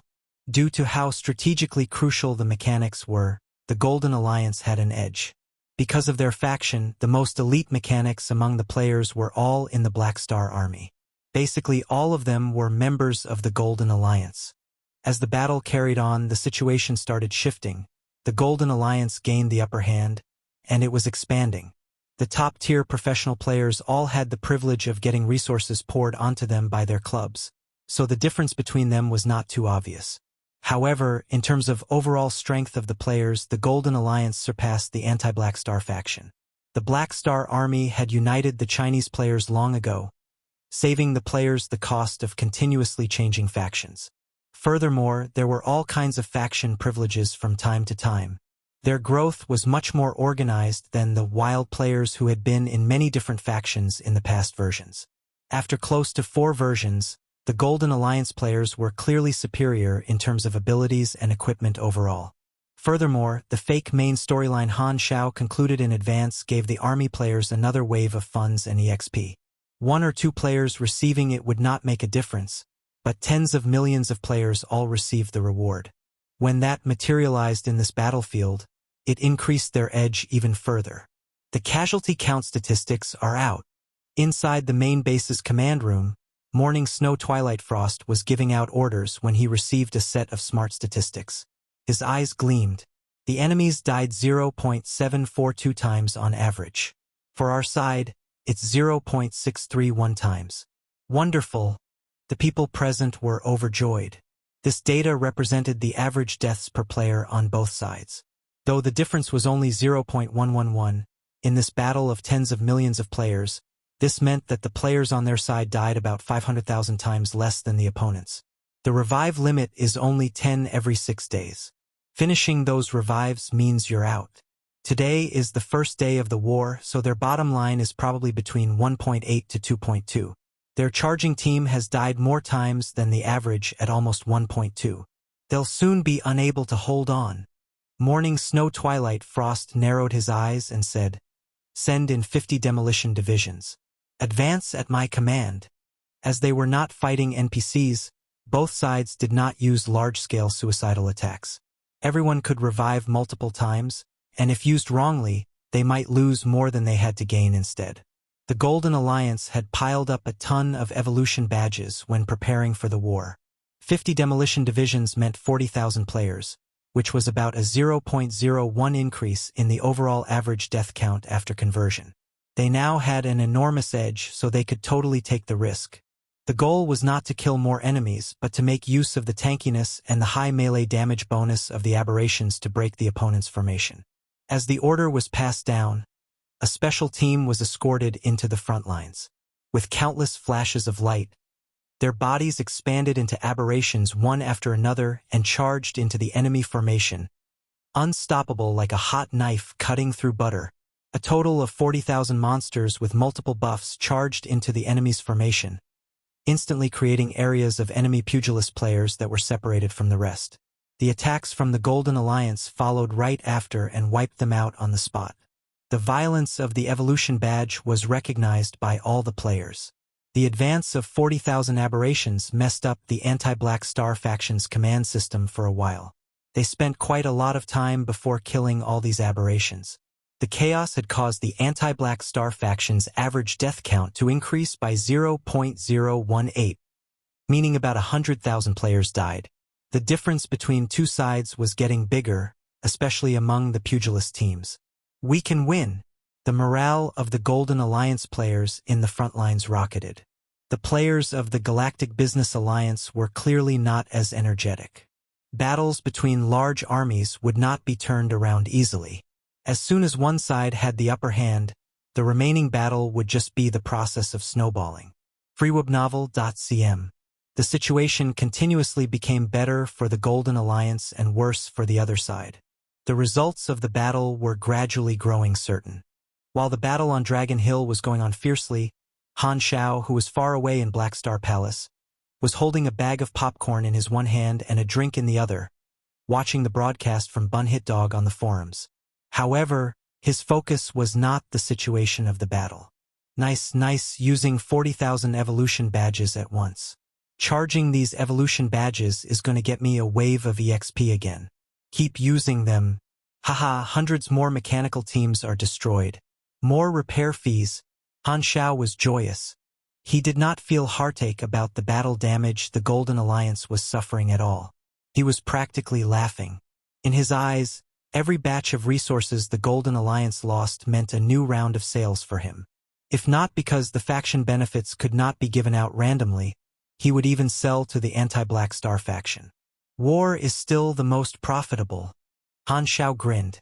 At this point, he felt like he was a shameless strategist reclaiming the resources he gave out from the players in all kinds of ways. After all, the players would only be motivated to create more value when their hard-earned resources were emptied. Chapter 1187, Black Star. I have mastered your ways. Chapter 1187, Black Star. I have mastered your ways. The Dragon Hill battle was like a signal. Flames of war erupted everywhere on planet Milton in the next 2 days. The bloodshed of the Guild Alliance players was never-ending. Battles happened on hundreds of battlefields across many strongholds every moment. It was as if planet Milton was being bombarded continuously for 2 days. The surface was completely wrecked by the hundreds of millions of players. The forums were basically filled with only 2 types of posts: the ones that kindly greeted the families of the opposing players and the battle reports of the various battlefield reporters. As there were way too many battles going on across the various battlefields at the same time, even Han Shao could not follow all of them. He only watched the Golden Alliance's performance on the first day, saw that the Golden Alliance had emerged victorious in the Dragon Hill battle, and stopped paying close attention. He only looked at Bunhitdog and the Galaxy Times reports once every few hours to get an idea of the overall situation of the World Server War. In general, the Golden Alliance had the biggest advantage. The guild alliances such as the Galactic Business Alliance suffered large losses on the first day, so they clearly became much more cautious.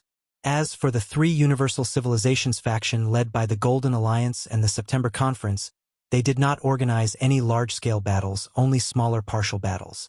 Instead, the scattered neutral factions were the ones that had fought most intensely so far. The scattered neutral factions had the most players. Many smaller guilds formed small alliances. Not only were they fiercely fighting each other, but some daring players even formed teams and attacked the strongholds of the big factions such as the Black Star Army factions. Most of them were defeated, but a small percentage of them managed to take over some strongholds from the 3 mainstream factions. In similar events, cleaning up the scattered players was normally the first thing that needed to be done. However, that was not the case here. The war was extremely brutal, and the revival count that basically no players cared about usually now became the most crucial resource.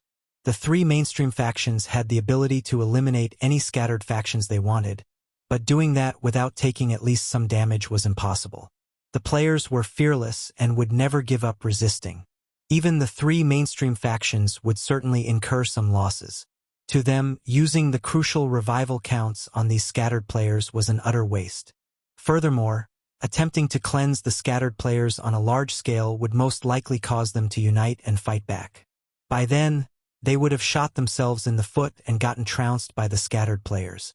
Although the rules did not state a time limit, everyone had an unspoken agreement to decide the results of the war in 6 days. Otherwise, their revival count would refresh again by then, which would be extremely costly for the guild alliances. Although the players could revive again, their resources would undoubtedly deplete as time went on. If they were to fight another round, the inventory of the guild alliances would suffer tremendously. Furthermore, normal players would not be willing to go through the death penalty too many times. In his exclusive workshop in Black Star Palace, Han Shao stored away a newly built king mechanical suit, casually opened the forums, and browsed through the battle reports for today. Golden Alliance 8 hours report. Continued increase in win probability by Bunhitdog. The Golden Alliance has carried out 41 battles in the past 8 hours. 4 are million-level battles, 11 are 500,000 level partial battles, 22 are 100,000 level partial battles, and 4 small group battles. No 10 million level battles.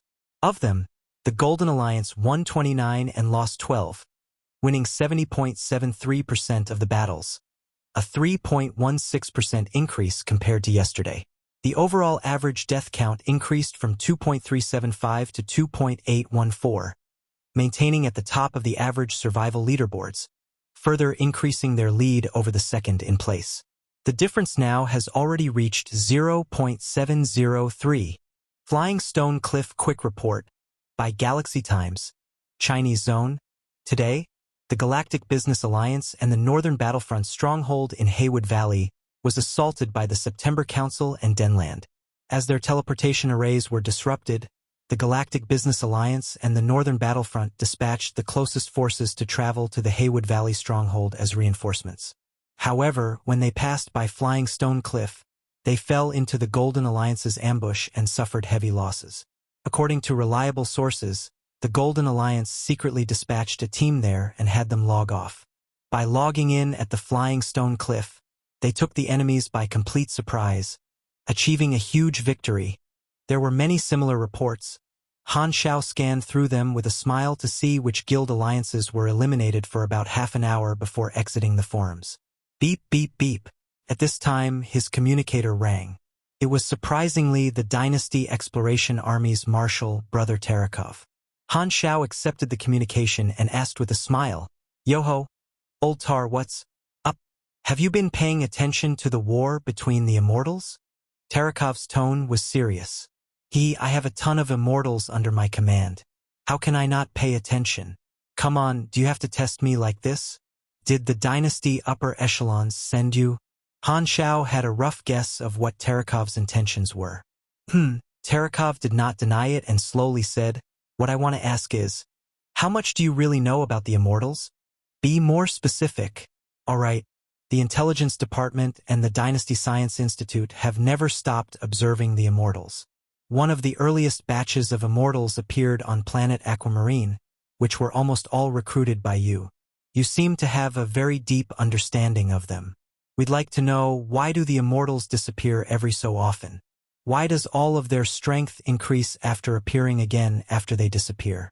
Does this strength increase of theirs have a limit? Can they really be fully controlled? A chain of questions was thrown at Han Shao. He did not immediately respond. He felt the attitude change of the Crimson Dynasty. The three universal civilizations had always been studying the immortals, and now they finally came to him, who was an expert in this matter on the surface. This was clearly because of the World Server War. It had made them take the immortals even more seriously. The nickname Cancer of the Universe had existed for more than half of the version. The players had always been active in different events everywhere. Even though there was the Black Star Cup not long ago, that was just a competition. This time, however, was the first time the various organizations finally witnessed a large-scale battle only immortals took part in. The weapons and fleets they used were nothing extraordinary, nor was the scale as marvelous as the galactic battles. The only thing that was shocking was how fiercely the supers fought. The immortals from different factions had fought before too, but this time it was much bloodier and more brutal. The advanced civilizations were only shocked, but those smaller organizations were almost spooked. So, this is what a war between the cancers of the universe is like. We still underestimated the violence of these people. Thinking about the specialties the immortals had shown in the past, the dynasty no longer had the leisure to slowly carry out their studies. So they approached Han Shao, hoping to obtain more detailed information. "I don't know them that well. You guys probably already know what I know." Of course, Han Shao was not going to tell the entire truth. He casually said some things. Most was information the others could also obtain, nothing rare or new. "Is that all you know?" Tarakov was not convinced yet. "What else? I was only able to find some patterns before others. I'm not an immortal. How can I know everything?" Han Shao joked. "You're right." Tarakov nodded. Actually, the Crimson Dynasty had suspected that Black Star was an immortal decades ago. However, no one had been able to kill him, so there was no way to know the truth. Then, since Black Star did not disappear periodically like the immortals, the dynasty had let go of this suspicion. After Tarakov was gone, Han Shao wiped off the smile on his face and looked serious. He opened the interface, looked at the EXP gauge, and made an estimate. "At this rate of harvesting EXP, when this fight is over, I'll have more than enough EXP to complete the level 340 promotion before the Pro League starts. I can use the evolution cube again this time." Han Shao frowned slightly. As the strength of the players increased, the state of the universe would become more and more chaotic. He would only be able to deal with all kinds of changes by becoming stronger as quickly as possible. By then, no matter how the advanced civilizations responded, he would be able to deal with it. The players of the Limitless Financial Group were also part of the World Server War. They were one of the large forces among the scattered factions. Sorokin was also paying attention to this battle, but not just to observe it, he had other plans. "This seems like a good opportunity to attract immortals." Sorokin's eyes flickered. He had always been passionate about recruiting the immortals. Although he did not know the truth about the players, the path Han Shao had taken gave him some ideas. Sorokin had carefully studied the Black Star Army's history, especially the methods the Black Star Army used to attract the immortals. By concluding what had happened in the past, he had found quite a lot of patterns. By now, Sorokin felt like he had already mastered Black Star's methods. This war between so many immortals is a good opportunity for the Limitless Financial Group to make a name for itself among the immortals. If the immortals of the Limitless Financial Group win in the end, it should attract more immortals. Usually, the Limitless Financial Group immortals did not have an edge. In order for them to win, he had to interfere.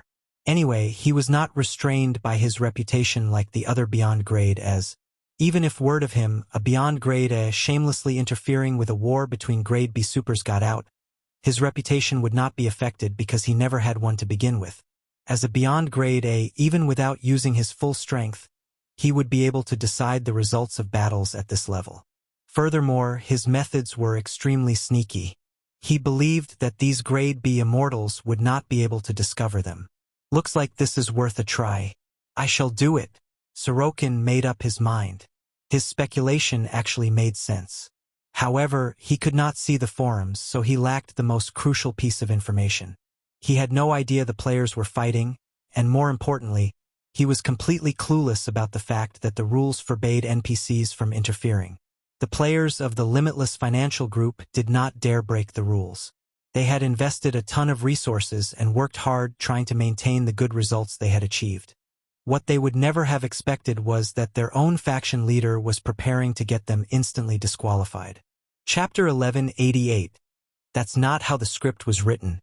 Chapter 1188. That's not how the script was written. Within Mount Gold, a large base was embedded in the mountain, with the sky around it hovering with battleships and a team of mechanical guards, tightly guarding the area. This was the main base of the Apocalypse Foundation, the largest guild alliance belonging to the Limitless Financial Group. 60 to 70% of the mountain itself had been transformed into mechanical defense facilities, and relying on this main base, they had also cleaned up the surrounding small areas to continuously expand. In the middle of the third day of battle, the Mount Gold stronghold sent 3 ace troops to conquer the Hex armed forces of the Wind Hunting Valley. This was another large guild alliance that occupied the area. The two of them had been fighting for regional supremacy. The Hex armed forces had long detected that their enemies would attack and thus pulled out their troops. Both sides fought fiercely outside Wind Hunting Valley, neither side willing to extricate themselves. Just as the fierce battle between the two were raging, another guild alliance called the Reverse Crusade launched a raid on the Mount Gold stronghold. They had planned this for a long time and stationed their troops to hide and ambush the area a day and a half in advance. They had even erected a secret resurrection point in the area. Using the opportunity when the main forces of both sides were in battle, they attacked the relatively empty base camp of the Apocalypse Foundation, intending to steal the other's base. The Apocalypse Foundation was at the disadvantage of fighting on two fronts. They actually intended to withdraw the troops attempting to conquer Wind Hunting Valley.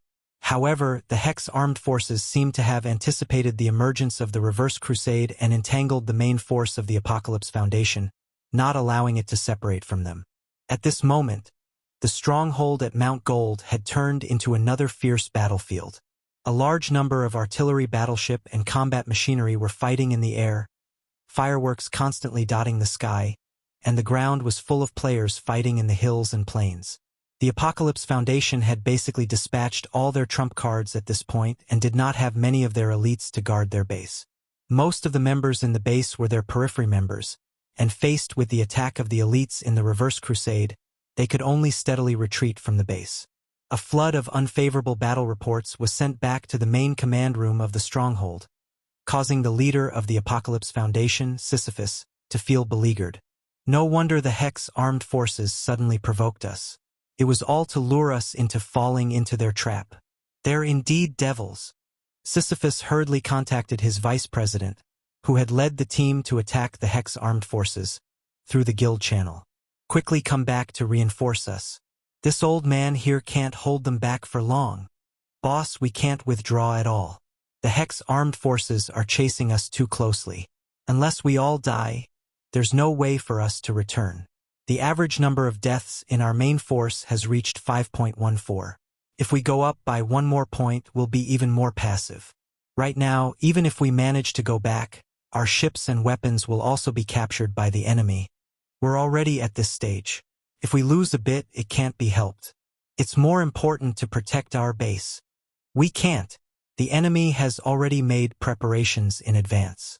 If we all try to return via dying, then they'll definitely push the momentum to attack our home base, joining hands with the Reverse Crusade. Hearing this, Sisyphus frantically scratched his head. As they had been caught off guard, the situation now was 2 against 1, and the Apocalypse Foundation alone could not handle it. He could only ask for help from the other guild alliances that were on the Limitless Financial Group's front. I hope that our reinforcements can arrive in time. This time, I really suffered a huge loss. With a heavy heart, he refocused his eyes back to the real-time battlefield projection, but he froze on the spot. What is this situation? Turning to look at his members and commanders, he found that everyone had the same expression of shock, as though they had come across a ghost. In the monitoring screen showing the frontal battlefield outside the Mount Gold stronghold, one of the squads of the Reverse Crusade had broken through the defense line and slammed into their troops. Instajib won them. The Death Squad prepared all their abilities, ready to collectively blast the whole lot of them. At this moment, all their movements stopped, as the light on their bodies disappeared due to being interrupted. Not only did it apply to the Death Squad, but all the Reverse Crusade players had the same reaction, as though the freeze button was pressed simultaneously for them. All their actions were halted, causing the troops to be instantly disconnected and the lineup torn. On the interface of these players, the same notification appeared. Sorokin Manifestation has used Mind Shock on you. Judgment is in progress. Judgment successful. You cannot control your body for the time being. Your skills are forcibly interrupted, and you have been afflicted with the stiffness status. In that instant, the situation went through a plot twist. The Reverse Crusade, which was originally beginning to see the light of victory, suddenly plummeted into the abyss, their psychological states suffering a great shock. At this moment, there were only curses echoing in their heads. You even called out a beyond grade A? This is cheating. Are the guilds of the Limitless Financial Group such sore losers? The short, stiffness, status condition turned the tides in an instant. The Apocalypse Foundation players did not stop, setting off a burst of explosions to take out a large portion of the players from the Reverse Crusade, reclaiming their battlefront. The Apocalypse Foundation players were also in shock, not because of the sudden stop of the Reverse Crusade players, but rather because of a notification that they received on their interfaces. Sorokin Manifestation has used Spiritual Inspiration on you. You have entered the inspired state. Plus 10% all attributes. Sorokin Manifestation has used Combat Excitement on you. Plus 18% to damage, plus 12% to defense. What's happening? Where did the bonuses come from? Did someone use a character summon card? That's not right. Even if the character summon card is used, the name of the user won't be changed. The troops at the front line could not understand it, but this was not the time to think. They hurriedly struck to kill the enemy instead. Before long, most of the troops from Reverse Crusade had died. Everyone thought that this was a desperate situation but did not expect to solve the threat in such a manner. Sisyphus had yet to recover his wits. At this time, a call came from his vice president, his tone one of surprise. President, we beat the Hex armed forces. I don't know why, but their movements suddenly halted. It can't be, right? Sisyphus hurriedly asked the various commanders, only then figuring out what had happened. He was bewildered. What situation is this? Did Sorokin arrive? But we didn't call him. Why did he come to join in the fun? Could it be that he saw us in danger and took the initiative to help? Sisyphus' eyes widened. There was nothing on his face that represented the joy of making a successful counterattack. In normal times, they might have been touched, but right now, what business is it of yours? Your excessive worrying will be the death of us all. The next day, look at the iron hooves, trampling across the myriad mountains and rivers. I'm standing on the edge of the wind, holding tightly the rotation of the sun and moon. Han Xiao hummed too, while walking out the bathroom. With only a towel wrapped around his waist, his toned, sturdy upper body was exposed, with the magic circuit on his chest akin to a glowing dark blue tattoo, flickering with each breath. A pinnacle beyond grade A could basically forego rest, but Han Shao had always attached importance to a combination of work and rest. In the past few days, he had created 7 to 8 sets of king mechanical suits, so he decided that he would not be doing any assembly today. Without adjusting his body temperature to evaporate the water, he simply wiped his body dry before kicking back to swipe the forums. The moment he entered the forums section, his expression turned weird. Apocalypse Foundation violated the rules, inviting beyond grade A helpers? Aren't they part of the Limitless Financial Group's guild alliances? Han Shao entered the post and saw that the replies had gone into the tens of millions. The content of the post was basically the Hex armed forces and the Reverse Crusade condemning the Apocalypse Foundation. After a day of fermenting, this incident had resulted in a storm within the player community. Countless players were filled with indignation and accused the Apocalypse Foundation of violating their rules. It's too much. We were actually going to win. I didn't expect that the Apocalypse Foundation would be such sore losers, hiring a faction leader and using this method to make a comeback. This is simply cheating. There's a whole stack of videos and screenshots as evidence. Let's see how you explain this. That's right. Yesterday, someone even tried to clean up the mess, saying that this was the effect of a character summon card. Since when was the character summon card able to change the name of the person utilizing it? Such acts that undermine fairness must be severely punished. I propose we cancel the qualification of the Apocalypse Foundation in participating in the war. Since you can't afford to lose, don't play. The forum was basically full of posts of annoyance. Han Shao swept through it, seeing the announcement made by the Apocalypse Foundation as well. I'm the president of the Apocalypse Foundation Guild Alliance. Things are not what they seem. We did not ask Sorokin for help. He did it himself. This has nothing to do with us. Think about it, guys. We're clearly aware of the consequences of breaking the rules, so why would we purposely go against them? Sisyphus' post, in the face of the enraged group of players, was like a drop of water in a bucket. Not only was it not convincing, he was even ridiculed in return. Hehe. Continue crafting this story. So, as it turns out, you can invite the Beyond Grade A to help first, then apologize later and absolve yourself of all blame. I've learned something today. What, do you think only your side has a Beyond Grade A? Who are you looking down on? You want to play this game? Men. Someone go invite Ancestor Black Star over. Many of the players did not accept this statement, but the players on the side of the Limitless Financial Group sort of believed this to some extent. Suddenly, there was a mix of responses. It can't be, right? Sorokin, that old dog, was actually so nosy? This is akin to a time bomb. When it comes to us, then wouldn't our qualifications to participate be cancelled too? I'll meekly ask now, is it still possible to change factions? Level 180 Psychic, my core class skills are all LV7 and above.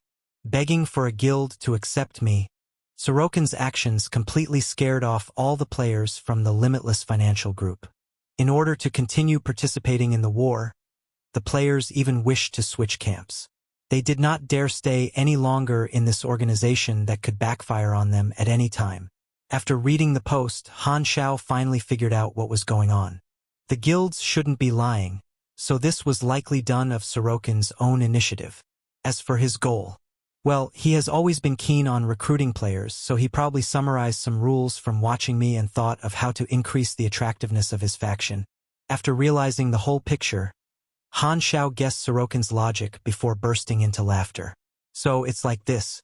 The idiot actually thought that his actions were completely concealed, just using some auxiliary mental abilities to make others think that this was an explosive ability of the Limitless Financial Group players or that they utilized some special spiritual weapon. Normally, they would not be able to link it to him. But the combat information has already betrayed you, you little cheater. Han Shao laughed. Little Sorrow, you shot yourself in the foot. When you use the wrong method, instead of lifting the prestige of your faction, you will cause a counter-effect, giving you a bad reputation among the players. The worst part about this was, the poor bloke could not even access the forums, so he was still in the dark, unaware that he had been scolded thoroughly by the players. This is the advantage of information. Sorokin's manipulation would no doubt result in some of the players of the Limitless Financial Group leaving. At that time, when the players were cold and lonely, he would use his warm chest to hug them, welcoming them into his faction. Little so, it's not me who's snatching your leeks this time. You handed them to me yourself. Han Shao chuckled. This feeling of earning something while sitting at home was pretty comfortable.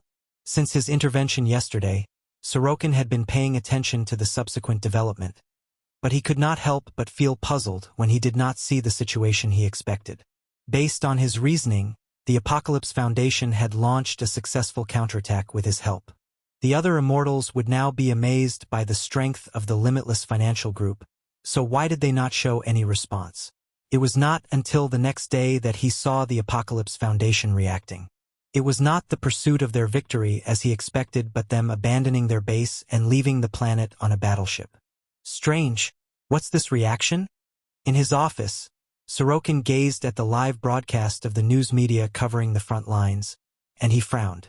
Just as he was feeling puzzled, Sorokin received a pop-up from his own artificial intelligence. One glance caused his heart to skip a beat. He saw that the pop-up report was full of resignation notices from the immortals, and this number was rapidly increasing. What's happening? Why are they resigning from the Limitless Financial Group? Sorokin had a stunned expression, and as if he had thought of something, he quickly turned back to the live broadcast. He saw batches of immortals belonging to the Limitless Financial Group flying out of the stronghold, scattering. Some went to the neutral factions while others ran to the three mainstream factions, including the Black Star Army. There was no restriction on the operation of players to switch factions on the spot, so one could be beating someone up one day and turn into teammates the next day. This was all allowed in the rules. The Limitless Financial Group, being a galactic consortium, did not pursue faction cohesion in the first place. Those who joined did so because of the high welfare provided, so there was no reluctance for them to switch factions. Now that the First World Server War was destined to be recorded in the Galaxy Chronicles, if they missed this opportunity, there would not be any reward left for them. In order to not be disqualified, the Limitless Financial Group did not hesitate to betray their faction. Seeing this, Sorokin was a little dizzy. My methods were obviously the same as those of Black Star, so why did I get the opposite effect? That's not right. That's not how the script was written. 1. This is a gaming term referring to one-hit kills. 2. These are lyrics from Borrowing 500 Years from Heaven. Chapter 1189, Thanks, Little Sorrow, for the assist. Chapter 1189, Thanks, Little Sorrow, for the assist. The change in the Limitless Financial Group was just a small episode in the entire national war. After some players changed factions, the heat of this episode quickly subsided, and the various guild alliances redirected their attention to competing against each other. The battlefield developed day by day, with a large number of players being eliminated. Because the number of resurrections decreased, the surviving guild alliances had become more cautious, not daring to be so aggressive. In addition, because many of the guilds had been eliminated, the battle was not as intense. Because the Golden Alliance was constantly ranked first on the list, their lead kept on snowballing, and their current advantage was too huge. They were ambushed by the anti-Black Star troops, those from the three universal civilizations, and a bunch of loose guild alliances. This was one of their most tragic battles since the beginning of the war.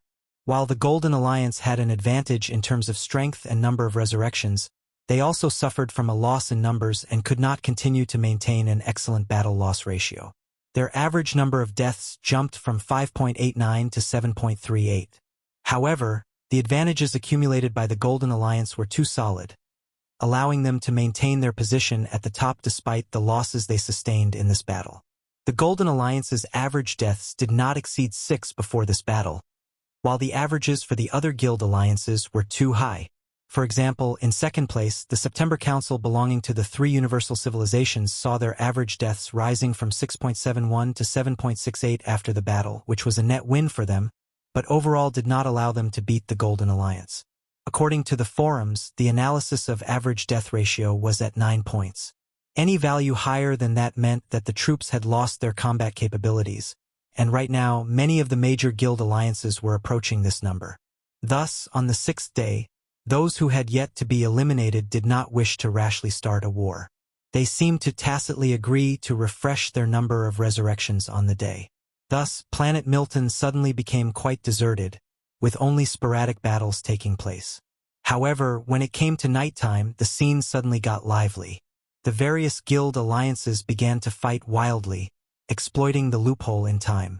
Because a player that ran out of resurrections within the 6 days would count as being permanently eliminated. Even after the refresh time of 6 days, they would still be ineligible to continue the battle. Thus, the guilds planned to use troops that still had enough resurrection times to eliminate the seriously wounded, guilds with an average rate of 9.0 on the 6th night, weakening their opponent's troops. In this manner, after the resurrection count refreshed in the morning, it would be basically equivalent to having no battle losses. Thus, the night of the 6th day gave rise to a huge battle royale, where those who wished to live past the night fled in all directions, whereas the healthier ones turned into hunters, chasing after the wounded with a smile. Of course, the hunted and the hunter roles were easily swapped, and from time to time, there were hunters who turned into prey and joined the fleeing team. Compared with the tragic and bloody battles the previous few days, the 6th night seemed to be reminiscent of a horror comedy. But this very night displayed the largest wave of elimination since the start of the war. A full 70% of players were sent off that night. On the morning of the 7th day, when the number of resurrections was refreshed, the guild alliances of the 3 mainstream factions had less than half of their troops left. The other scattered organizations were worse off, leaving only a quarter or even a fifth of their total population. The plan to solve all battles within 6 days went through, but the scale of the troops for every guild were also reduced, so the resources that needed to be invested were also reduced. The major guild alliances could only fight with their remaining troops for another 6 days before they ran out of ammunition and food. And when it came to the 3rd cycle, that was the morning of the 13th day, there were only 6 guild alliances left on planet Milton. The Golden Alliance was one of them, and it was, relatively speaking, the best preserved power. None of the eliminated players left, instead remaining to watch the battle from above Milton in their spaceships, betting on who would be the final winner. Because the margin of error had become even lower, everyone started to behave more cautiously. In this situation, it would be difficult to clear out every single one of their opponents. So the 6 guild alliances unanimously decided to attack each other's strongholds and remove them to win. After the first 2 weeks of war, the number of troops had decreased, resulting in a far less intense battle compared to at the beginning. At this time, another advantage of the Golden Alliance was greatly magnified: the evolution badge. The aberrations had strength far beyond a player's current level, but the flaws were also obvious. They were restricted to melee battles, and most of their skills would be frozen. This had led to the inability to fully utilize the superiority of the biological aberrations in ultra-large-scale group operations due to the high concentration of firearms. However, this was a different case in the small and medium-scale battles where the enemy would have less firepower. At the current stage of the war, the Golden Alliance no longer deliberately pursued the advantage of having lower damage, and using the powerful attack capabilities of the aberrations, they traded their resurrection times to invade the strongholds. By the 15th day, 2 other guild alliances had already been eliminated by them. By the 17th day, only 2 alliances were left, the Golden Alliance and the Galactic Business Alliance. Both sides reached an agreement to not attack strongholds but rather settle the war in a decisive battle without regrets. Having decided to end with a bang, both sides chose the battlefield to be Dragon Hill, which had already been renamed to Dragon Grand Canyon. They fought from morning till night, and in the end, the Golden Alliance won with a weak advantage, having less than 2,000 players on the battlefield when the last member of the Galactic Business Alliance was killed. The national war thus came to an end with such a result. Once it was over, the forums became the carnival grounds for the Chinese players. Even those who were eliminated politely sent congratulatory messages, acknowledging the win of the Golden Alliance for the first national war. The Galaxy Times as well as various reporter groups also released reports and articles, especially the group led by Bun Hitdog. They were full of flowery praises, so cringy to the point that even the Chinese players that saw it felt their scalps tingle in discomfort. The Galaxy Chronicles was also updated, classifying the First National War as the Milton Battle, recording all the wars that took place, large or small. Because the chronicle was one where players could add in their own input, everyone just had to upload the battles they had experienced to completely restore the entire process of the National War.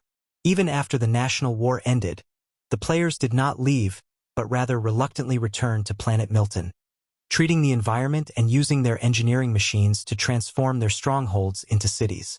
Because it was a rare occurrence for people of all factions to gather, some players set up stalls and soon, many more joined in, turning the place into a trading area. PvP players also felt an itch to look for people to spar, and thus planet Milton became lively again, as though it had turned into a new main city for the players. In the office of Black Star Palace, Han Shao closed the forums with a smile on his face. It's finally over, after more than half a month. The time taken was much longer than in my past life. He did not provide any help throughout the whole process and thus was very happy to see that the Golden Alliance had won. The Chinese players had achieved good results, showcasing his fruitful efforts in the past 4 versions toward them. The First National War in his previous life had a far-reaching impact, being marked as one of the major landmark events in the Galaxy Chronicles. The rules of the battlefield were passed down from then and eventually became a tradition recognized by the players. If they chose to fight again in the future, the same set of rules would have to be observed. The victory of the Golden Alliance would inevitably increase the attractiveness of their faction. As new players in the future considered which factions to join, with the older players blowing their own trumpets, the former would definitely choose the Black Star Army over the rest, due to its potential benefits. The most important thing was that with the length taken to fight the National War, it had brought him far more benefits than expected. Han Shao opened the interface, glancing at the value of his EXP gauge as he smiled. It's about 2 months before the Pro League. I didn't expect this wave of experience to give me what I needed. Based on his calculations, he had enough to upgrade from level 331 to 340. This was much earlier compared to his initial estimations. Within this wave of experience, there was a huge portion that was contributed by the former Limitless Financial Group players who switched factions midway. Little sorrow, I must sincerely thank you for your help. Half of the labor belongs to you. Han Shao was extremely satisfied. With enough wealth and foundation on his hands, there was no need to hesitate. He directly invested all his experience into his levels. Divine Throne Mechanic leveled up to LV.32. Plus 500 energy, plus 5 STR, plus 5 DEX, plus 18 END, plus 25 INT. You have received 20 free attribute points and 1 potential point. Divine Throne Mechanic leveled up to LV.40. Plus 500 energy, plus 5 STR, plus 5 DEX, plus 18 END, plus 25 INT. You have received 20 free attribute points and 1 potential point. You have received the promotion mission for LV.340. LV.340 promotion mission. Raise one of your God's trait transformation skills to at least the 10th level. Han Zhao's eyes sparkled. His God's trait transformation machinery had already reached the 9th level. Constructing another universal treasure would allow him to reach the 10th level. The upper limit of his Divine Throne Mechanic class was capped at 60. Thus, there was no mission for a change in class at 340, only the promotion mission. This seems quite easy this time round, Han Shao mumbled, but then he laughed to himself.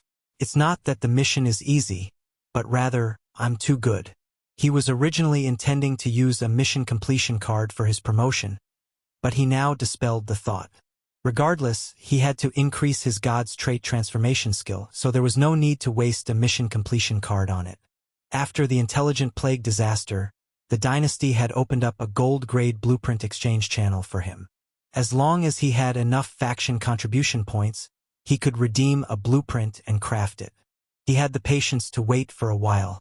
Furthermore, the effect of his evolution cube depended on his energy level. Now that he had the Dragon Emperor Star energy extraction technique on hand, Han Shao intended to raise his energy level to the next tier, obtaining an extra stack of bonuses from the evolution cube. This would also require some time before he reached his target. Han Shao directly took out his communicator to contact the Crimson Dynasty. After expressing his needs, he soon received a list of blueprints to choose from. After scanning it carefully, he selected one of them, sending out a redemption application. The next step would be to await the approval of the dynasty's senior officials to obtain his blueprint. While the gold-grade blueprints were precious to mechanics, to the point that having money alone could not buy it, with the fame and influence of the great mechanic Han, this was not an issue. Having authority in one's hands really made things a lot better. Han Xiao was in a joyous mood, playing with his communicator whilst waiting for the dynasty to reply. Casually looking at the lively scene that was taking place in Planet Milton, he suddenly had an idea. In his past life, the location of the First National War was also on Planet Milton, so it was regarded by the players as a commemorative main city. However, after the version update, the planet was requisitioned and no longer open to the public, thus becoming a regret for many of the players.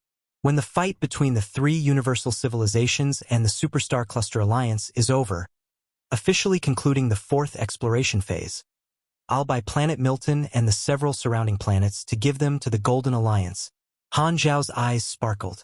This move would not only deepen the army's presence among players, but also reward the Golden Alliance.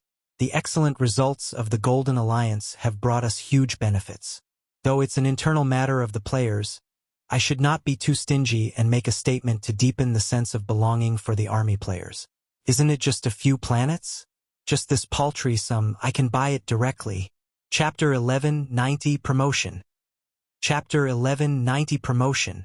Half a month passed by in a flash. Because the Battle of Planet Milton had been settled, the preparations for the Pro League began to rapidly heat up. Players liked the new and fresh concepts, so analytical posts about the strength of professional players began to be posted on the forums, and various teams had also begun to promote and mobilize themselves. But Han Xiao did not pay attention to all of this. As soon as he obtained the gold-grade blueprint, he threw all his affairs to Sylvia, concentrating on production. Because it was his first time creating this blueprint, Han Xiao worked for half a month, experiencing many failures and accumulating a lot of proficiency before he obtained a gold-grade end product, obtaining his God's Trait transformation point. It's done! In the machinery modification room, Han Xiao could not hide the joy on his face. Casually throwing aside the gold-grade equipment he had just created to open his interface and use up the point. God's Trait transformation machinery has reached the 10th stage. There are now unknown changes in your life hierarchy. You have obtained a new understanding of machinery, plus 15% chance of forming a new exclusive expertise.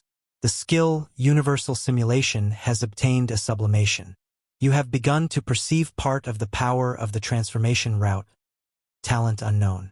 You have received the first sanctum ability fragment X1. Oh, that's right. Every fifth increment indicates a new realm. Han Xiao nodded to himself. When he reached the 5th stage for his God's Trait transformation, the same notification had appeared. This time, he had obtained a fragment of the first sanctum. He glanced at the effect of the 10th stage. It increased the level of all mechanic skills from the Apostle Mechanic to the Divine Throne Mechanic classes by 3, along with a 1.2 times bonus to Machinery Affinity, a 40% bonus to Skill Effect, and a 1.3 times bonus to Damage and Shield Durability. It was basically a replica of the 5th stage's effect, with an increase in the bonus range provided. This is similar to the 5th stage in that it provides an increase in combat abilities. Not bad. What's this? Han Xiao suddenly realized that the progress bar behind the ability name had changed. The expected 10/ had become October 15th. The unknown question marks are now revealed. Is the highest level of God's Trait transformation capped at 15? And it seems like you can only see this limit when you reach a certain level. Scanning it carefully, he found that the change was more than just these factors. From the 10th to the 11th stage, the number of points required to level up the skill had inflated to 6 points. At the same time, there was also a surprising notification. Your God's Trait transformation machinery has reached the 10th stage. You have triggered the transformation requirement. For each requirement completed, you can reduce the cost of upgrading by 1 God's Trait transformation point. Reach level 345. Comprehend a unique talent. Create a gold-grade blueprint. Going above the 10th stage not only requires points but also missions to be completed. This is a little like the advancement missions. Will the mission completion card be effective here? While he was surprised by the changes in the God's trait transformation skill, he had no intention to experiment with it now. He turned his head, letting his mechanical assistant clean up the workshop while he directly teleported to a barren planet where he had previously placed a throne beforehand. Whoosh! His vision spun, and he found himself now in the middle of a desolate gorge. Looking up, the walls on both sides stretched up all the way, forming a straight vision toward the sky. This was a planet located in the hinterlands of the Black Star Army. He had chosen to advance here because he did not wish to make such a big commotion. Han Xiao stowed the throne away that he had his machinery placed there beforehand before taking out the evolution cube and activating it. Buzz! The dark strands of evolutionary energy seeped out, and Han Xiao guided it into his body. A wave of pain burst out, as a black cocoon was formed outside his body. On his interface, the notification of the effect of the evolution cube used swept through his screen like a waterfall. You have utilized the evolution cube, gold grade. You have received a permanent special benefit, gene optimization. Evolution cube. Identifying species. Identification complete. Your current species is Void Star Pursuer. Your genetic structure is being optimized. The first optimization has succeeded. Your potential qualities have increased. It is detected that you have received this level of optimization before.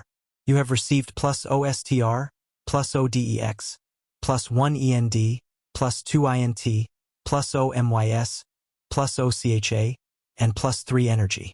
Your energy level is above level O. The second optimization has automatically succeeded. It is detected that you have received this level of optimization before. Your potential qualities have increased, and you have received plus 1 STR, plus 1 DEX, plus 2 END, plus 3 INT, plus 0 MYS, plus 0 CHA, and plus 4 energy. Because your energy level is above level 24, the 26th optimization has succeeded.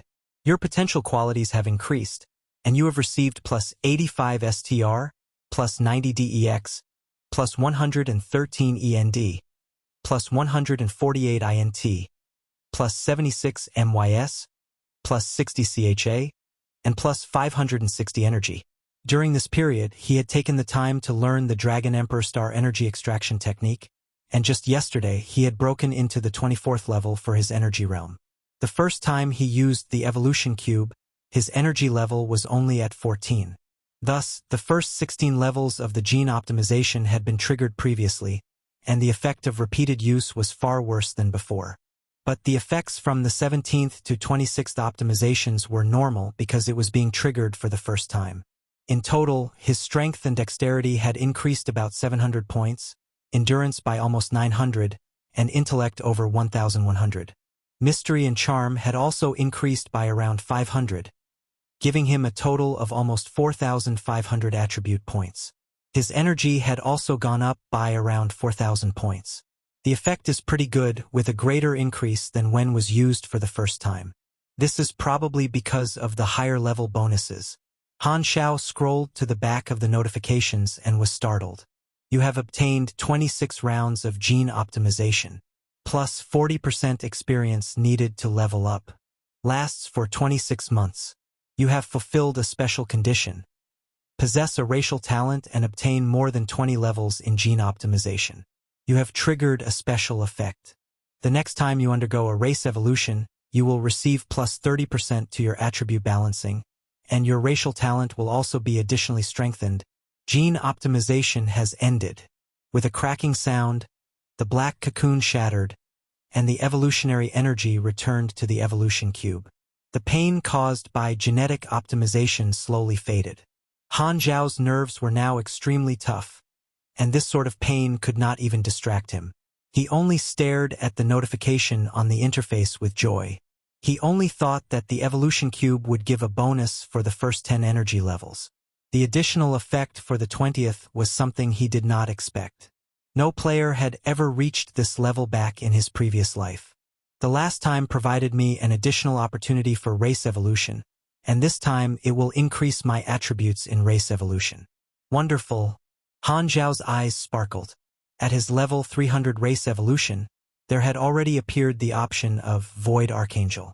This meant that during his level 340 evolution, he could reach the pinnacle of his Void genes, which would likely give him a path that would lift his gene limiter. Because the race evolution for one that lifted the gene limiter would give a lot more attributes compared to a general evolution, he was even more overjoyed. Good things come in pairs. It was worthwhile spending all my free time with Fiden. Han Xiao was ecstatic. Taking a deep breath, he calmed down his emotions, keeping the evolution cube. Looking at the indication of completed on his level 340 promotion mission, he solemnly chose to complete the mission. Boom! The ground quaked. Surging mechanical force exploded out from him, rising to the sky. LV.340 promotion mission completed. Promotion succeeded. Plus 120 END bonus. 1 END equals 690 health, equals 700 stamina.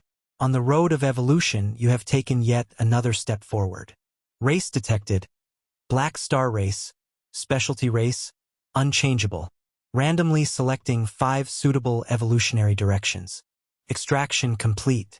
Please select 2 from the 5 race evolution choices below and receive 1 talent from each. 1, 2, 3, 4, 5. What the hell are those 2 options? Enduring the drastic changes in his body, Han Xiao looked on with doubt. Of the 5 options, he had never heard of the names of the St. Carmel race or innate star body. Even after checking his database, there was still no record. At this current level of evolution, things that I've never seen before have finally appeared.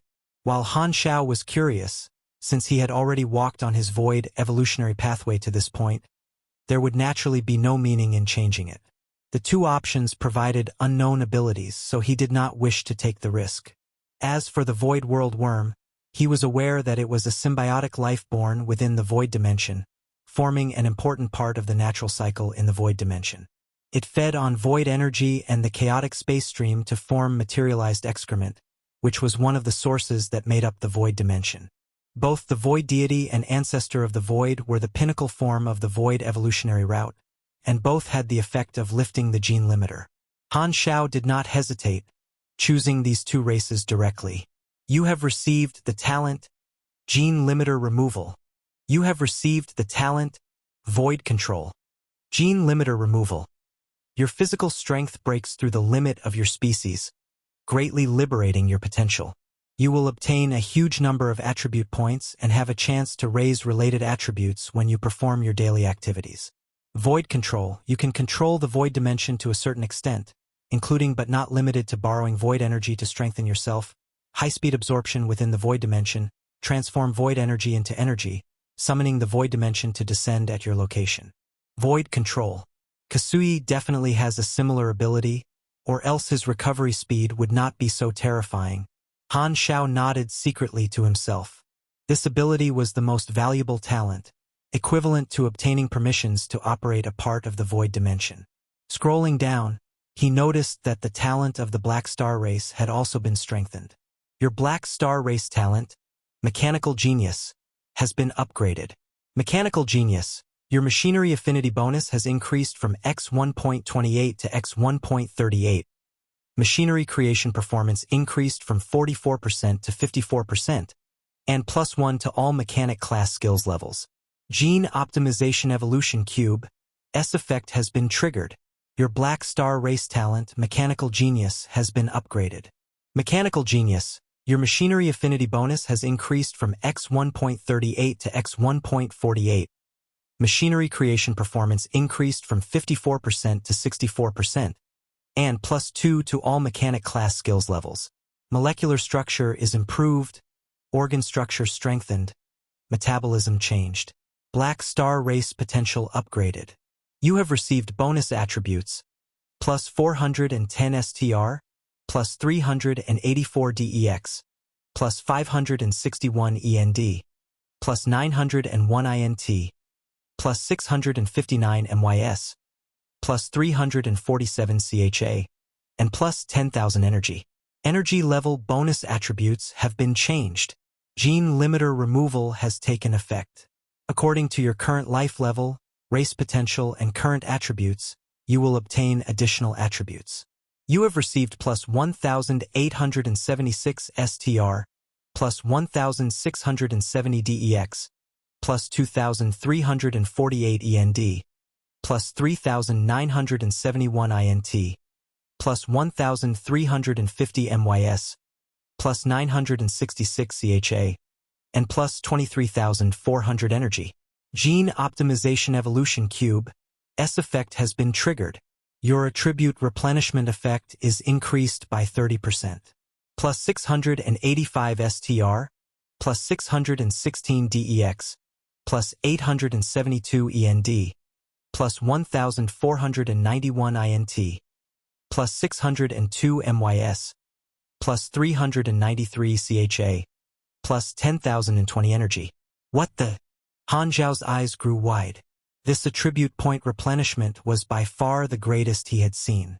Including the bonus of Evolution Cube, the attribute points awarded totaled more than 20,000. At this moment, the continuous surging energy within his body became more and more unstable.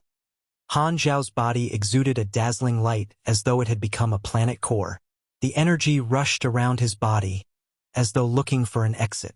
The next moment, his entire body shook as the energy was released to his surroundings. Boom!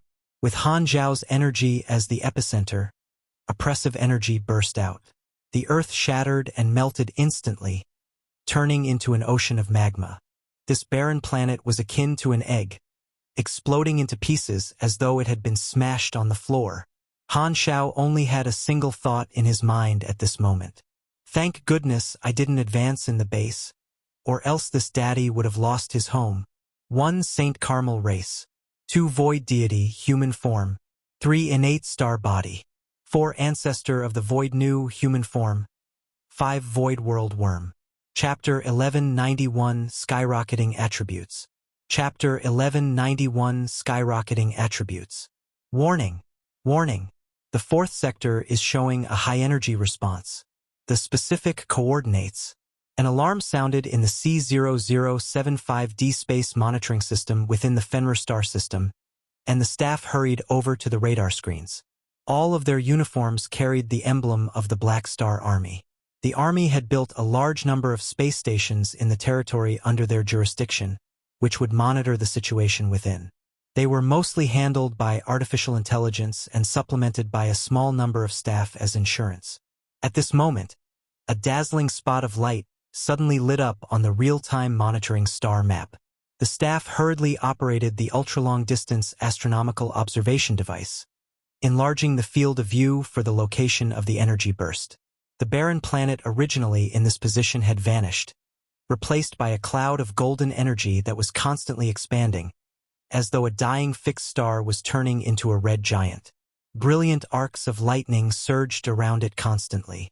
Seeing this, the staff in the room all displayed confused expressions. What sort of phenomenon is this? Looks like stellar delay. But there's only one barren planet here. Where did the fixed star come from? Energy fluctuations are high. It feels more like that of a beyond grade A energy rank. Couldn't be a beyond grade A that sneaked in, right?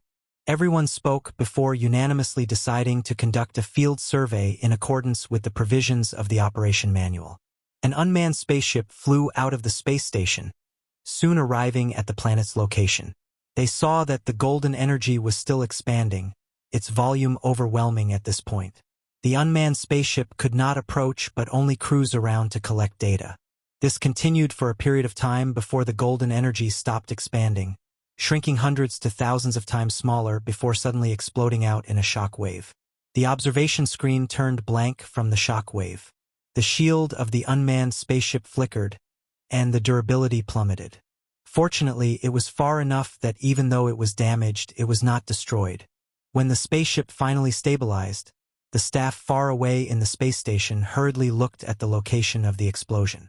The area was completely empty, with all matter of the barren planet annihilated. Even after surveying for one round, they could not find the shadow of a person. Observation complete. Source of outbreak not found. Requesting to return. Hearing the emotionless reply from the artificial intelligence, Everyone present shared a glance. This matter is too strange. It's not at our level. Report to our superiors. At the same time, Han Shao, who had swapped into another king mechanical suit, was now situated on another barren planet. I almost got caught. Taking off his mechanical suit and collecting the throne he had placed here, he let out a breath filled with gold lightning. This time, his promotion had brought about a huge improvement. The energy in his body was nigh uncontrollable, his cells constantly producing energy that had blown up the planet when released. In order to not be seen, the moment he completed his promotion, he put on the spare king suit and teleported away. He had chosen this position within the depths of his own turf to keep it a secret.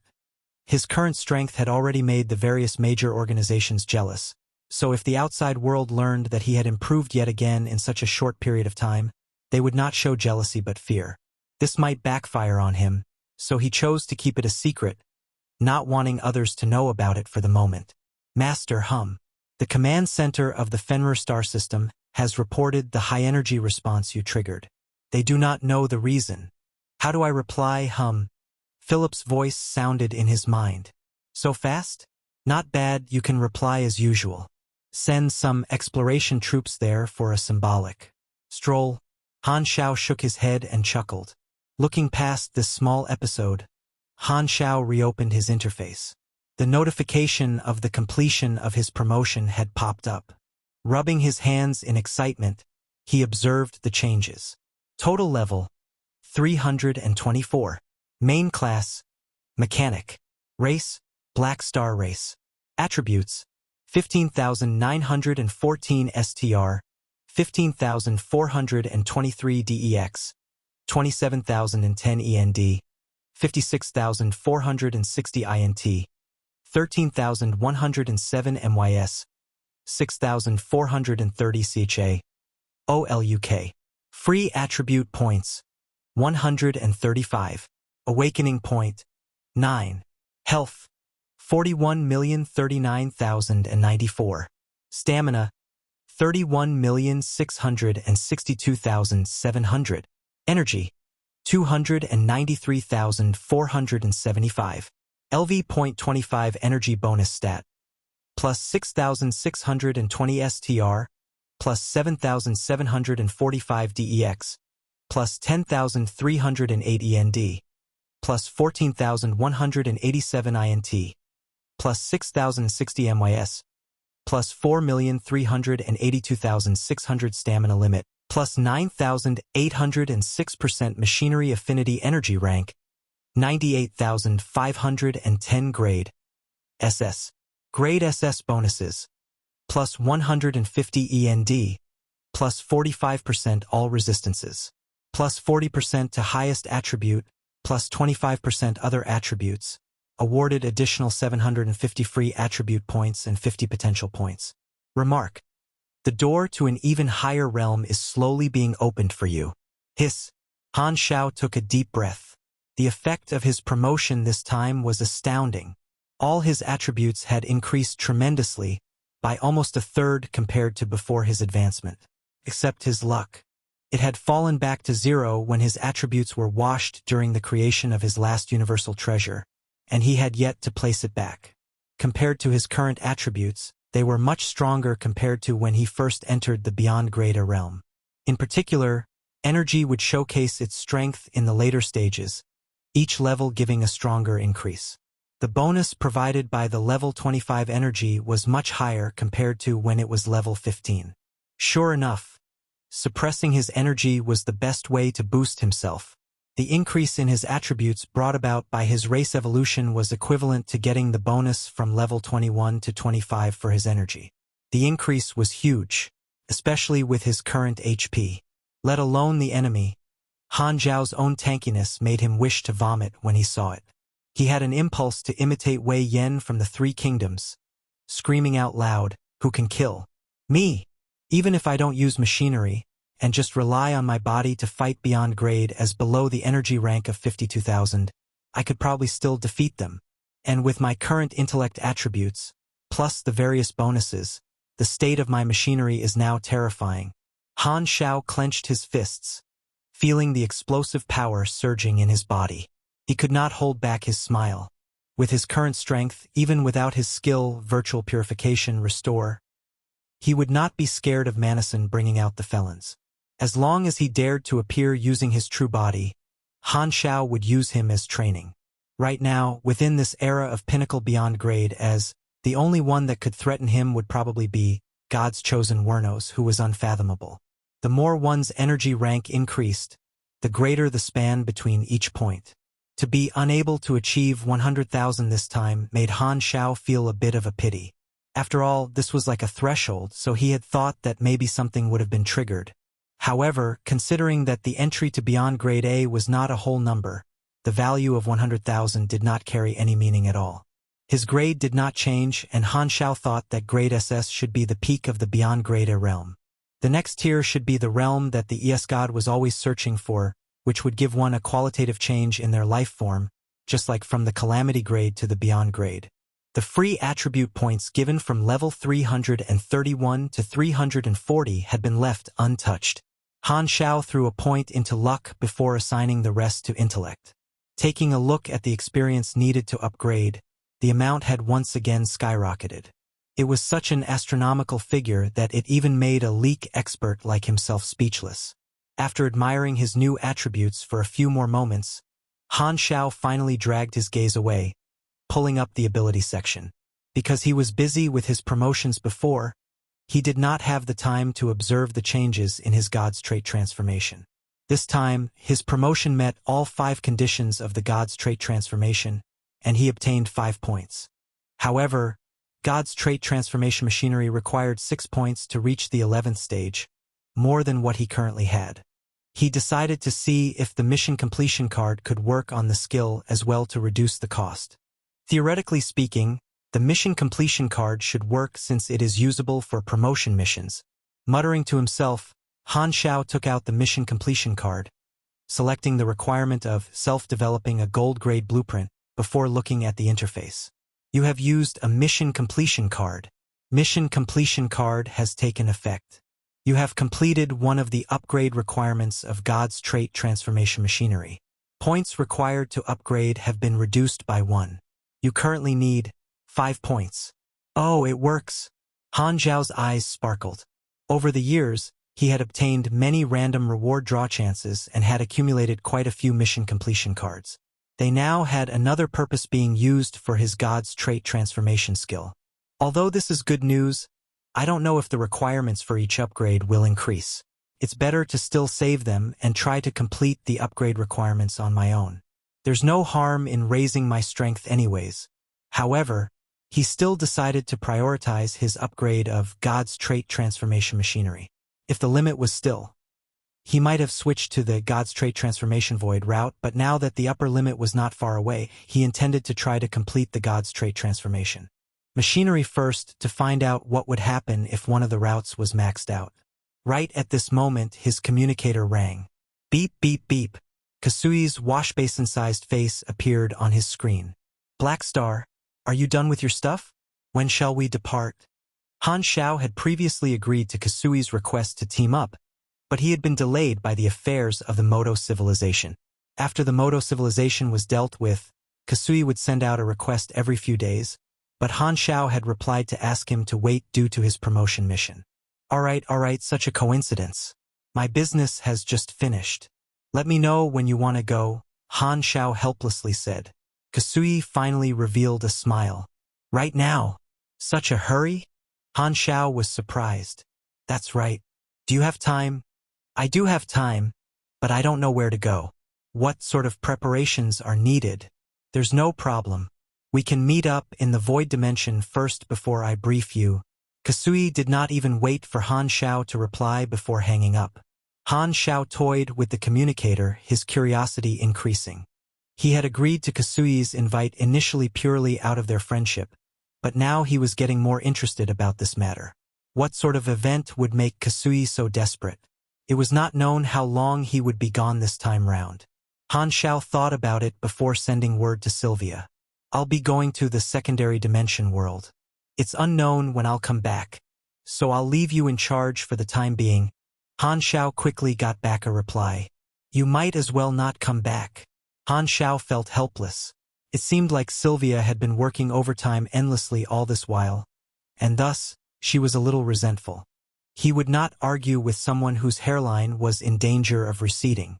Han Xiao was about to summon the mysterious energy host to bring him into the secondary dimension before he suddenly paused. Oh, that's right. I have the ability of void control and should be able to enter the secondary dimension at will without using the primal chaos mysterious energy. He closed his eyes, activating the talent and communicating with the void dimension. His consciousness seemed to sink into a colorful world, and bubbles quickly passed through his field of vision. Soon, a large gray-blue bubble appeared in his line of sight, growing larger. With a thought, he inserted his consciousness into the void control from his macroscopic perspective. Puff! There seemed to be a sound going off in his mind as his consciousness was inserted into the void dimension without any hindrance. It was smooth as though the entry had been greased, leaving his own mark in the core of the void dimension. Boom! The next moment, Han Xiao felt that his consciousness seemed to have expanded, covering the entire void dimension. The energy within was like an extension of his body, and he could ignore the distance to absorb the energy of the void dimension, like an invisible energy transmission pipeline. Turns out, this is the same feeling as described by Gila. Han Xiao was astounded. Those who could connect to secondary dimensions were few. Kasui was connected to the void dimension and Gila to her underworld dimension. Traveler had connected with the evil convergence secondary dimension through his own efforts, and now Han Xiao had joined their ranks. Having a secondary dimension that would provide a constant flow of energy to nourish the body was indeed different. At this moment he recalled something. That's right, Kasui is also connected to the void dimension. I'm not sure if he will find out. While waiting for Black Star in the void dimension, Kasui sat in his palace, absorbing the void energy to adjust his state. He suddenly jerked and raised his head in shock. Someone else has connected to the void dimension? Kasui did not mind others connecting to the void dimension, as the energy was endless. He was not like Traveler, who treated the secondary dimension like his wife. However, this was not something that could be done overnight. Only the void species had the qualification to connect, but even so, they had to use their mental strength to slowly remove layers of obstacles in order to reach the core and establish a connection. At the beginning, Kasui had tried countless times before he finally established a connection. But this unknown newcomer did not even make a commotion, reaching the core on their first try. This was inconceivable. Who could this guy be? Kasui was secretly shocked, at the same time feeling a little sour. Even I could not do it so quickly. Just what qualifications does this person have? The more Kasui thought about it, the more unpleasant it was. The void energy he took in no longer felt as good as before. Chapter 1192 God's Trait Transformation Secrets. An Extreme Mission. Chapter 1192 God's Trait Transformation Secrets. An Extreme Mission. Somewhere in the void dimension, a light flashed, revealing Han Xiao's figure, which was transmitted via void control. Kasui should have arrived. I'll go look for him. With his void control, a small map of the void dimension conveniently appeared in his mind. Han Xiao found his position, moving toward the middle area of the void dimension, which was the territory of Kasui. The effect of void travel was greatly increased, and each usage brought him a great distance. It did not take long for Han Xiao to reach the outskirts of Kasui's territory. After thinking about it, he stopped in an area that served as a border post, releasing his aura. Boom! Fuenvel.com. The surrounding void energy blew up in a storm, alerting the guards. A huge army flew over quickly, led by a void duke. Who dares to intrude in Lord Kasui's? Oh, it's Lord Black Star. This void duke did not finish speaking before he saw Han Xiao, and he immediately dropped the hostility. Han Xiao's reputation in the void dimension was not insignificant, since the deeds he had left there the last time had spread all around. Most of the strong people at the top of the void dimension knew about this void species that was at the same life form level as Kasui, and the milestone void dimension conqueror helped too. Kasui and I have an appointment. Where is he? Lord Kasui is already waiting for you in the main hall. Please follow me. The void duke dispersed the troops, leading Han Xiao into the outpost and approaching the platform with mysterious lines on it. He then took out a deep blue crystal, whose insides were swirling with void energy. The next moment, the surrounding void energy surged, forming a gray-blue spatial vortex on the ground of the platform. A transportation door made from void technology? Han Xiao sized it up. Because the rules of the void dimension were different, they had their own system in place. This was a method based on utilizing the void energy and its characteristics, which could only be used in the void dimension. Stepping in, void energy flooded his body. The next moment, he instantly appeared before a magnificent and luxurious palace, made out of crystals of various colors. "Black Star, you're here?" A familiar voice came from behind him. Han Xiao turned around to see a small table, with Kasui seated by it. Just as he was about to continue speaking, Kasui sensed something, and he showed a look of surprise. He suddenly sensed the aura of a similar life form on Han Xiao. Not the aura of the same species, but one of a high-level bloodline. "You've evolved again," Kasui revealed a look of shock. No, it's just a trivial increase." Han Xiao put on a humble expression. As void creatures, his own race evolution could not be hidden from Kasui, but the other party was also unable to ascertain his exact growth. "Every time I see you, I get more surprised." Kasui narrowed his eyes. "Just now, the one who intruded, who formed a connection with the void dimension, couldn't be you, right?" "Oh, you indeed discovered it." Han Xiao waved his hands. "I was just trying it but didn't expect it to be so simple. I succeeded in a try. I remember you mentioning that you do not mind others linking to the void dimension as well." "Correct. That's all right. I was just curious." Kasui's eyes twitched, and he put on a nonchalant expression. However, his inner self was twisting in agony. "Simple? I'll be D*Ned if it's simple. To pass off your connection with the void dimension as a simple test. Then what about my effort?" As he was internally scolding Han Xiao, the latter suddenly stepped forward, stretching out a hand to pinch his face. Kasui paused, staring up at Han Xiao. "You? What are you doing?" "Checking to see if it's your main body or your clone." Han Xiao was curious. "I'm in my main body." Kasui angrily slapped off Han Xiao's offending hand. Han Xiao asked with suspicion, "Didn't you say that exploring the dimensions would be dangerous? I thought you would send a doppelganger and not come over with your main body. With just your health, you dare to do this?" Kasui felt his face cramping up. "What sort of words are you saying? You think I'm so paper-like?" "Alright, I'm more like paper than you, but I'm still a pinnacle beyond grade A. There will be a limit to my paperness." Kasui was speechless for a long time before pointing to the seat opposite him in resignation. "Have a seat and eat something. I'll explain our objective." A few void creatures holding trays appeared as he spoke, carrying plates of food and wine and putting them on the table. The plates were made out of colorful, translucent crystals, sparkling beautifully. However, Han Zhao's mouth twitched upon looking at the food. If he was not wrong, this thing on the plate seemed to be the excrement of the void world worm and was even the most concentrated part of it. "What's wrong? Eat some. It's all right. I don't have such heavy tastes." Han Xiao hurriedly waved his hand. This could be considered the local cuisine of the void dimension, containing pure void energy. But Han Xiao had acquired this species and thus had no habits of eating such stuff. Seeing this, Kasui did not force him, raising his glass to take a gulp of wine before beginning his explanation. "At our level, the god's trait transformation is indispensable for us to go further. You must also have touched on this, but you might not know that as the degree of God's trait transformation gets higher, there will be some sort of intuition for you to perceive certain opportunities to obtain objects or complete some illusory things to reduce the difficulty of promoting to the next stage. And this time, I sensed an opportunity that guided me to the secondary dimension that we're going to explore later. There seems to be something in it that's attracting me, which might help in my God's trait transformation." "Oh!"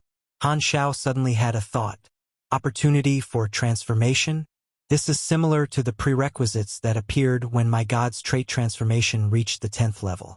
So, it turns out this is how the prerequisites are reflected in the NPCs. Kasui must have a type of God's trait transformation that has gone above level 10. To a beyond grade A, information about God's trait transformation was precious knowledge, so Kasui did not hesitate to share more about it at this point. Han Xiao also listened for a while and learned more about it. It seemed vague, but Kasui gave a few real examples, such as his senses telling him that if he became the most powerful overlord of the void dimension, it would be conducive to his God's trait transformation. This was the same as Manison, who had a gut feel to become the leader of the machinery faith, which was what the old man had told him in private. As for why this would happen, Kasui also had a few hypotheses. In his opinion, the God's trait transformation was not only the evolution of the individual but also the entanglement of one's fate line with countless external factors. Only through assuming and integrating the luck of every group could the final God's trait transformation then be completed, as though it was a fate that the strong had to bear. There's actually such a thing? Han Xiao was secretly surprised. But thinking about it from another point, since there were the two words God's trait within the God's trait transformation, one could not rule out such a possibility. However, it was still unknown as to what would happen after the transformation was complete. It was no wonder Kasui was so impatient. It turned out that he saw another possibility for further improvement. It was just that, from Han Zhao's perspective, this matter could actually be explained simply using an interface. It was probably that what the God's trait transformation was looking for was no longer just limited to levels, attributes, or energy. Rather, like the class advancement, he needed to complete a certain mission to earn his promotion. To a normal person, it would seem like they had received the call of destiny. Because he had already seen the mission completion card work on the God's trait transformation mission, Han Xiao did not find it too difficult to believe. In fact, he got happier. It doesn't matter how a normal beyond grade A should train because we don't follow the same system at all. I just need to rush through all of these. At this moment, Han Xiao suddenly realized a problem. I'm also a void creature, so my transformation route should be the same as yours. Will we then become competitors? Kasui shook his head. Even if it's the same transformation route, the things we feel are different. While I don't have much information, my intuition tells me that everyone's path will be unique, at least within the same generation. Then your intuition must be really good, Han Xiao said. I understand the goal now. It's to help you find an opportunity for your God's trait transformation in the secondary dimension, right? How's the situation there now? Hearing this, Kasui's expression became more serious, and he frowned. I've already sent 2 doppelgangers over.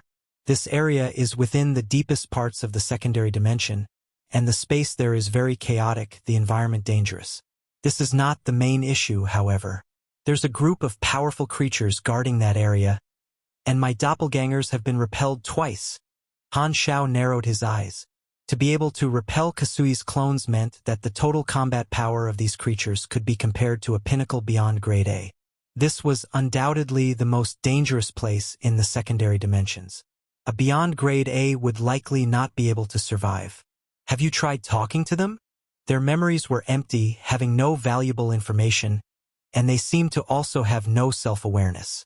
They did not respond to me, and I didn't recognize what species they were either. There's no record of them in the database. Let me look at it. Han Zhao's brows furrowed. He was afraid that Kasui would have encountered those from the World Tree Civilization. That would be bad. However, after seeing the image Kasui shared, Han Xiao heaved a sigh of relief. He also did not recognize this creature, so it was likely not to have any relation with the World Tree Civilization. Just the guardian of this secondary dimension has such strength. I'm not sure what it will be like inside. Have you managed to get in? Nope. I cannot break through the blockade of these creatures. If the outside is so dangerous, it's definitely not any better inside. Maybe it's the nest of these creatures. Han Zhao's expression was strange. You really want your main body to set off? The only way for me to discover the opportunity is for my main body to go over. With your help this time, there should not be any problems. The mechanic class is the most proficient in large-scale battles. This should be your forte. Kasui laughed and spoke honestly. Furthermore, my intention of inviting you was not just based on your strength but also to borrow your mechanical suit, the king. If the situation becomes too bad, then only you will have such mobility. I see. Han Xiao nodded. Then I'll accompany you with my main body. The machinery is too weak and might not be able to guarantee your safety. Hearing this, Kasui did not know what expression to make. Of the entire universe's mechanics, probably only you can say such words. Ding. At this moment, Han Xiao heard the notification from his interface, indicating the acceptance of the mission. You have triggered the mission, Kasui's invitation. Mission introduction. In order to find an opportunity for his god's trait transformation, Kasui has decided to explore a dangerous and mysterious unknown secondary dimension. Because he acknowledges your abilities, he has asked for your help. Mission requirements. Help Kasui find the goal of his trip. Reward, 450 billion experience, 6 random rewards, 3 character summon cards, plus 30 favorability for Kasui, 1 god's trait transformation, milestone unknown. Remark. This mission is extremely risky. It is recommended that you proceed with caution. 450 billion experience. Han Xiao almost doubted his eyes. The experience reward was often linked to the difficulty of the task, but he only obtained 10 billion for fighting against Old Man Manison. The highest experience reward he had ever seen was the one for the mission, Ending the Darkness, which was basically impossible to complete. One appeared at chapter 1064, with a requirement of ending the slave trade in throughout galaxy. And this experience reward was set at 450 billion, with a further remark warning about the difficulty of the mission. At this moment, Han Xiao could tell for sure that the mysterious secondary dimension was hiding a huge secret. In the past, he did not exist, so Kasui's closest friend would probably have been Manison. Since both of them had come out unscathed, this meant that while the danger was high, it would not surpass that of a pinnacle beyond grade A. Furthermore, since he had just undergone his promotion, his strength had greatly increased. It should not be a problem to do something that Manison and Kasui could manage. I'm taking Manison's spot, which means that if there's anything good in the secondary dimension, Manison will be deprived of it. Thinking about it, was this not him robbing another opportunity of Manison's? Han Zhao's eyes sparkled. His greatest hobby now was causing trouble for that old man. In a certain corner of the primeval Star River. Achoo! Manison, who was studying his blueprints, suddenly sneezed, and his expression turned gloomy. With his experience, he did not need to think to realize that it must be that B***starred Black Star who was cursing him.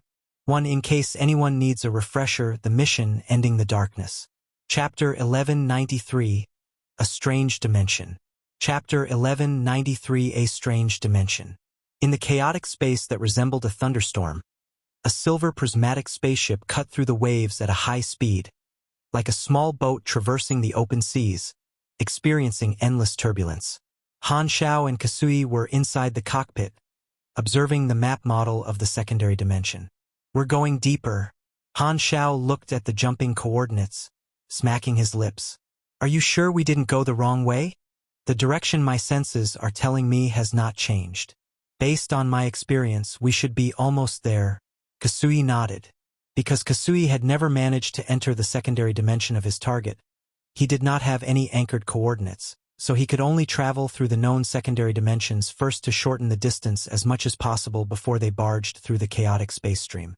The duo had been in flight for a few days and had left the area of control of the 3 universal civilizations far behind, delving deeper into the secondary dimension and passing through many bizarre planes. The world of secondary dimensions was just like the main universe, constantly expanding. With every passing second, countless worlds would be born or would die. The 3 universal civilizations had only explored a portion of the relatively stable areas and called this explored area the shallow layer, whilst the unexplored areas were known as the deep layer. However, there was actually no essential difference between the shallow and deep layers in the secondary dimensions. Because it was difficult to move forward without proper coordinates, the only thing the duo could do was rely on Kasui's senses as their only navigator. Fortunately, because he had been there twice, there was proof that this method was feasible. At this time, an almost invisible crack suddenly appeared in the turbulent space ahead. Kasui's eyes brightened. It's there! The moment he heard it, Han Xiao turned the spaceship in a sharp arc, dashing straight into the crack. Boom! By theory, encountering cracks in a space storm meant that one could directly enter a secondary dimension, but this time was different. Both of them only felt the hull slightly shake, but the world outside their porthole still showed an empty space. In front of them, an endless honeycomb-shaped space wall appeared, glowing in a mysterious bluish purple. This was the external barrier of a secondary dimension world. And outside the space wall there was a large group of weird creatures, the monsters mentioned by Kasui. It's here. Yes, be careful. These creatures are not only aggressive but very resilient to attacks, having amazing resistance to both mental and energy attacks, as well as being able to release a sort of energy similar to dimensional lightning. They can resonate with each other, forming a huge shield to isolate the outside world, which cannot be broken without killing the creatures. This was why I could not rush in, Kasui replied. Han Xiao studied the creatures carefully. They were all quite large, and while he lacked a reference, he estimated that they were 300 kilometers in length. They had the characteristics of a beetle, with a milky white exoskeleton all over their body and segmented body parts. At first glance, they resembled a centipede without feet. However, along the gaps between the carapace, they possessed light blue membranous wings instead. Every section of the membrane wing had a limb-like joint, with a hollow bone tube attached at the end, as though serving as a breathing organ. On their abdomen, there were 2 rows of symmetrical nubs for feet, extending all the way to the tail. Their head had no visual organs nor mouth parts, only a huge pointed cone with rows of holes densely packed around it. What a look! Just because no one can see them, they chose to grow in any manner they wish. Han Xiao secretly insulted them. As they chatted, the wandering creatures spotted their spaceship, immediately attacking. They saw one of them inhaling a large amount of space turbulence before black and purple lightning appeared around it, shooting out to attack the spaceship. Buzz! Kasui's eyes lit up, and a huge psychic shield popped up to protect the spaceship. All the black-purple lightning bolts landed on it, exploding into fireworks, but he continued to inject power to ensure that the psychic shield was stable. With a huge amount of MP as his support, Kasui was totally not afraid of his consumption. They have very thick skin and good psychological resistance. My efficiency in damaging them is very low. I'll leave it to you, Black Star. You can defend. Leave the attacking to me. Han Xiao opened his secondary dimensional army box, and mechanical soldiers rushed out and bombarded the creatures with fierce firepower. Army-style mechanics were the best at such large-scale team battles. While Kasui was also good at area of effect damage, his class leaned toward mental damage. As long as he encountered targets with high psychological resistance, his damage efficiency would decrease. The psionic energy bombarded the monster, blasting a charred gap in his exoskeleton. The resistance of this group of monsters was indeed amazing, but Han Xiao was not his past self. After his promotion, his attributes had sharply increased, improving his attack power and mechanical force bonuses. Under the large-scale mechanical force concentration, the monsters were easily bombarded into scattered pieces. At this moment, more of the creatures rushed over. Their numbers seemed to be endless, and they came up to fight with the mechanical troops without the slightest fear. Their energies constantly resonated and connected with each other, forming an extremely thick black-purple shield that covered each individual body, slowing down the rate of casualties. As more of them arrived, the strength of their attacks and defense also rose. Despite the fierce fighting, the 2 remained in the spaceship without moving. Observing the battlefield outside the porthole, Kasui seemed surprised. Black Star, why is your machinery lethality so high now? Having crossed arms against these creatures, he was clear of their defenses. In his opinion, even if Black Star could handle the enemy, it should not have been as easy as this. Kasui had also known Manison for many years and was knowledgeable. This time, the combat power of Black Star's mechanical army was beyond his expectations. Compared to the last time he personally experienced Han Zhao's strength during the attack on Gila, Black Star had improved too much. My standard is just average. Han Xiao smiled and waved his hand, not intending to reveal anything. Seeing Han Zhao's reluctance to speak, Kasui also did not ask further, moving away from the topic. He exclaimed, "A mechanic is truly a convenient class. able to solve such a trouble just by sitting in the spaceship. It's an advantage of our class. While we mechanics have many weapons and underlings are able to adapt to any situation, and especially for me, have the recovery abilities of a pugilist. I will never have psychic abilities, Han Xiao joked. This is not exactly consoling me either. As they continued to talk, Han Xiao was glancing at the interface's combat information. While Kasui did not know about the origins of these creatures, he could find out just by looking at the interface. The interface had named this creature Space Louse, with an average level of 240 to 260. It was a special biological life form with extreme racial talents. Just judging by their attributes and skills, it seems that the strength of a single Space Louse was already slightly higher than a normal Calamity-grade super but far from reaching the beyond-grade A realm. It was mainly because of their amazing resistance obtained from living in the chaotic space stream. Those interstellar beasts he had met before this all paled in comparison to them. The Space Louse also had the ability to share energy. The more of their race within a certain distance, the higher their boost would be. They could share damage and transfer attributes, but there was a limit. However, at this limit, they could even resist the attacks of a pinnacle beyond grade A. This sort of creature is quite powerful. As long as their numbers are large enough, they can be compared to a pinnacle beyond grade A. I'd like to get a bunch of them to breed, but I don't know their habits or if they could survive in the main universe. Han Xiao stroked his chin. I don't care about that right now. Kasui waved his hand. He only wanted to enter this secondary dimension to obtain an opportunity for his god's trait transformation. That's right. Let's finish our business first.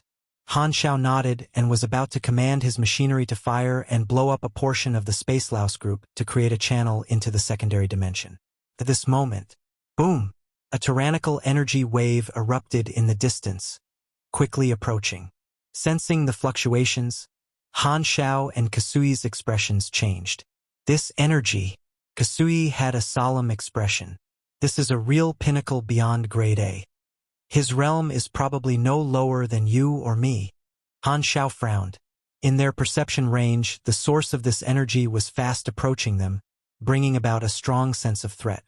Both of their figures flashed as they finally left the spaceship. They also revealed their auras, gazing at the distance where the fluctuations were coming from. Not long after, a comet shot over, stopping in front of them and revealing itself to be a 3-meter-tall figure, with weird armor covering their entire body and only leaving 2 blue light dots where the eyes of the helmet were.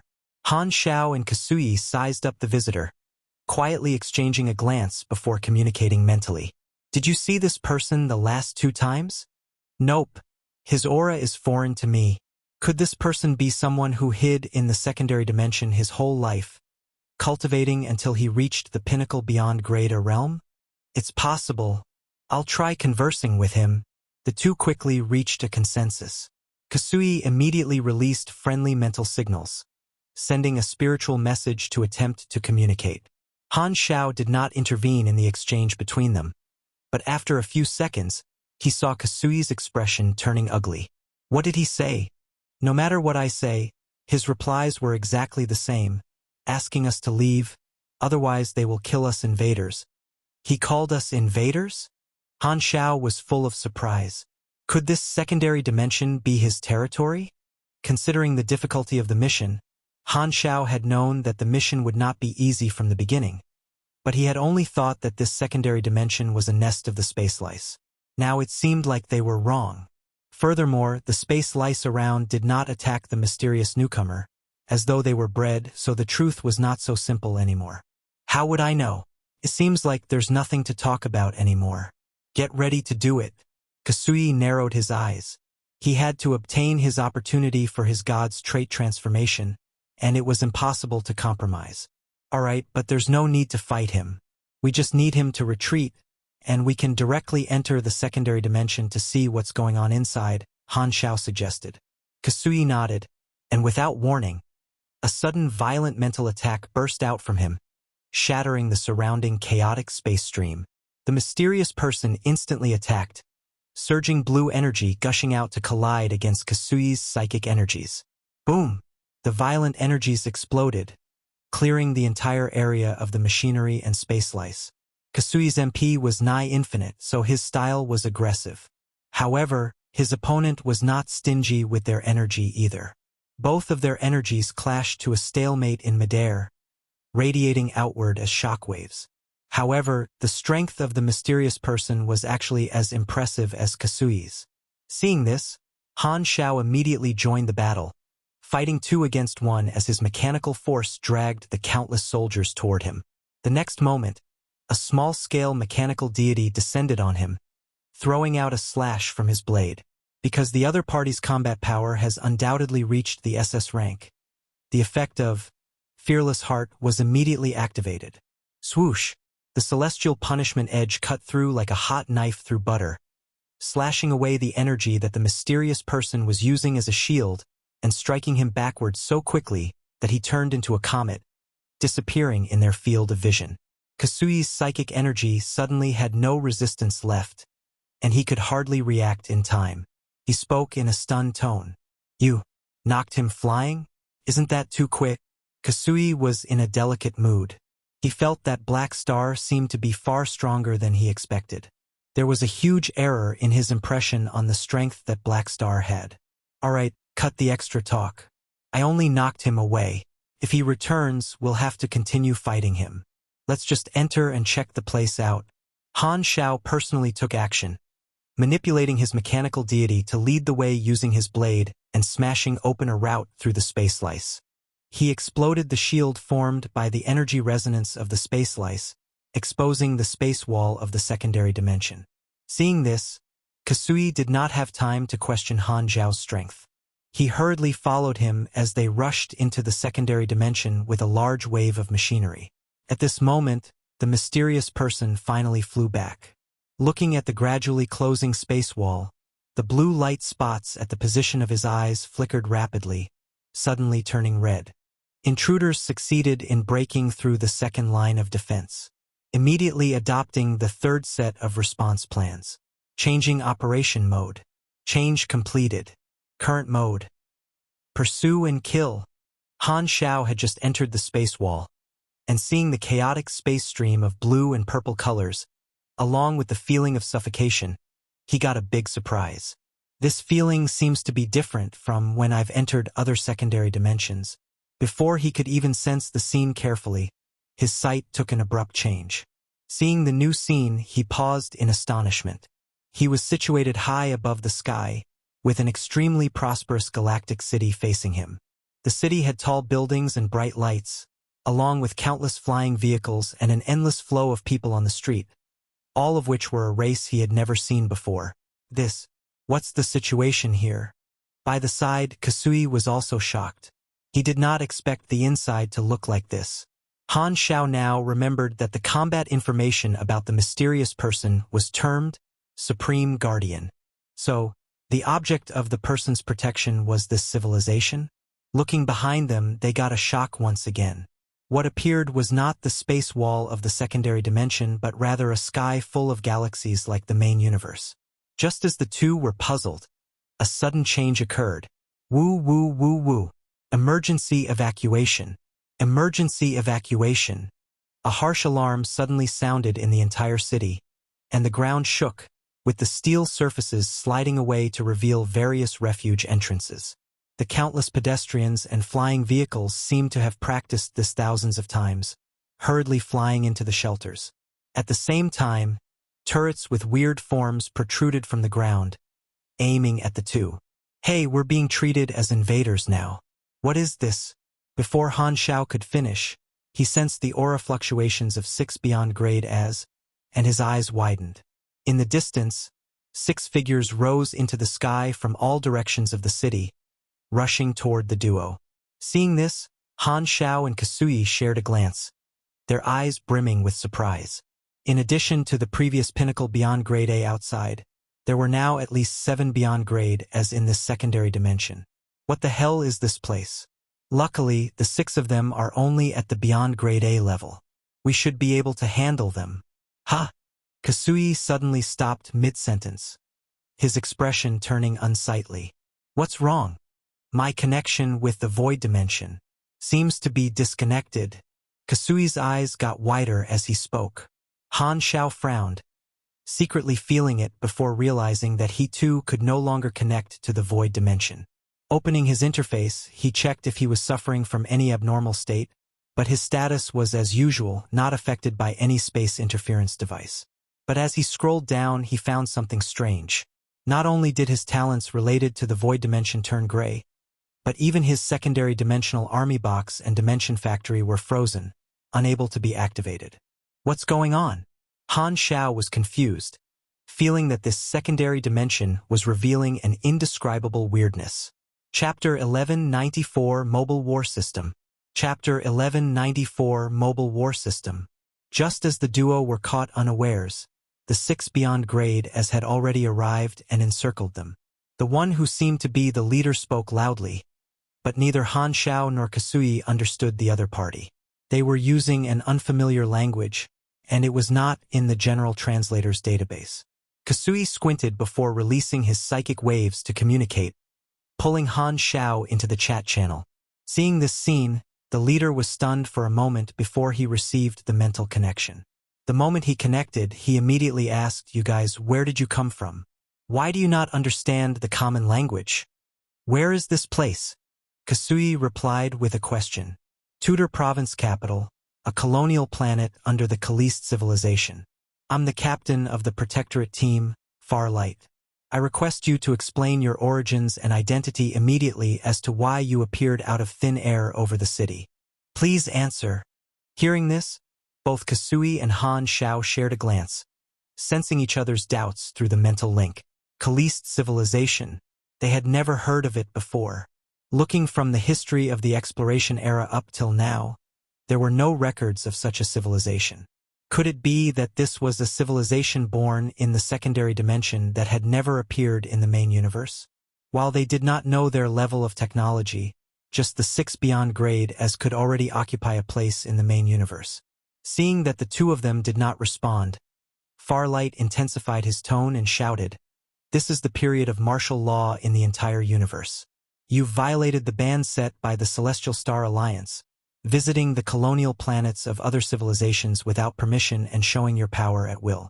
According to the relevant laws and regulations, you have to immediately disarm yourselves and give up resistance, sealing your own source and accepting our investigation. Otherwise, we will take coercive measures." These words could be understood separately, but linked together, they only gave the duo more confusion. Universal martial law? Celestial Star Alliance? Source? What's that? While they did not understand the nuances, the overall meaning was clear. It was nothing more than asking them to give up any resistance. However, in such an unfamiliar environment, it was naturally impossible for the two to give up self-protection and allow themselves to be apprehended. Kasui wanted to ask more, but upon seeing that the two of them remained indifferent, Farlight's expression sank, and he moved without speaking further. Boom! His aura exploded suddenly, and in a flash of rainbow light, Farlight charged in front of Kasui as though he had teleported, lashing out with a punch. The shock waves from the compressed air sounded out as a sonic boom. "You dare move against me?" Kasui frowned, and with a speed even quicker than Farlight's, he reached out and placed his hand on the side of Farlight's fist. He slightly tilted his body, pushing against Farlight's fist. The majestic pugilist aura was cast aside, turning into a beam of light as it disappeared into the galaxy. His movements then shifted lightly, and an elbow shot forward, hitting Farlight's chest. The highly concentrated psychic energy was akin to acupuncture, pouring into the opponent's body through the point of contact without a single bit leaked. Boom! The energy erupted internally, and Farlight could no longer control his body, flying back at a speed that was several times faster. He crashed through the skyscrapers, leaving behind large holes that were totally see-through as he disappeared into the distance. Han Xiao could not help but comment, "Oh, looks like you can do hand-to-hand combat with a pugilist as well. Don't look down on others. I killed my way out from the void dimension, so melee is also my forte." Kasui shook his arm casually. While he was used to squandering the limitless mana provided by the void dimension, he had been a very precise fighter before, causing the greatest damage using the least energy. As a void creature that lived in the void dimension since his childhood, melee would not be his weakness. Furthermore, he was still a pinnacle beyond grade A, and just his raw attributes would already be able to allow him to compete with a beyond grade A pugilist, let alone with his dual abilities of spiritual and psychic powers. The other 5 beyond grade as seemed to have received a shock, letting out exclamations of surprise. Han Xiao did not know what they talked about, but in the next instant, the 5 of them rushed over, besieging them. The various weapons on the city's ground level also opened fire toward them, filling the sky with explosions like fireworks. Sigh. These people are so irritable. They dare to fight above the city. Aren't they afraid that we'll just blow up their planet? Han Xiao sarcastically remarked before a wave of his hand brought up the concentrated firepower of his machinery, while some of them entangled with the 5 beyond grade as the mechanical units that were fighting against the space lice outside the secondary dimension had been brought in together by Han Xiao. While his secondary dimensional army box and dimension factory could not be opened at this time, leading to a lack of troops that could be summoned, the great mechanic Han was not worried at all. A mechanic's weapons were all crafted by themselves. If he could not use his inventory, he could just pick whatever materials he had on the spot and make something. The stronger his hands-on abilities, the more assurance he had. The 6 opponents consisted of 2 pugilists, a mage and 3 psychics, all of which were ordinary beyond grade as with energy ranks below 52,000 ona. As soon as both sides clashed, the 5 beyond grade as fell into a disadvantage, only being able to resist with difficulty. Even if Farlight managed to return to the battlefield, he would not be able to reverse their predicament, only holding on bitterly. With the advanced attribute bonus brought about by the promotion to level 340, coupled with the explosive output brought by his legendary battle technique and fearless heart skills, an ordinary beyond grade A wanting to go against him was simply deciding that they wanted to cut their lives short. Furthermore, there was yet another pinnacle beyond grade A, Kasui, beside him. Against these normal biological life forms, the latter's psychic skills could finally exert their full lethality. Together, it was a simple task to beat the ordinary beyond grade as. However, even if the 6 were not opponents of Kasui and Han Xiao, it was still possible to contain them for a period of time. This was even more achievable given that the duo were unaware of the situation and thus did not wish to unnecessarily kill. While using his psychic acupuncture technique to cause hemorrhage to his opponent's brains, Kasui communicated to Han Xiao through the mental channel. Black Star, we're not in our strongest states now. There's also another pinnacle beyond grade A outside the secondary dimension. If he joins in, the situation will be unfavorable to us. We don't need to continue this battle and instead should leave this place to obtain more intelligence as a long-term plan. My sentiments. Let's shake them off. Han Xiao nodded. He was very concerned about the information these people revealed, wanting to figure out his current environment as soon as possible. With a thought, he pulled all his mechanical soldiers together, gathering them. Clank! The mechanical deity descended once again, stretching out a hand to grab Kasui and integrate him within before igniting all its thrusters and rising into outer space. Farlight shouted, as though telling them not to run, while leading the other 5 along in pursuit. Pugilist flames, psychic impacts, and magic spells continued to blast toward the mechanical deity, all of which were shielded by the honeycomb structure of its emperors. Still want to chase? This group really do not know how to count their blessings. They must have suffered from a lack of love. Han Xiao helplessly raised his celestial punishment edge, and the surging psionic energy formed on the blade. Following the pathway of the Geta Hatakan, it condensed before slashing out in a solid arc of light.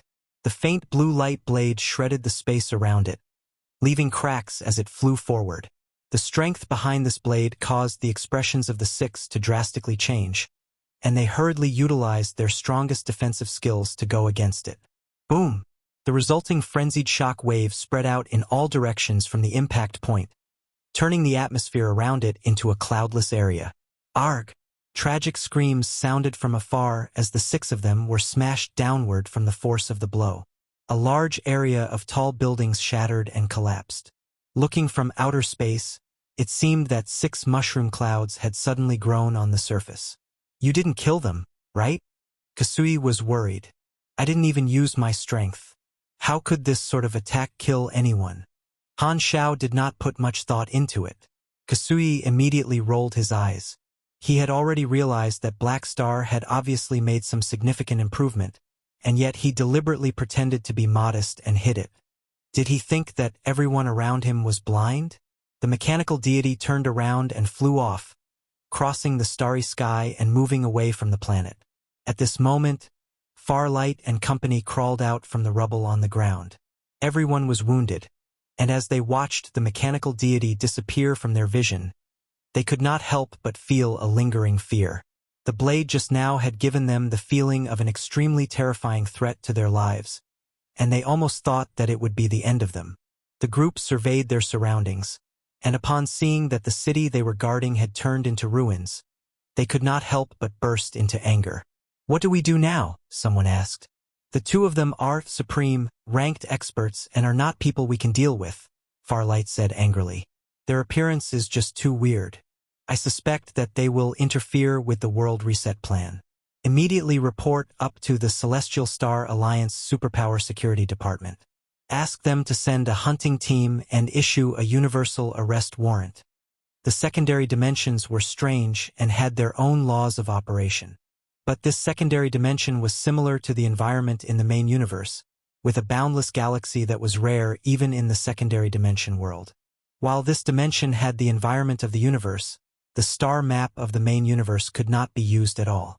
After Han Xiao controlled the mechanical deity to leave the planet, he used the parts and materials of the mechanical soldiers to build an astronomical observatory to plot their surroundings. He discovered an asteroid belt, so they went over there to camp there temporarily. Very quickly, the asteroid belt appeared in front of his eyes.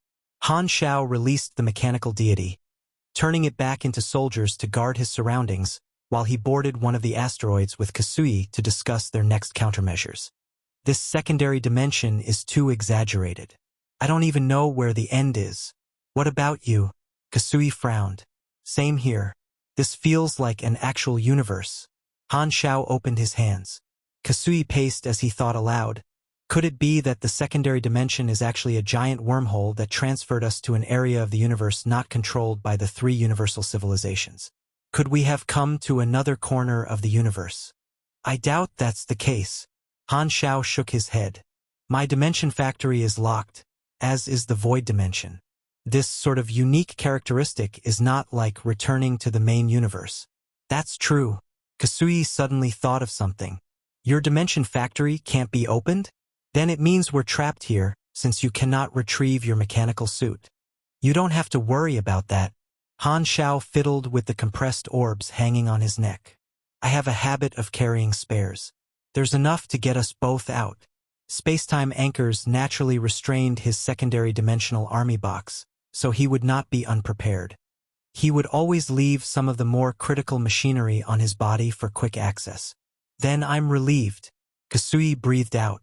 He did not wish to leave just like that, but he was worried that he did not have any routes of retreat. "By the way, this secondary dimension seems to be completely isolated from the outside world. I cannot even contact my main artificial intelligence through the quantum network," Han Xiao said. Because Philip's mainframe was in his base camp, Han Xiao had been cut off since he entered the secondary dimension. He could only replace it with Philip's backup subbody that he carried with him and use it as a local area network connection. However, he was unable to lock onto his avatar outside the secondary dimension to return to the main universe. He opened up the quantum network vision, connecting to the quantum network in this secondary dimension. He had tried it during the battle just now, finding that the coded language of the quantum network in this dimension was different compared to the main universe. This situation was similar to that of the virtual mutiny virus, where the basic code had to first be deciphered before his virtual intrusion methods could be used. "By the way, what about your senses regarding the god's trait transformation?" Han Xiao asked. "It's still present, but it has turned blurry," Kasui helplessly replied. "I feel as though my senses are pointing to this entire space, with no determined direction. This isn't good. Without your locator, given the size of this secondary dimension, how are we going to find it?" Han Xiao shook his head. If his senses were still accurate, That would be easy for them to just follow the directions to obtain the opportunity and then use the king to escape. But now, without a direction, it was a lot more troublesome. We can only find it slowly. Kasui looked hopefully at Han Xiao. You don't have anything to do, right? I don't, but if this takes too long, I can only choose to retreat temporarily. Han Xiao shrugged. He did not need to worry about the pro league of the players and originally intended to grind his skills here. The Kundi race's space-time splicing technology was a good choice, and this secondary dimension might even hold some black technology that he could obtain. That's right, speaking of the players. Han Xiao had a thought and opened the forums to check. He discovered that everything was working as usual, and he could still see the posts that the players had put up. Currently, all sorts of external communications had failed, so the forums had become his only channel to receive information from the outside world.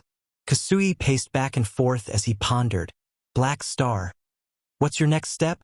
Han Xiao threw him a glance before replying. We are still unaware of what is happening in this secondary dimension.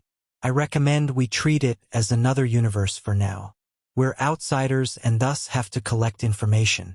Give me some time to decipher their coded language of the universe quantum network before I hack in to collect information.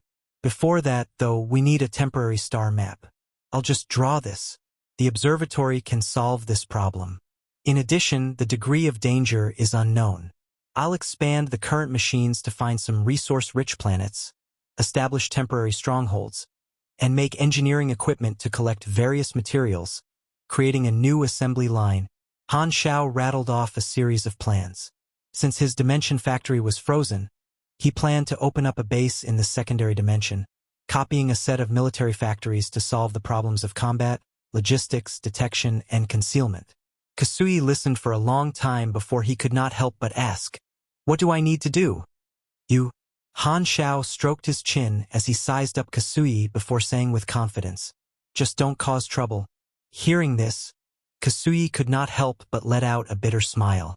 It was no wonder that among the 5 supersystems, the advanced civilizations were the most afraid of the mechanic class, which was basically a mobile interstellar war system. He secretly rejoiced that he had brought along a mechanic. If he had brought a pugilist that could only beat people up, they would only be able to stare at each other right now. The pugilist system was really unreliable. In a metallic machinery room, a man with pipes all over his body slowly opened his eyes.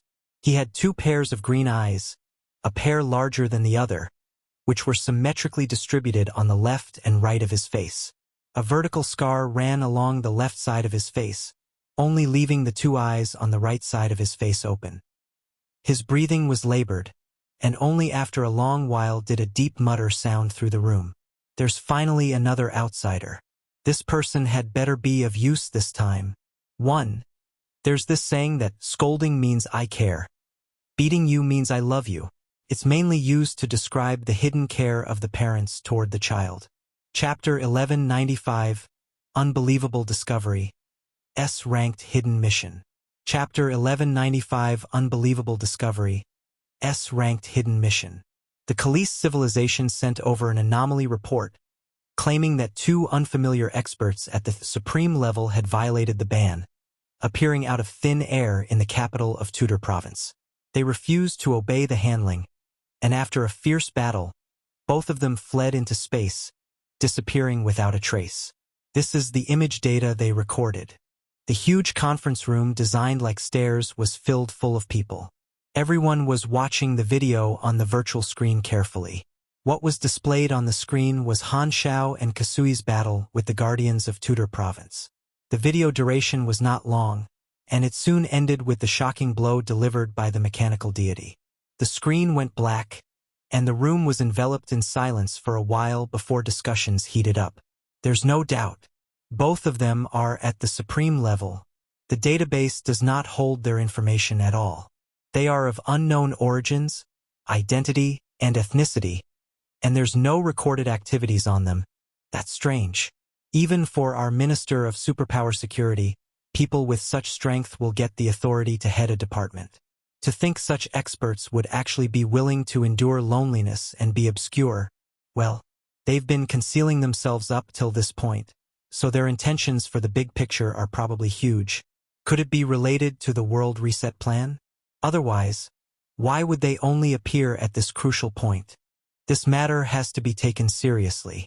No factors that may interfere with the world reset plan will be allowed to intrude.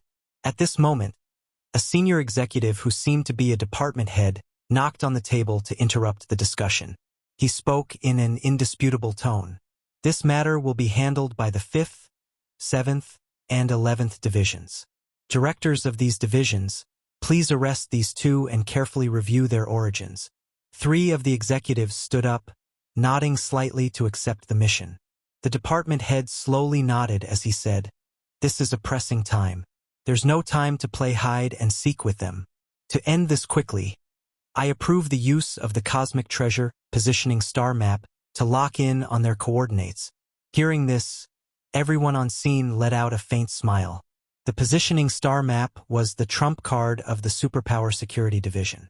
It was a cosmic treasure that was formed from unknown means. A complete star map of the universe was stored inside, and as long as one entered the target data, they could locate their coordinates in real time. All fugitives had nowhere to hide in front of such a tool.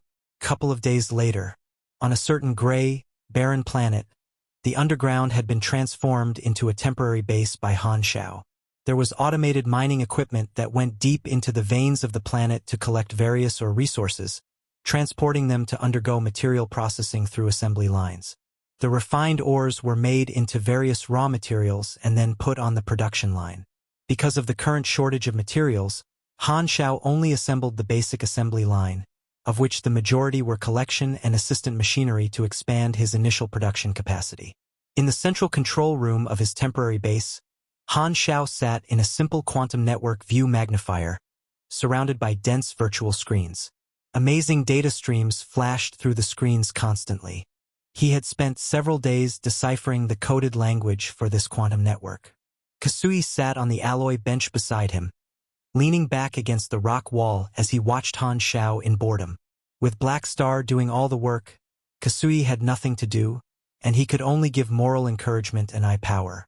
At this moment, Han Zhao's eyelids trembled, and he opened his eyes as he exhaled. "I've cracked it." Kasui's spirits perked up. "That quickly? It's not too bad. Their coded language is not complicated. As long as you find the entry point, the rest is easy." Han Shao waved his hand. The difficulty of cracking the code this time was much lower compared to the original virtual mutiny virus.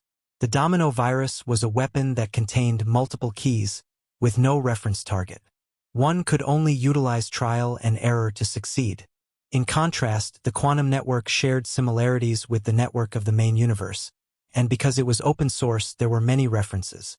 Han Shao also had the Virtual Technology Innovation Manison skill, which enhanced his own virtual technology and made it easier to crack. Having finished the deciphering, his own virtual intrusion means could finally be used. What are we waiting for? Use your invincible virtual intrusion to collect intelligence, Kasui urged. Han Shao nodded, closing his eyes before sinking into the quantum network field of vision, collecting data on a large scale. After pacing around and around, Kasui saw Han Shao reopen his eyes and immediately asked, "How is it? Did you find anything?" Hearing this, Han Zhao's expression turned weird. He took a deep breath before suddenly exploding. He grabbed Kasui's neck with both his arms, shaking him repeatedly as he screamed, "F***CK your ancestors! What sort of hell did you bring me to?" Kasui's head was shaken so fast it formed an afterimage, and he had an expression of confusion. What do you mean? See for yourself." Han Shao flicked his hand, opening a virtual screen, and dumped all the information inside. As Kasui scanned it, his eyes grew wider, an incredulous look spreading across his face. How is this even possible?" Kasui retreated involuntarily after he understood the information. This intelligence was not the top-secret files in the universe but basic information that Han Shao had collected. But the content was out of all their expectations. The area in this secondary dimension was even wider than the entire explored universe. There were 33 star fields, 600 to 700 star clusters, and countless civilizations of all levels. As for the ruling party, it was a civilization known as the Celestial Star Alliance. Just the introduction told them that it was stronger than the three universal civilizations and had a longer history. Even if they looked at the oldest of the three universal civilizations, the Arcane Church, its civilization age was but a fraction of the Celestial Star Alliance's. There were also 5 different types of superpower systems present: mechanic, psychic, pugilist, esper, and magic. However, their term of energy was known as source, and even their realms were separated differently. They called their beyond grade as saints and the pinnacle beyond grade as supremes. In terms of individual strength, this secondary dimension also trumped the main universe. According to the data, there were nearly 10,000 saint-level experts recorded in their universe. The equivalent of beyond grade as numbered almost 10,000, of which there existed hundreds of pinnacle beyond grade A. The reaction of the duo was that this was unbelievable.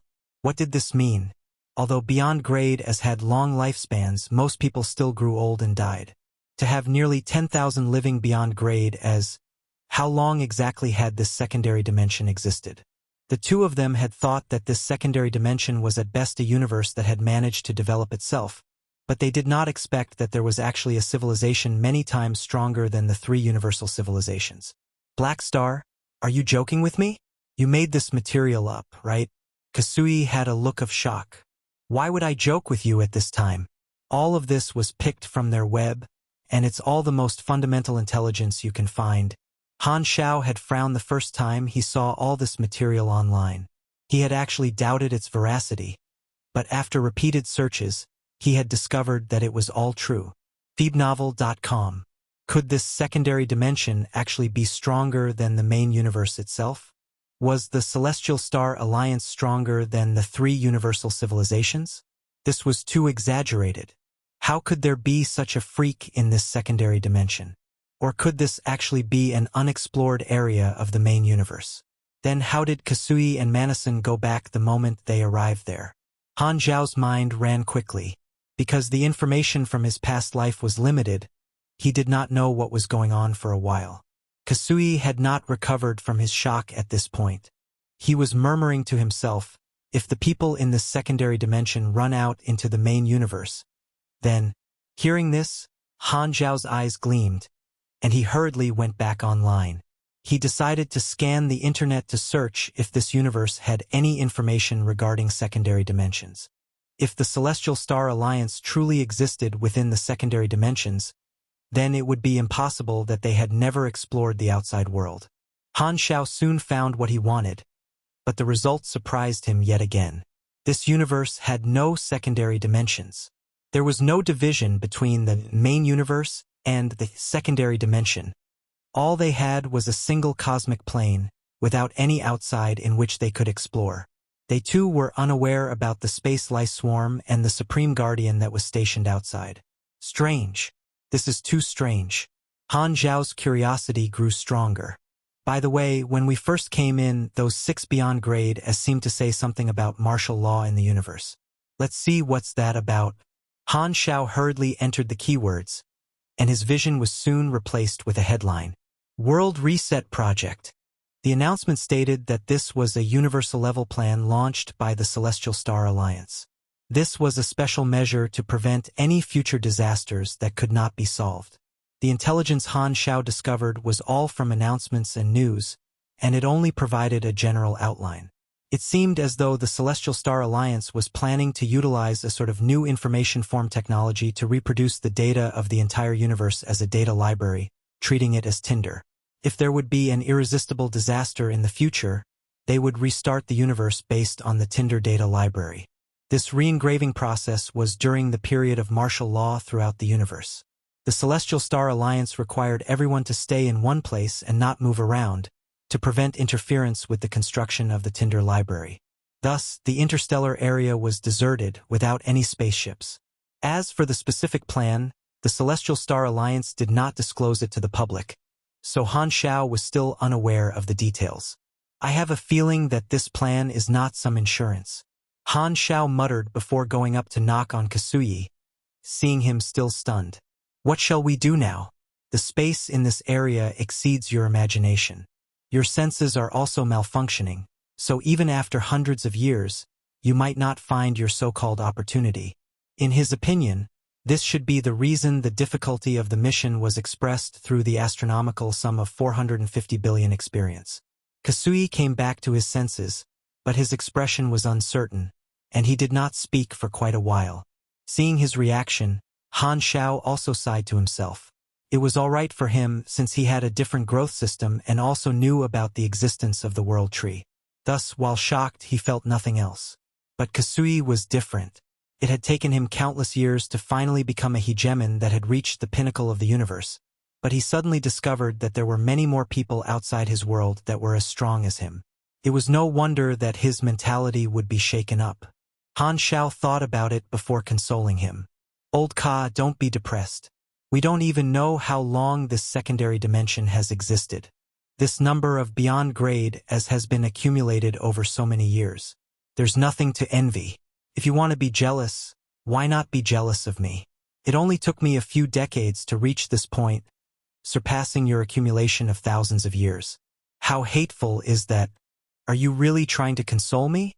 The words F*CKU come to mind, but I'm not sure if I should reply with that. Seeing his constipated expression, Han Xiao was about to continue comforting him when he received a message alarm. Beep beep. You've received a new message. Who could it be at this time? Han Xiao spoke subconsciously before he reacted. That's right, no one has my contact details here. How were they able to find me? Han Xiao's expression changed, and he opened the quantum network, finding an email within. The sender was shown as a bunch of garbled code. The sender had manipulated his address to cover up all traces. Frowning, he opened the mail and found out that it contained a set of complicated blueprints, as well as a short message. Learn this technology as fast as possible, or else there'll be no escape for you. If you can avoid the pursuit of the troops, then go to a place and wait. I'll contact you again then. The coordinates are... Who is this guy? Han Xiao wanted to communicate with the other party, but without a path, he had no method to send a reply. He could only browse through the blueprint sent by the mysterious person. It recorded a kind of weird instrument which seemed to have some sort of special hiding function. He did not know what sort of detection device this was guarding against. Things have become more interesting. Han Xiao's eyes flashed. From the strange Supreme Guardia, outside the secondary dimension to the unexpectedly powerful Celestial Star Alliance, and now this mysterious man contacting him. Things were getting more confusing, and he seemed to be getting involved in some unknown storm. He decided to stay and explore, not just to aid Kasui but also to collect more technology and discover the truth behind this space.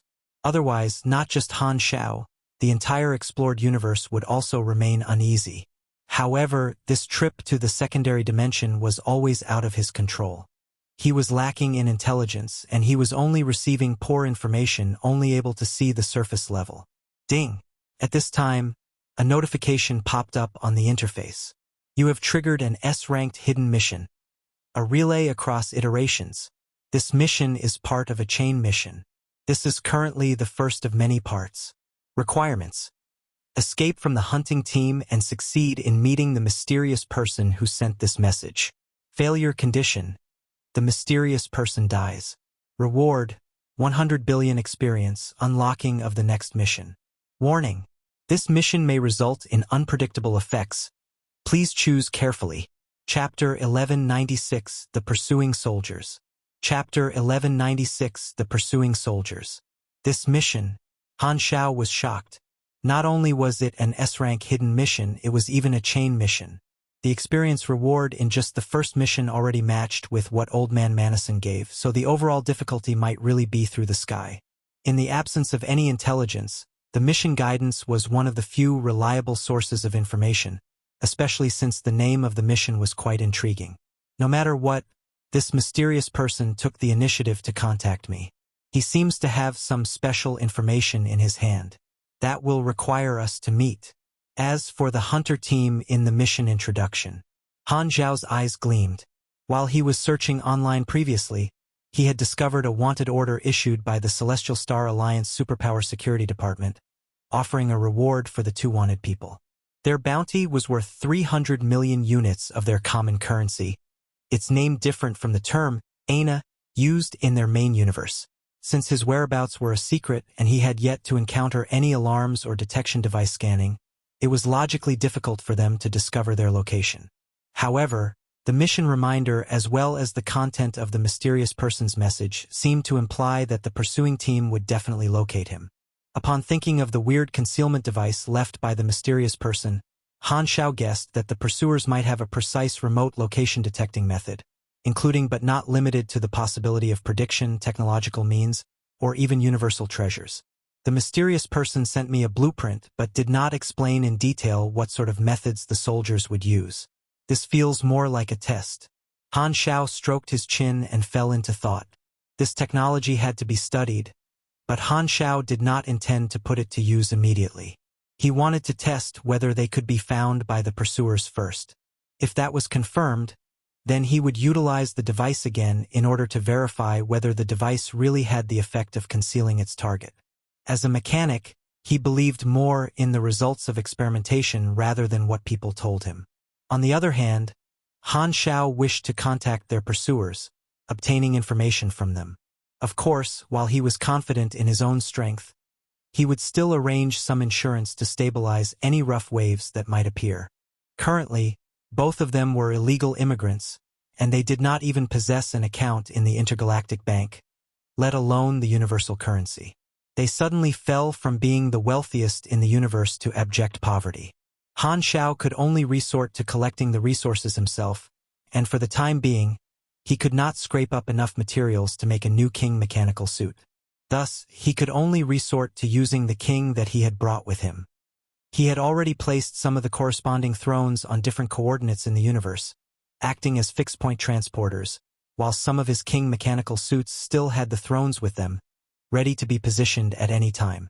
Having been in the universe for so many years, and with the example given by Manison, Han Xiao was now well versed in the saying, "A sly rabbit has 3 burrows." Days ago, a few of his mechanical troops had scattered the different thrones around this universe at suitable locations, leaving him with a way out. The biggest problem currently was not personal safety but his mechanical army. Because his secondary dimensional army box was frozen, he could only transport his troops through the normal method. His portability was severely affected, so if he chose to teleport away, his mechanical army would still be left in the area, and he would be unable to recover them. Based on reasoning, since there was no secondary dimension that existed in this universe, all mechanics should be the same. However, he found through the internet that because of the lack of secondary dimensions, the 5 supersystems seemed to have some subtleties in their class skills. For example, the Beyond Grade A mechanics still had the ability to summon mechanical armies on a large scale. However, because they had not crossed paths yet, Han Xiao could not see their combat information and thus did not understand the principle. Just the technology alone makes it worth the trip. Han Xiao was ecstatic.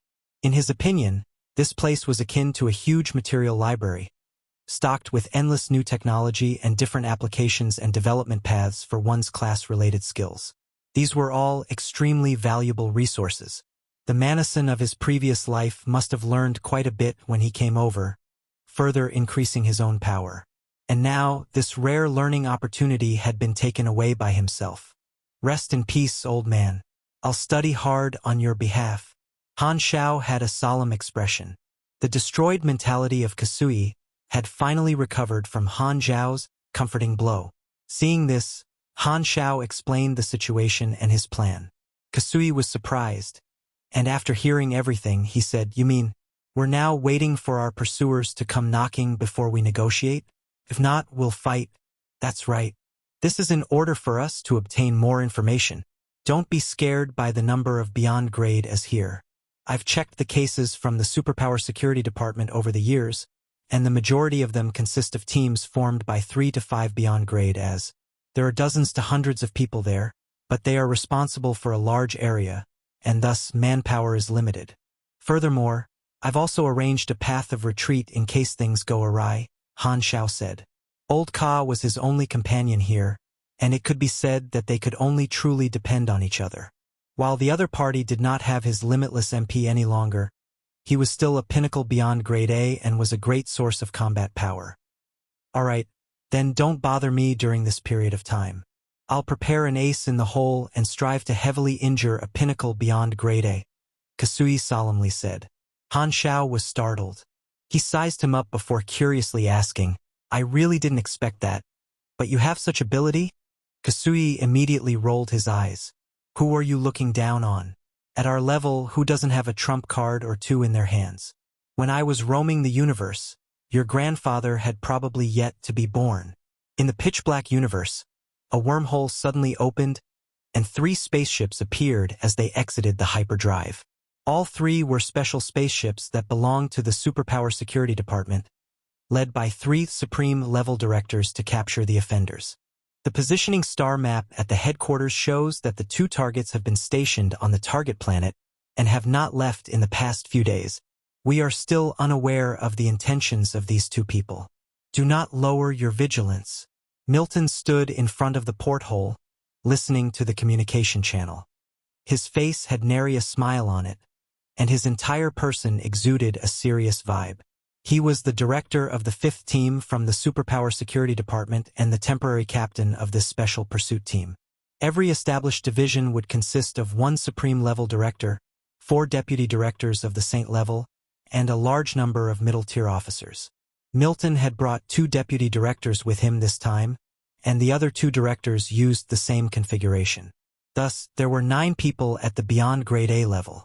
Because of the lack of the strength data for the target, in order to make it a quick fight, the Superpower Security Department equipped the 9 of them with the special combat suit, which included a mechanical suit with melee, long-range, and imprisonment equipment of gold grade. With such special equipment, the staff from the Superpower Security Department would have an advantage among people of the same level. Their opponents were only 2 supreme-level experts, but they had mobilized 9 people on their side, alongside equipment. Milton felt that this mission should be a piece of cake. He stared at the arrest warrants of Han Xiao and Kasui, muttering to himself, "What year is this? To think that there are still people who dare to openly violate the universe ban of the Celestial Star Alliance, trying to whatever they want with their strength. Do you think it's like the old era? Such good times are long gone." Time passed quickly, and another 3 days passed in the blink of an eye. Han Xiao had been constantly studying the blueprint provided by the mysterious person in seclusion. It was not difficult to make, but the principle behind it was quite incomprehensible. In some areas, he could not understand it at all, and he did not know what sort of effect the combination would produce. After a few days of research, there was still no progress. Han Xiao felt that he might lack the key research theory or knowledge, so he simply stopped his research, building the device according to the blueprint given. The process went smoothly, and his failure to understand theory did not hinder him from turning the blueprint into machinery error-free. 10 palm-sized pieces of green and gold metal lay quietly on the workbench. They appeared smooth, but when Han Xiao swiped them with his fingers, he could feel the dense lines engraved on them, filled with countless nano-level energy circuits. Han Xiao picked up a piece of the alloy, playing with it carefully. Traces of electrical arcs jumped now and then as he extended his senses deep into the metal, feeling the structure within. The manual states that so long as the concealment function is activated, objects within its range would be freed from tracking. The more energy inputted, the greater the range. Han Xiao was a little skeptical as he had mastered a variety of concealment devices, but was unable to see through the principles behind this blueprint. Even the interface did not give any detailed introduction, but rather simply naming it as a special cloaking device. It said that this would take effect under certain conditions, but did not state what those conditions were. Just as he wished to further study it, his expression changed as he sensed an unexpected situation. The space exploration buoys he arranged around the planet were destroyed. "They've really found us." Han Zhao's eyes narrowed, and he put away the 10 cloaking devices. He left his base with his mechanical troops, heading to the surface. Whoosh! Before long, 3 spaceships appeared in outer space. 9 figures descended from the sky and landed on the wasteland not far in front of Han Xiao in a fan-shaped encirclement, not bothering to conceal their energy fluctuations. Seeing this, Han Xiao revealed a knowing expression. 9 beyond grade as, with 3 of them being pinnacle beyond grade as. The strength of this team was not small. Their overall combat power was higher than the level shown during the attack on Gila. Furthermore, this group of people would not be like the original Kasui, where they pulled their punches. He also discovered that their equipment was extraordinary. Both sides confronted each other from afar, sizing each other up without moving. Milton surveyed the area before casually asking, "Where's your accomplice? Since you can come knocking, how could you not know where he is?" Han Xiao crossed his arms. Freewabove.com. Over the past few days, he had purposely devoted a little time to learn the interstellar lingua franca online, so communication was no longer a problem for him. Milton looked at him from top to toe before nodding and speaking in a businesslike tone. "I advise you not to have any thoughts of resistance. Obediently put on the source restraints and come with us. Confess your origins, abilities, and reasons for violating the prohibition before undergoing a public review and going to jail for 5 to 10 years. After completing that, you will regain your freedom. The current punishment is considered light. You don't need to aggravate your crimes." Han Xiao did not agree nor refuse, returning with another question. "May I know your identities? You don't recognize us?" Milton frowned. "I am the director of the 5th Division under the Superpower Security Department, Milton. These are my assistants." He briefly introduced everyone before asking about Han Xiao's identity. "You can call me Black Star, and for my comrade, you can just call him Kakasu. Call me Void Overlord." Kasui suddenly appeared before Han Xiao, correcting his words in a dissatisfied tone. "Any name is fine." Milton did not care, only taking out 2 sets of mechanical devices similar to collars and throwing them in front as he said, "Hurry up, put on the source imprisonment devices and go back to settle this business." Han Xiao pondered for a while before he spoke. "I believe there's a better choice. My friend and I have been in retreat all this while, and we're unaware of the so-called ban. We are not deliberately causing trouble. Maybe there's room for discussion. For example, we're willing to join your superpower security department. Is it possible for you to inform your superiors?" From his point of view, Kasui and him did not commit any major incidents. With their strength, they should be able to enjoy this treatment. However, Milton did not buy it at all. He bellowed, "I'm ordering you, not negotiating. If you have any words, then wait till we return. And no matter what you say, don't think you can escape the punishment just like that. Even if you're a supreme expert, so long as your stain is not removed, we will not accept you." Hearing this, Han Xiao's brows twitched. He had spoken not because he was trying to prevaricate. Rather, he did not intend to be limited by the mission. While cooperating with the Celestial Star Alliance might not be the best option, Kasui's mission was simply looking for a needle in a haystack. If he could obtain help from the Celestial Star Alliance, then it would definitely make things easier, and there would be more opportunities to access their secrets. There were 2 possible ways to cooperate. One would be to expose his identity as an outsider from another world, while the other was to pretend to be a local. Obviously, Han Xiao could not choose the former. Until things became clear, he would never reveal the existence of the 3 universal civilizations, otherwise it would be bad if the opponent began to covet his universe. That was no different from being a traitor. Thus, Han Xiao could only choose to pretend to be a local in order to join the Superpower Security Department. He originally felt that with his and Kasui's strength, the other party had no reason not to accept it and would wipe their slates clean. However, the other party did not seem to show them any face at all. This should not be the case here. With over 10,000 beyond grade as we're a force to be reckoned with. However, for the advanced civilization to not have any thoughts of stabilizing us with better privileges and treatment, instead treating us all fairly, aren't they afraid that these people would revolt? It was impossible for Han Xiao to put on the source restraint and go to the headquarters of the Superpower Security Department. This was tantamount to handing over his own fate to the other party. He frowned before asking once more, "Is there no room for discussion?" Milton pointed to the 2 sets of source restraints on the ground. His meaning could not have been clearer. Boom! At this moment, extremely condensed and violent psychic power suddenly shot out from the side. It was Kasui's trump card that he had been preparing for the last few days. Boom! Milton suffered a heavy blow. his eyeballs bursting and his nose spurting blood as he was sent flying out like a comet. Turning his head, Han Xiao only saw Kasui revolving his psychic power, shooting forward while snapping at him. What the F***CK are you still waiting for? Just take action. Chapter 1197, Cosmic Treasure Loses Effectiveness. Chapter 1197, Cosmic Treasure Loses Effectiveness. The void racial talents were an important part of Kasui's strength, and now that most of these talents were frozen, his combat power was far from the peak, and his damage had declined, so he gave it his all in that one strike. The killing move that Kasui had been brewing for the last few days was an explosive skill, and the mechanism was a little similar to charge. Endless potential. During the accumulation period, Kasui could not utilize any of his psychic power, instead compressing it in his brain area while continuously replenishing the energy gone into compression through his cells.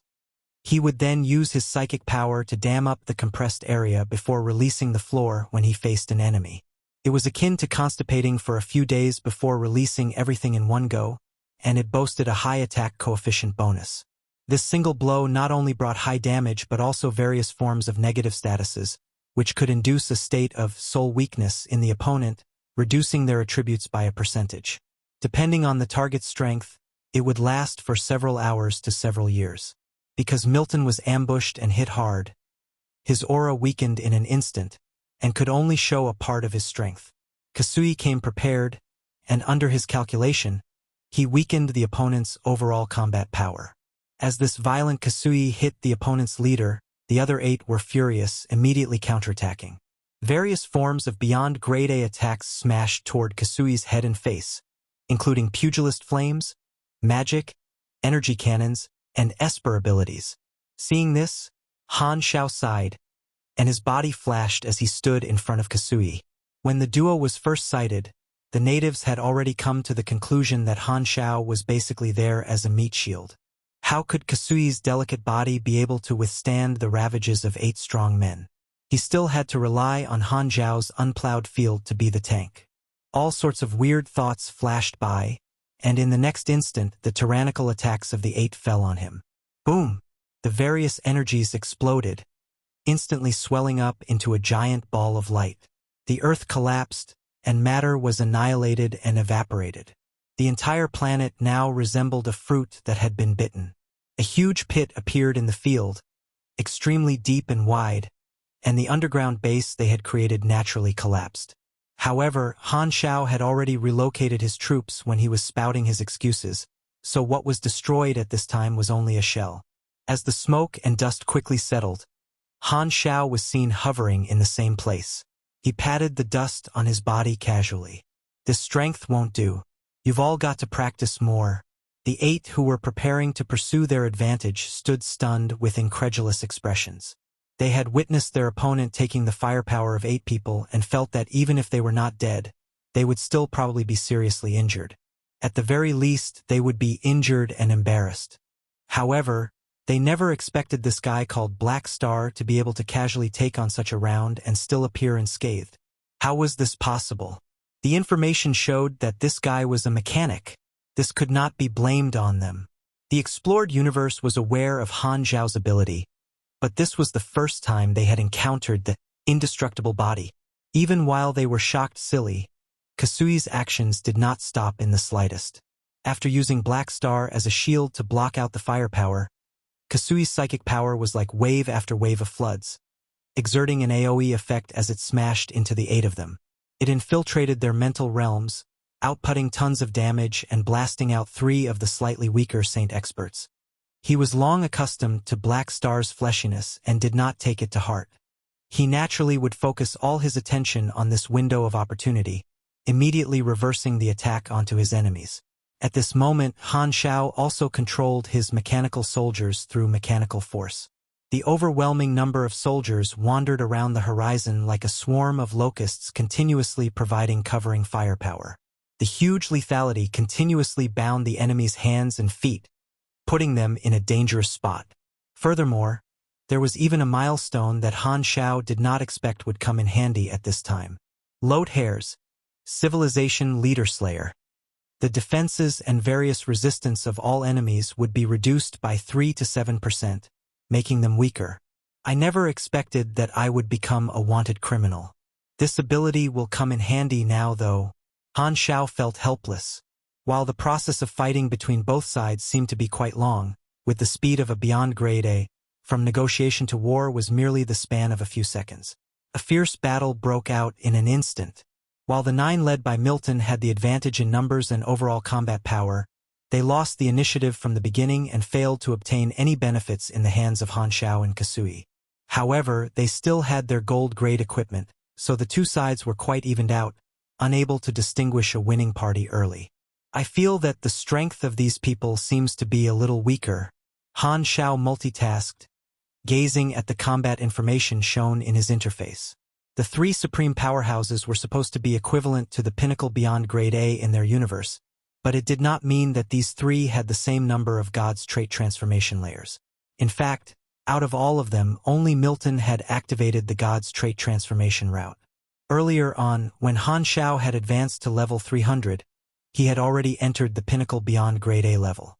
When his energy rank exceeded the 78,000 threshold, achieving an energy level of 21, he had activated the God's trait transformation route.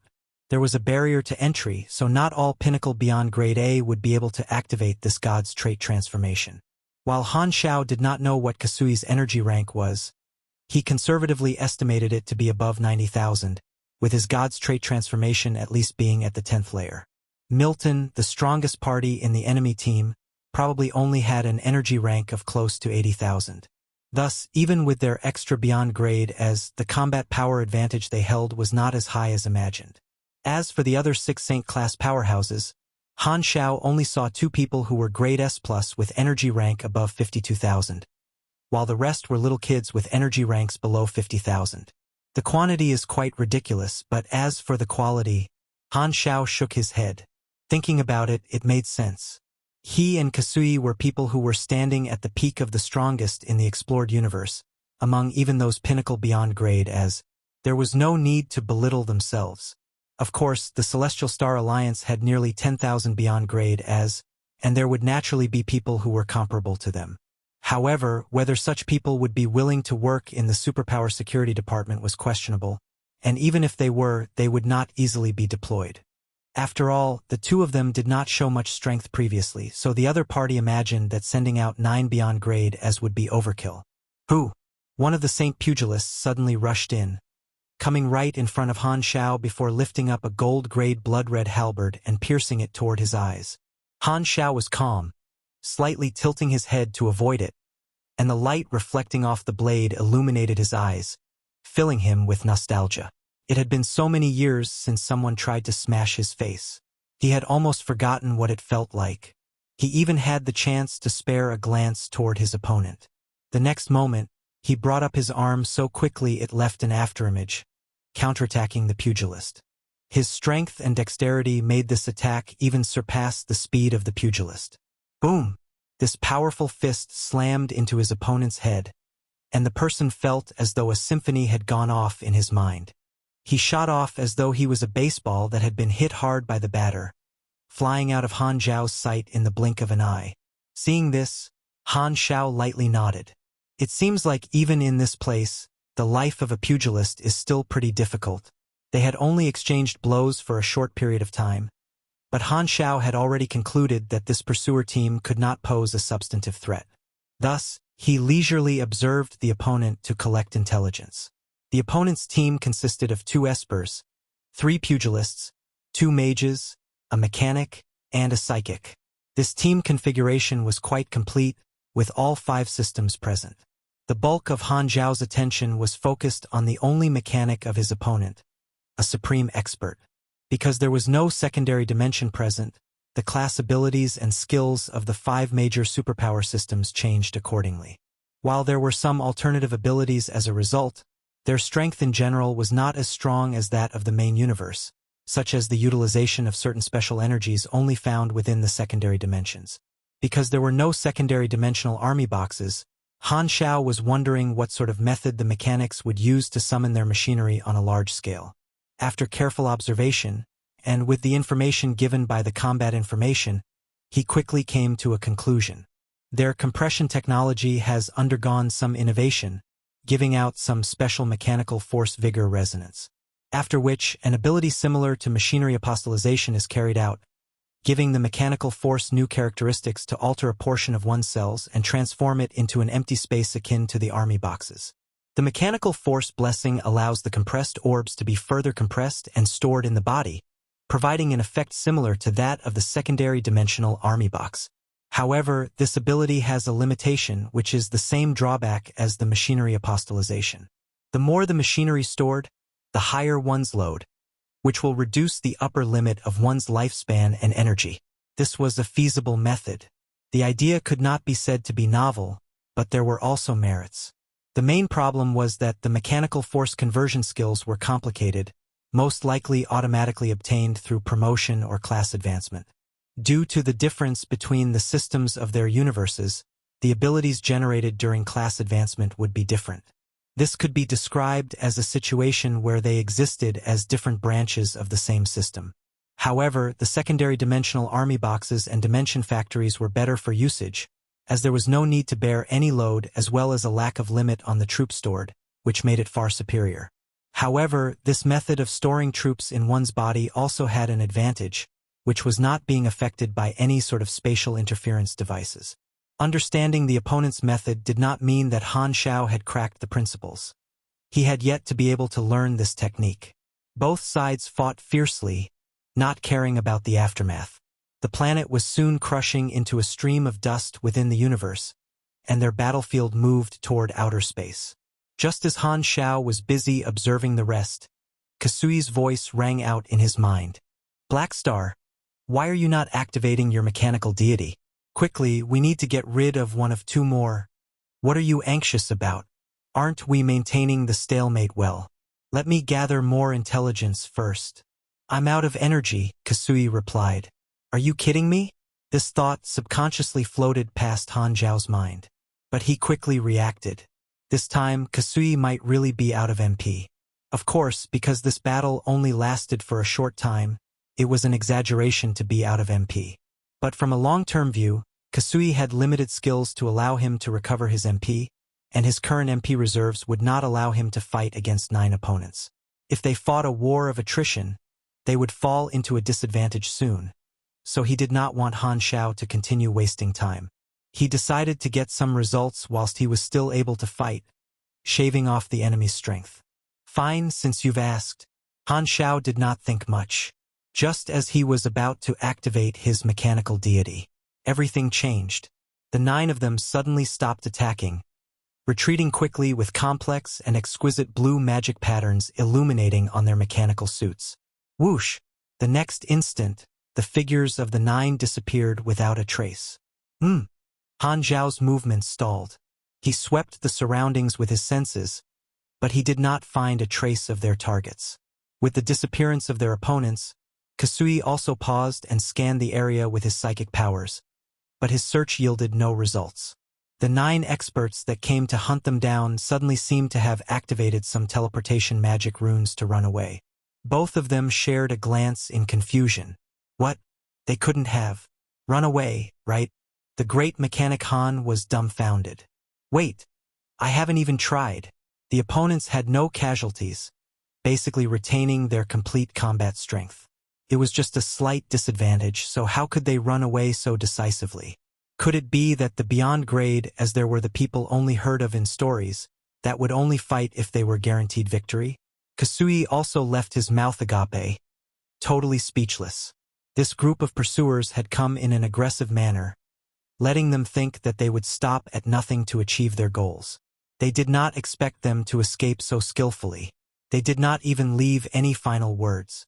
"Black Star, do we chase them?" "I'm a mechanic, not a mage. Locating people isn't one of my strengths. Besides, theirs is a strategic retreat. It's too arrogant of us to chase after them. So what do we do now?" "Forget it. Since they've run away, I'll test out this cloaking device." Han Shao shook his head in resignation, taking out the alloy pieces. He carefully inspected the device as he inputted his energy, but he did not feel any change through his senses. So, he just kept them on himself in this activated state. He had collected all the intelligence he needed and also confirmed that any cooperation between himself and the Superpower Security Department was impossible. Thus, he could only choose the option of the mysterious man. The two of them quickly tidied up the battlefield and did not dally, leaving the scene quickly. They headed for the location given by the mysterious man. Somewhere far from the battlefield, 9 rays of light flashed as Milton and his party teleported over. With a sigh of relief, Milton endured the splitting pain in his head and spoke in a deep tone through the team communication channel. There's a slight error in the judgment made by the department. The target's combat strength is frightening, likely at the forefront even among supreme experts. This is especially so for the person called Black Star, who commands an unbelievable recovery speed and resilience. Our attacks could hardly threaten his life. With just the 9 of us alone, the success rate of arrest is too low. Requesting the headquarters for reinforcements, the others nodded. Understood. While they could still continue to fight, they felt it unnecessary. After a few clashes, they had already sensed that their manpower alone would not be able to allow them to capture the target. Thus, they retreated decisively and prepared to call for reinforcements. The Superpower Security Department's modus operandi did not advocate aggressiveness. Since they were evenly matched, it would be settled if they got more people. Clashing head-on was not only a waste of time but also carried the danger of sacrificing someone. So what if the enemy is powerful? We have so many people. We can simply overwhelm you. 9 people isn't enough? Then double it. Still not enough? Double that. I do not believe you can last forever. Since they were a law enforcement department, there was no need to speak about morality with wanted criminals. The staff of the Superpower Security Department had always operated in this manner, and the reason behind this was because of the existence of the positioning star map. No matter where the target went, the positioning star map would be able to relocate them. Thus, there was no fear of them running away. However, at this moment, an emergency communication was sent by the headquarters before they could contact the other party. Milton received the communication only to see the face of their department leader appear, solemn with a trace of irritation. "What have you two done to the fugitives?" the leader bellowed. Milton did not know how the leader got angry and could only reply honestly. "We fought with them, but our team agreed that they were too strong. Thus, we made a strategic retreat and decided to call for reinforcements." "What happened? I want to know that too." The leader's expression was ashen. Just a moment ago, their coordinates disappeared from the positioning star map. Milton's eyes widened, his expression shocked. "The moment we retreated, their coordinates vanished? Impossible. What did those two do?" His confidence was instantly shattered. Chapter 1198, Secret News 1. Chapter 1198 Secret News 1. Planet Jardinger was a rather prosperous interstellar port that was in the neutral faction, with a complex web of organizations and people that would pass through it every day. On the bustling street, 2 tall men were strolling as they shopped. They occasionally walked into the shops on the side of the road, looking left and right. These 2 were precisely Han Xiao and Kasui. It had been more than half a month since the last time they fought with Milton's team. Han Xiao had led Kasui to Planet Jardinger, following the coordinates left by the mysterious man. They had waited here for several days, but there was no movement. "It's already been so many days. Why is the mysterious person you mentioned not responding yet?" "Oh, I want this, thanks." Standing in front of a self-service vending machine within a food store, Kasui pointed at the green can of an alcoholic beverage. "They should be observing if we manage to get rid of our pursuers." Han Xiao shrugged and activated his virtual intrusion, instantly hacking into the entire store. The next second, 2 cans of drinks popped out of the vending machine. Because they were illegal immigrants without even a bank account to their name, they were naturally penniless. He could only utilize virtual intrusion to bypass payments like these, just like taking out cannons to kill mosquitoes. With his current level, there was no way he would leave any traces. "Sigh, I haven't been so poverty-stricken in such a long time.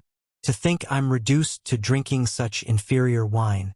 Kasui pulled off the tab, sipping the pale green wine in a graceful manner. "We can survive for a decade without eating. I think you're just greedy." Han Xiao rolled his eyes, emptying the can in one mouthful before squeezing the can into a small ball and throwing it into the garbage bin beside them. Neither of them had anything to do, and thus they wandered about the streets, trying to learn about the customs. At first, the two of them were still on guard, but their enemies never came to look for them, proving that the cloaking device given by the mysterious person was useful. While they were chatting, a piece of news suddenly appeared on the virtual screen within the store, attracting their attention. Urgent news. The Celestial Star Alliance Superpower Security Department has issued 2 new arrest warrants. The contents are as follows. Bounty target, Black Star, Supreme Level Mechanic, reward of 1.6 billion Star Alliance coins. Bounty target, Kasui, Supreme Level Psychic, reward of 1.6 billion Star Alliance coins. These 2 wanted criminals have committed many crimes and are extremely dangerous. They have succeeded in repelling the pursuit team sent by the department. If you find their whereabouts, please report it immediately. The contact information is... Seeing this news, Han Xiao could not help but laugh. "Oh, the bounty has gone up again. It seems like they really cannot find us." Kasui, however, had a face full of black lines. Every time he saw the name on his bounty, he would flare up uncontrollably. No matter how he looked at it, it was the imposing nickname of Void Overlord that would suit his status as a top powerhouse. Why did those idiots ignore his claim and take Black Star's words so seriously? "Oh right, speaking of wanted criminals, I surfed on the internet yesterday." Han Xiao stroked his chin in interest. "Our added bounties currently put us in second place of all the fugitives within this universe. We're number 2 just like that. We didn't even do anything heinous." Kasui frowned. "Plus, our bounties should not be considered high as well. There aren't any more ferocious criminals than us. It seems like there really isn't anybody. The Celestial Star Alliance has experienced many years without chaos.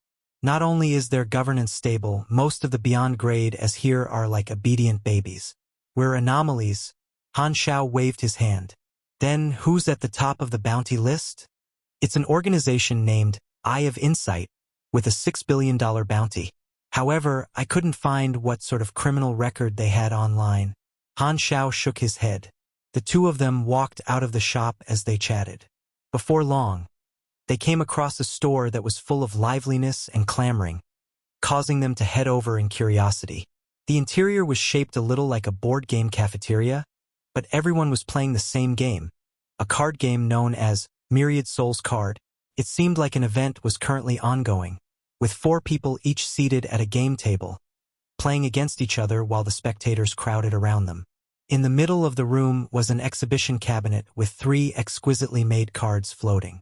The host constantly added to the atmosphere, emphasizing that the winner of the game could walk away with these 3 limited edition cards. As both of them leaned over a table to take a look, their expressions turned weird. "Do you feel that this is rather familiar?" Kasui whispered. "You don't say." Han Xiao said this as his mouth twitched. How could it not be? The playing style of this card game was exactly the same as the Wayne cards in their universe. It was just that the characters were different. Why would there be similar card games here? Could it be the will of the universe, ensuring that card players would always be present in the world?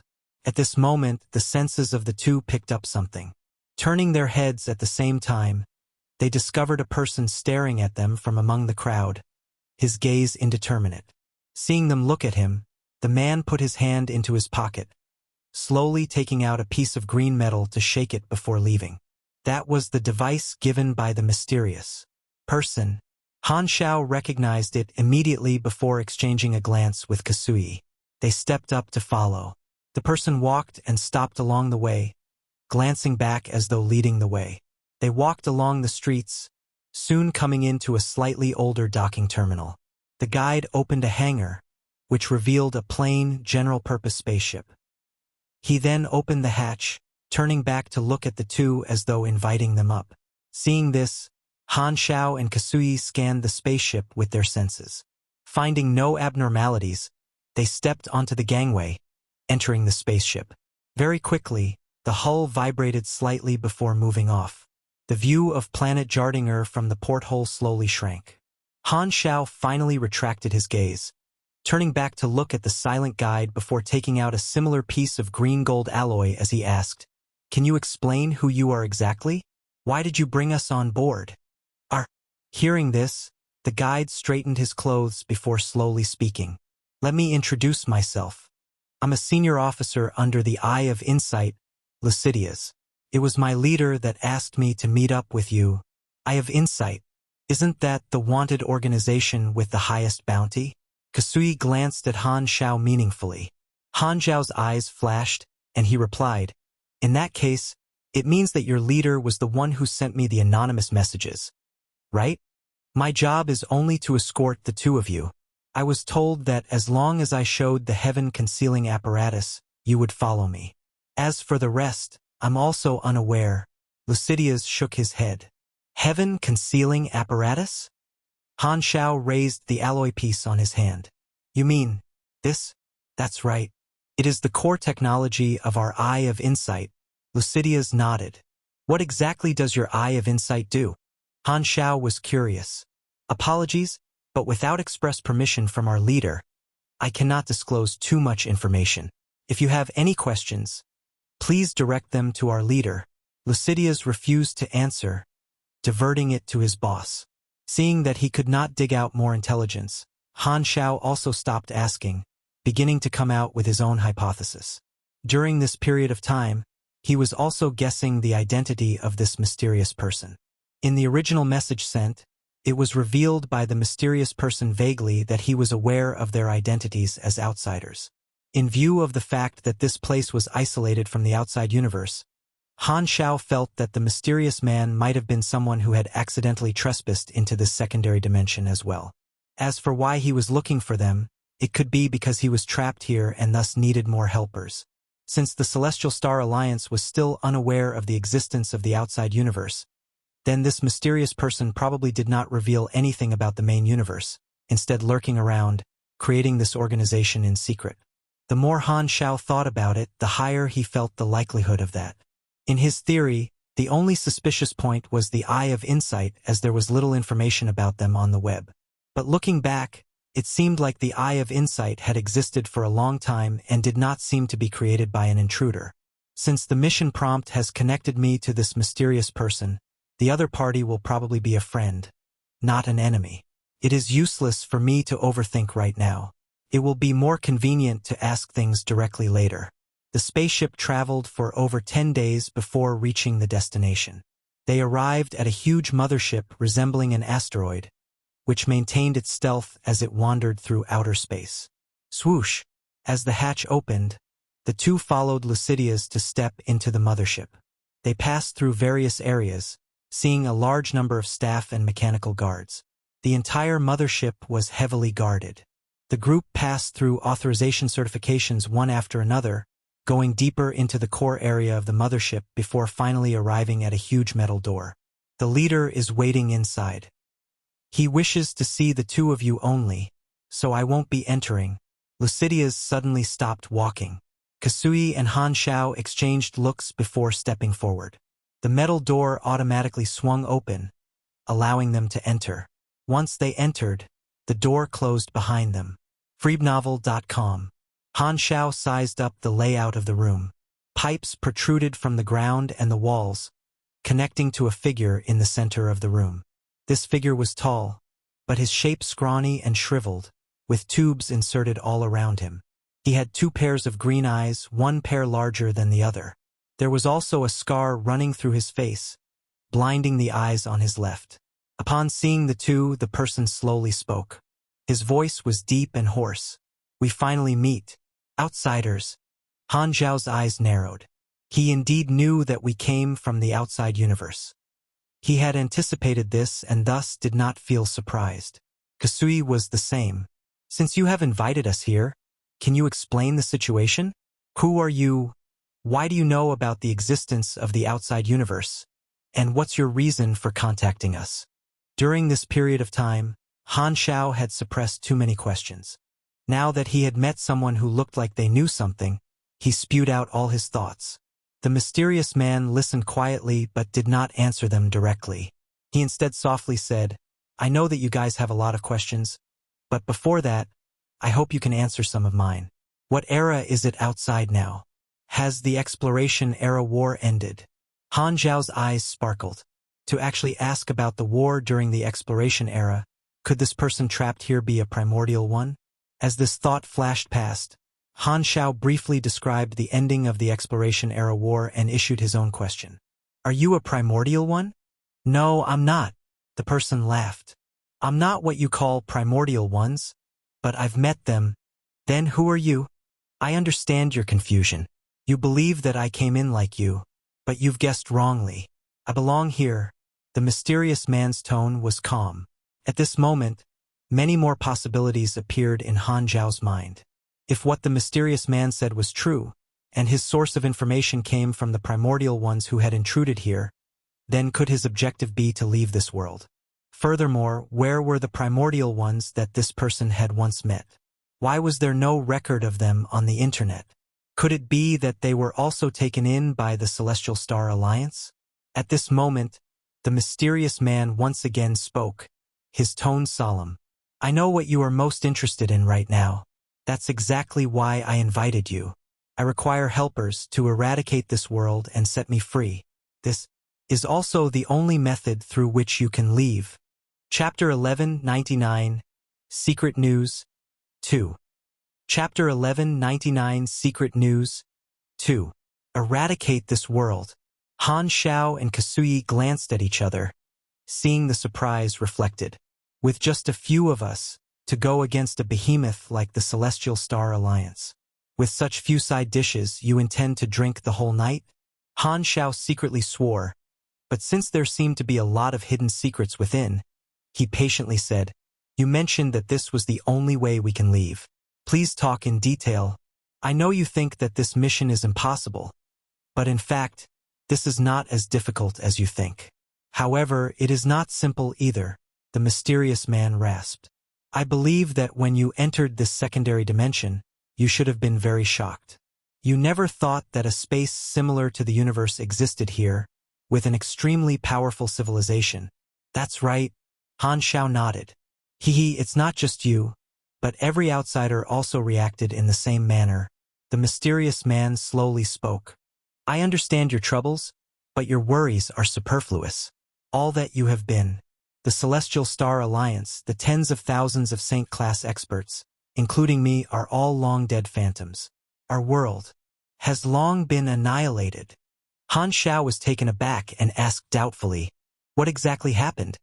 "The current world you see here is based on a mutated time-space cycle information form," the mysterious man blandly replied. "You should have discovered some information regarding the World Reset program on the internet. This plan was not just a simple insurance but also a special scheme used by the Celestial Star Alliance to escape the end of the universe. But the plan failed. Due to some abnormal changes that happened within the information form, our timeline was intercepted, forming a closed cycle of spacetime, which is this world I live in. It will constantly end at a fixed point in time and be reborn at a fixed point in time. I'm the only anomaly that retains my memory within this cycle. Thus, if we wish to leave, we must break the so-called closed spacetime loop." Han Zhao's brows were knitted tightly together. Just based on the theory of the spacetime splicing technology, this sort of scenario was possible, but the rhetoric behind it made it hard to believe. The mysterious man glanced at their expressions, letting out a laugh before he spoke. "Don't look at me like that. I'm not a liar. I know that your hearts must be full of suspicions. That's perfectly normal. Since I've invited you here, I intend to explain everything from the beginning. It's all right. We have time." Han Zhao crossed his arms. "Then prepare yourselves. No matter how shocked you are later, don't interrupt my narration. What you'll hear next will be the secrets and truths involving the entire universe." The mysterious man's tone turned somber. "Please speak." Han Zhao straightened his expression, making a pleased gesture. After taking a deep breath, the mysterious man began. "Everything has a definite lifespan, and the universe is no different. According to normal development, the universe will ultimately usher in its final destiny over time. It might be through overheating, a gravitational collapse, or a space rip. When time reaches a certain point, everything is bound to end. However, in that initial time and space, there existed a civilization that had developed to the extreme, far stronger than any of ours could ever be. In order to escape their fate, they chose to give a new life to the universe as a method to continue their existence. While they did not succeed in the end, it was not a complete failure. Under the construction, they had altered the basic rules of the universe. When the universe expands to a certain level, reaching the bifurcation of its ultimate destiny, it will actively collapse upon itself, swallowing everything and becoming a singularity point. The Big Bang will then occur and retransform into a new universe that will be empty but full of life. We call this the Great Reboot. That godlike civilization that gave a glimmer of hope to the creatures of the universe has long been destroyed by the Great Reboot, their names having disappeared in the long river of time. However, they left this transformation of the universe as their only legacy for their future generations. Nothing can measure the preciousness of this legacy, for without it, no other civilization could appear. As such, we have honored this civilization as the Savior Civilization. It was they who opened the iteration of the universe. And this universe they were in has become the anchor of this timeline, called the first iteration. However, the Great Reboot led to the final destiny of the universe being brought forward, so the development time for the civilizations in the subsequent iterations was shortened, not allowing any civilization to reach the heights of the Savior Civilization. They were just repeating the cycle of creation and destruction, unable to make any changes to the universe or leave any information. It was unknown how many iterations passed in this manner, until a variable suddenly appeared one day. The strongest civilization in that particular iteration made an amazing breakthrough in the field of the information form. They had managed to discover clues to the Savior Civilization and discovered part of the reason for the process of the Great Reboot. They believed that the tampering of the Savior Civilization at the beginning happened to result in a mutation within the information form, thus affecting the path of development for their universe. In their view, the universe is akin to a program that will rewrite the operation mode, whereas the information form is a sort of programming language. Thus, they attempted to utilize the information form to continue their civilization, but unfortunately, they failed in the end as well. However, they had managed to leave behind another legacy, which is a kind of existence known as sanctums. Those items might have been just their Tinder library, but by chance, it managed to mutate into one of the underlying laws of the universe's operation, allowing it to survive the Great Reboot. It thus recorded all information that occurred within an iteration and stored it in an information form. A random part of that form would be extracted when the Great Reboot occurred to be integrated into the underlying laws of the new universe, allowing small changes to happen to the universe repeatedly, making future iterations more abundant. It might not be easy to understand, so let me give you an example. The 5 supersystems you see now are products of said sanctum. In the ancient times, some universe iterations had certain supers, while some did not have those, utilizing different systems. The sanctums would record part of each supersystem, so it randomly inserted these systems into one of the iterations of the Great Reboot to be permanently engraved into the universe's laws. This is how the 5 supersystems are formed, not appearing at the same time but continuing to be repeated through iterations and supplemented. Thus, you see that we have 5 supersystems, as does your universe. This is no coincidence. Another example, you might have noticed, but we do not have secondary dimensions. Our iteration is much earlier than yours, so our own world reset plan might have been the root behind the creation of the secondary dimensions. The sanctums incorporated our information into the laws of the universe during the next Great Reboot. So, we might have actually been the creators of the secondary dimensions. In any case, the appearance of the sanctums allows for the subsequent iterations to jump out of this eternal loop as it brings about more variables. It continues to enrich the universe of the next iteration and can be considered a sort of inheritance. While it is minuscule, many droplets eventually form a pond. Broadly speaking, the later the iteration of the universe, the more likely it will be stronger overall and more advanced. Thus, we honored this civilization with the name of the Sanctum Civilization, and each iteration of the universe was known as the iteration of transformation. In addition to optimizing the effectiveness of the universe, The sanctums also acted like recording tools at the beginning of each civilization, allowing the history of that iteration to be recorded to pass on to future iterations. The later generations will thus develop their civilizations to a certain degree, with the ability to open the sanctums.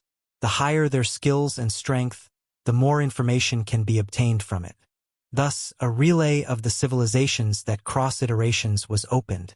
Generation after generation of universal civilizations have inherited the research of their predecessors, learning from their failures and constantly pioneering new paths. Even if they fail, they will still leave behind all of their own experiences in the sanctums to allow their future generations to continue the research. Everything is to allow us to get rid of the ultimate destiny of the universe, placing our hopes in the future that a generation will discover a method to survive the great reboot and continue to prosper. As experiences passed on, subsequent iterations will have a higher chance of making this breakthrough. During my iteration, this world reset plan was our result.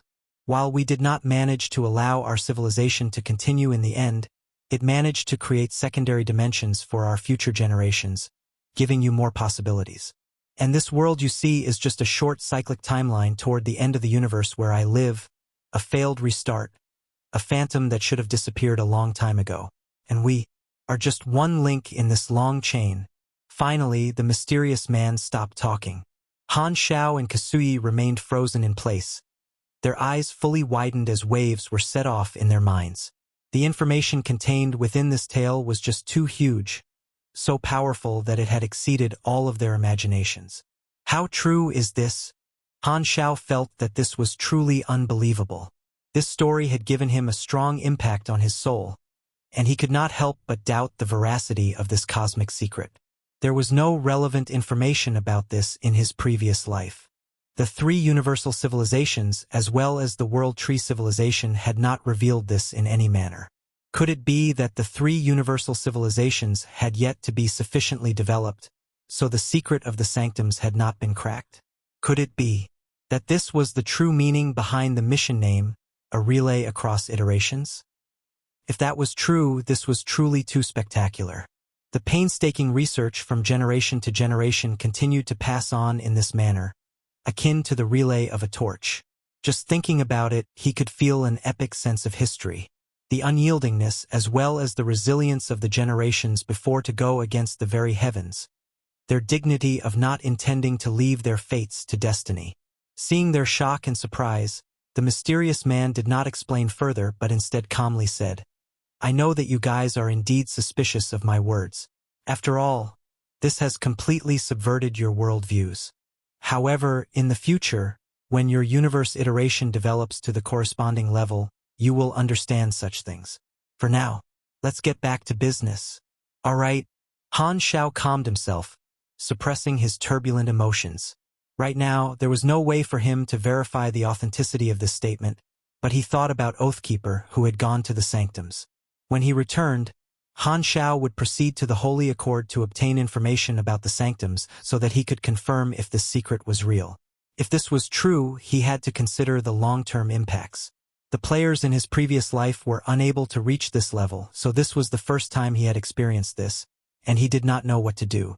The mysterious man shook his head, pulling the topic back on track as he slowly said, "This space-time here rests in an endless loop. The moment the world reset plan is fully activated, a new cycle will begin. Because I'm an individual in this cycle of space-time, even if I die, I'll be reborn and retain my memories, but outsiders do not belong to this space-time and thus will be annihilated here. If you guys wish to leave, you have to break the loop before the end of this cycle. In this manner, you can regain your freedom, and I can also be liberated. I have met with outsiders in the 59th, 62nd, and 73rd cycles, the earliest being what you call the primordial ones. I helped them as I did you today, but they all failed to break the cycle and thus died here." Hearing this, Han Xiao started to plan by himself. This sort of space-time loop had similarities to the space-time splicing technology, both of which would fix the timeline in a certain period. The difference was that the cause of this secondary dimension was far greater than that of the space-time splicing technology. It was many times more complex.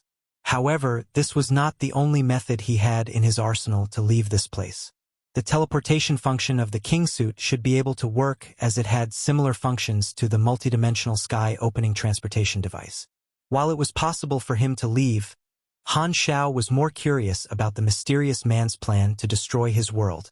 Even if you want us to destroy the world, you can't possibly ask us to go to war against the other Celestial Star Alliance, right?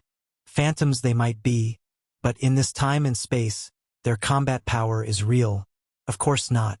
The original world reset plan was broken and only re-emerged after the Great Reboot, where information form technology was used to make us reappear.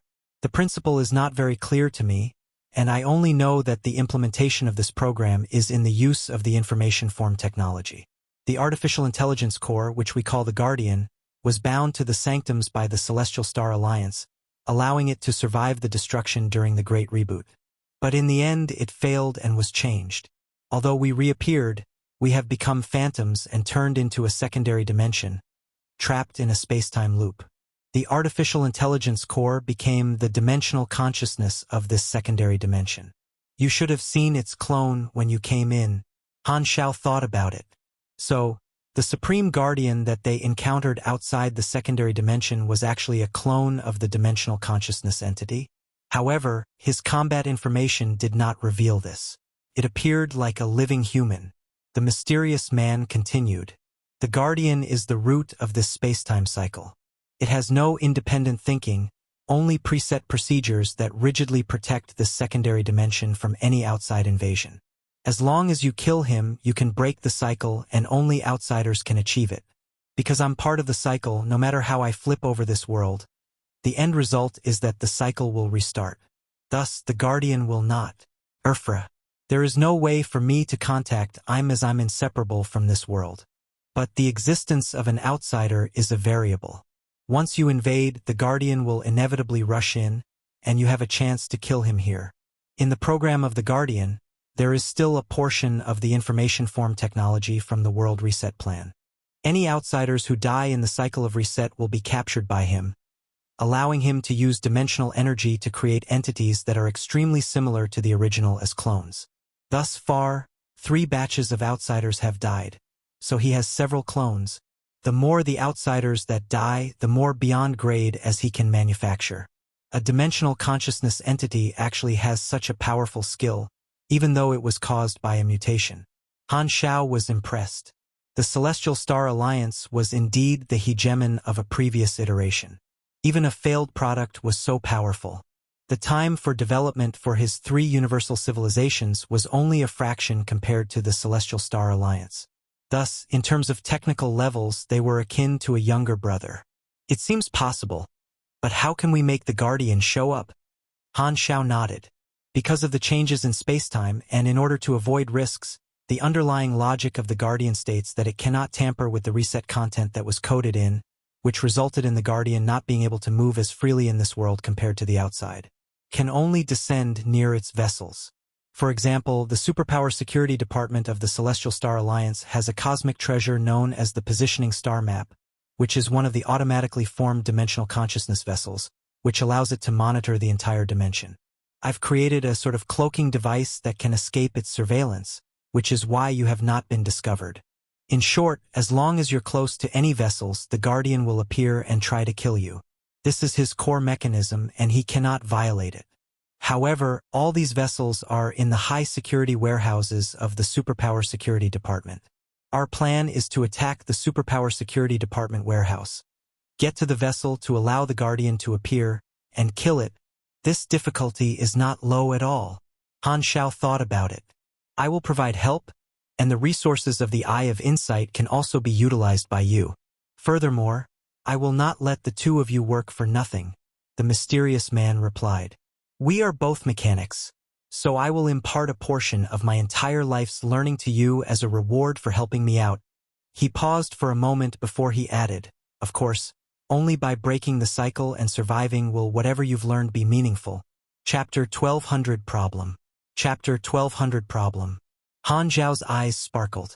While this secondary dimension might only be a phantom of the actual world, this was a treasure trove to Han Xiao. Not only could he obtain new class abilities, he could also gather a lot more advanced technology that would be different from the current explored universe. For a mechanic, this was the jackpot. Han Xiao originally only planned to get some skills before returning. With a willing teacher to impart his knowledge now, the efficiency would be twice the result with only half the effort needed. Furthermore, this mysterious man had already undergone so many cycles. Even if his bodily condition was constantly reset, making training meaningless, his memory could still be retained. This meant that all the technology he had learned would always be in his mind. With such a terrifying background, it could only mean good things. By the side, Kasui stared with wide eyes. "What about me?" The mysterious man shot him a look before shaking his head. "You're not a mechanic, so there's nothing I can teach you." "Hey, that's not very nice." Kasui was a little aggrieved in his heart.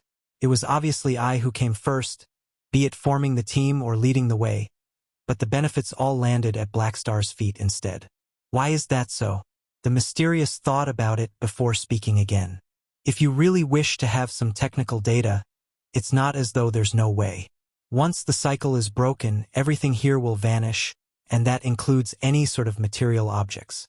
Only information can be circulated. According to the principle of information forms, information that is transformed by outsiders can be retained. Since you cannot learn the knowledge, you can use any recording machines brought from the outside to store this information. Frubuvel.cm. Hearing this, Kasui's expression got a lot better. He felt that this was more like it. Even if he was not a mechanic, he understood the value of this technology. He could hand it to his subordinates to bolster his organization or even trade it with the Arcane Church. At this moment, Han Zhao's eyes narrowed, and he said, "Don't forget that your goal is the God's trait transformation. You shouldn't bother yourself with such trivialities. Leave the matters here to me instead. If I don't step into hell, who will?" "You're being shameless again." Kasui's expression changed. "You want to swallow everything on your own?" Han Xiao shot Kasui a glance. "When you came to me to form a team, you told me you owed me one. I haven't asked you for any compensation yet. Monopolizing this can be considered my compensation. Besides, you're also not a mechanic. Why do you need this technology? At most, when we leave, I'll give you some other form of dividends. Do you mind?" "Of course I mind. This is this and that is that. The technology is not within the scope of our agreement." Kasui definitely would not want to give up on this treasure. Han Xiao suddenly stroked his chin, saying meaningfully, "Are you sure you want to fight? Don't forget, you're in your main body now." Hearing this, Kasui's expression slightly changed. "And besides, if the plan to break the cycle fails, how are you planning to leave?" Han Xiao laughed. Kasui was speechless and could only helplessly wave his hand. "Fine, I'll give up. I don't want this technology." While he wanted this technology, in comparison, his life was more important. Since he had come over with his main body, if he pissed Blackstar off, his path of retreat would be completely sealed. He thought for a bit before realizing that he had to compromise. However, while Kasui gave up fighting for the technology, he did not intend to let things be. He looked at the mysterious man and said, "My partner has a special device that can allow him to teleport without restrictions. This task in the secondary dimension is difficult, so if you don't stop him, he can get away at any time. I suggest you only teach him a part of this technology and only give him the rest when we're about to complete the mission." "Oh, there's such a thing?" The mysterious man turned his head toward Han Xiao. Han Xiao glanced at Kasui, not surprised, as he calmly nodded. "That's right. I do have such an ability, and I agree with such a way of doing things." Of course, he was aware of what Kasui was thinking. He was worried Han Xiao would abscond once he got his hands on all the data. Han Xiao did not think that there was a problem with Kasui doing such a thing. If it was him, it was likely that he would have taken the same measures. The two of them were merely temporary teammates. While they had some friendship in the face of benefits, their relationship was insufficient to bring unreserved trust. People at their level would not easily put hope in others. At their realm, as long as they were not close relatives or friends, no one would easily give in when faced with their own interests.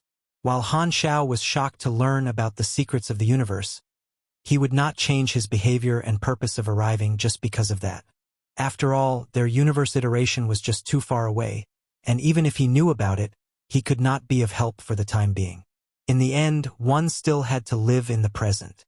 No matter how lofty one was, when it came to an issue that concerned personal benefits, one had to handle them from a practical perspective. The value of such technology was amazing, so there was no reason for Han Xiao to allow Kasui to easily share a piece of the pie.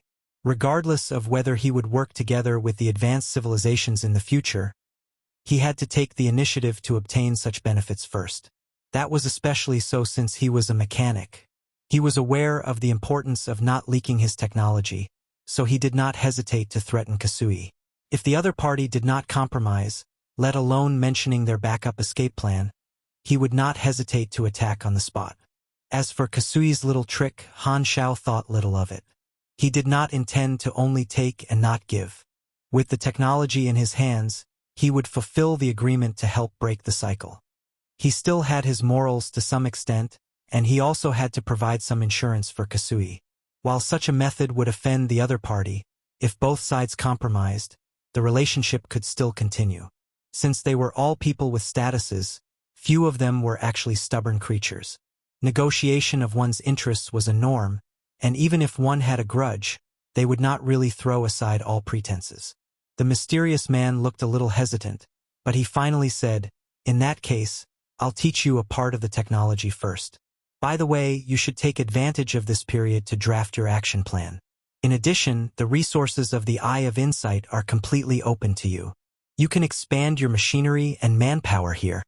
He could not determine if Han Zhao's teleportation ability was real or not. Since he was just an information form in this secondary dimension, if Black Star teleported him away, he would immediately die and achieve his freedom. However, he knew that this proposal was tantamount to abandoning Kasui. The latter would never agree to it, so they could only do a trade in private. However, he did not know if Black Star would be willing to kill off any witnesses. He actually wished for Black Star to use his teleportation ability to move reinforcements from outside. That would be the most beneficial to him, but no one would agree to this proposal either. If Black Star wished to teleport out, Kasui would strongly oppose it. Black Star would also not agree to the move in order to monopolize the technology. All three parties had their own positions, so it was difficult to reach one best decision. The final result was to have a compromise that everyone could accept. The mysterious man understood everyone's concerns and knew that their behavior would not change even if they believed in the secrets he revealed. Thus, he did not intend to deviate from his original plan. "After speaking so much, you still haven't told us your name," Kasui said. "You can call me Jays. Speaking of which, why can you keep your memories?" "I have no idea either. I was not like this in the beginning and only awakened around 1,000 cycles ago. Before that, I was just resetting repeatedly like everyone else." At this moment, a notification popped up on Han Zhao's interface. "The first chain mission of a relay across iterations has been completed. You have received 1 billion experience. The second chain mission has been opened. Mission requirements: destroy the dimensional consciousness entity, breaking the space-time loop, and bringing relief to Jays, hereby obtaining his legacy. Mission reward: 1.5 billion experience, 1 random reward, 1 character summon card, and unlocking of the next mission." Han Xiao scanned through and nodded. The second chain mission has begun, and the rewards are higher. However, the technology from Jays is my greatest reward. I estimate I'll have to stay much longer than expected in this secondary dimension. With a thought, Han Xiao opened up the forums to take a look. The 4th Pro League was about to start, and it seemed like he would not have the time to pay attention to it this time. After coming to an agreement, Han Xiao did not bother acting polite, asking Jays to teach him some mechanic class skills that he did not have. He conveniently pushed the coldly snorting Kasui out as well. Very quickly, the sound of the interface rang. "Jays, LV.367, has passed on the skill Mechanical Force Soldier Nest. Current progress: 0.0001%. Jays, LV.367, has passed on the skill Compressed Orb Innovation Armed Body. Current progress: 0.0001%. J's. Seeing the large number of notifications, Han Xiao was elated.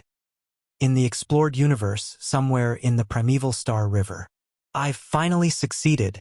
In a secret machinery factory, Manison gazed at the cloud of virtual data in front of him, unable to hide his smile of satisfaction. Ever since the intelligent plague ended, Manison had spent most of his days in the workshop, attempting to imitate the virtual mutiny virus. After slogging his guts out for so long, he had finally managed to make some progress, creating a prototype virus. While there were many functions still missing and it was far weaker than the original, Manison believed that this represented a correct direction in his research. As long as he continued to overcome all technical difficulties, he could recreate the complete virtual mutiny virus sooner or later. Black Star, you destroyed the unique virus core, thinking that it would ruin my plan, but you did not expect that I would be able to restore this technology. In terms of technology R&D, you're still too green. The corner of Manison's mouth curled up, and he disappeared. He carefully collected this embryonic form of the virus, making multiple encryptions for experimental data before deciding to retain this technology as his hidden trump card. However, he suddenly thought of the weird means that Black Star had used to snatch his two felons a while ago, and his eyes once again narrowed. My current technology isn't enough. I must find a way to crack the weird virtual technology that Black Star possesses, or I will only be restrained. Manison opened his research schedule, and after reviewing it, he deleted a few unimportant projects before adding the new research goal of cracking Han Zhao's purification ability. After finishing his work, Manison took out his communicator, and after checking the date, he announced the time of the next regular meeting in the chat group of the Beyond Grade A Association. Speaking of which, Black Star and Kasui have not attended the past 2 meetings, nor can they be contacted. I'm not sure where they've gone. Every meeting, Black Star would cause trouble for him. So without the annoying voice of Black Star in the past 2 meetings, Manison only felt as though his body was relaxed, finding his inner calm once more. Furthermore, without Black Star taking the lead, the people in his area were all guarding themselves, so no one jumped up to make trouble. The past 2 meetings had gone quite smoothly, and Manison once again felt the joy of holding great authority. While he did not know what Black Star was up to, Manison wanted Black Star to delay his return even longer. In other words, just don't turn up to meetings for as long as possible. We've reached the end of today's episode. Thank you for traversing the boundless landscapes of fantasy with us. If today's story has sparked joy within you, please remember to hit the like button, share our journey with others, and subscribe to Lord of the Stories for an ever-expanding collection of mystical escapades. Until we meet again to turn the page to a new adventure, hold the tales dear in your heart and let the embers of magic warmly glow in your spirit. Farewell, intrepid explorers of the narrative unknown.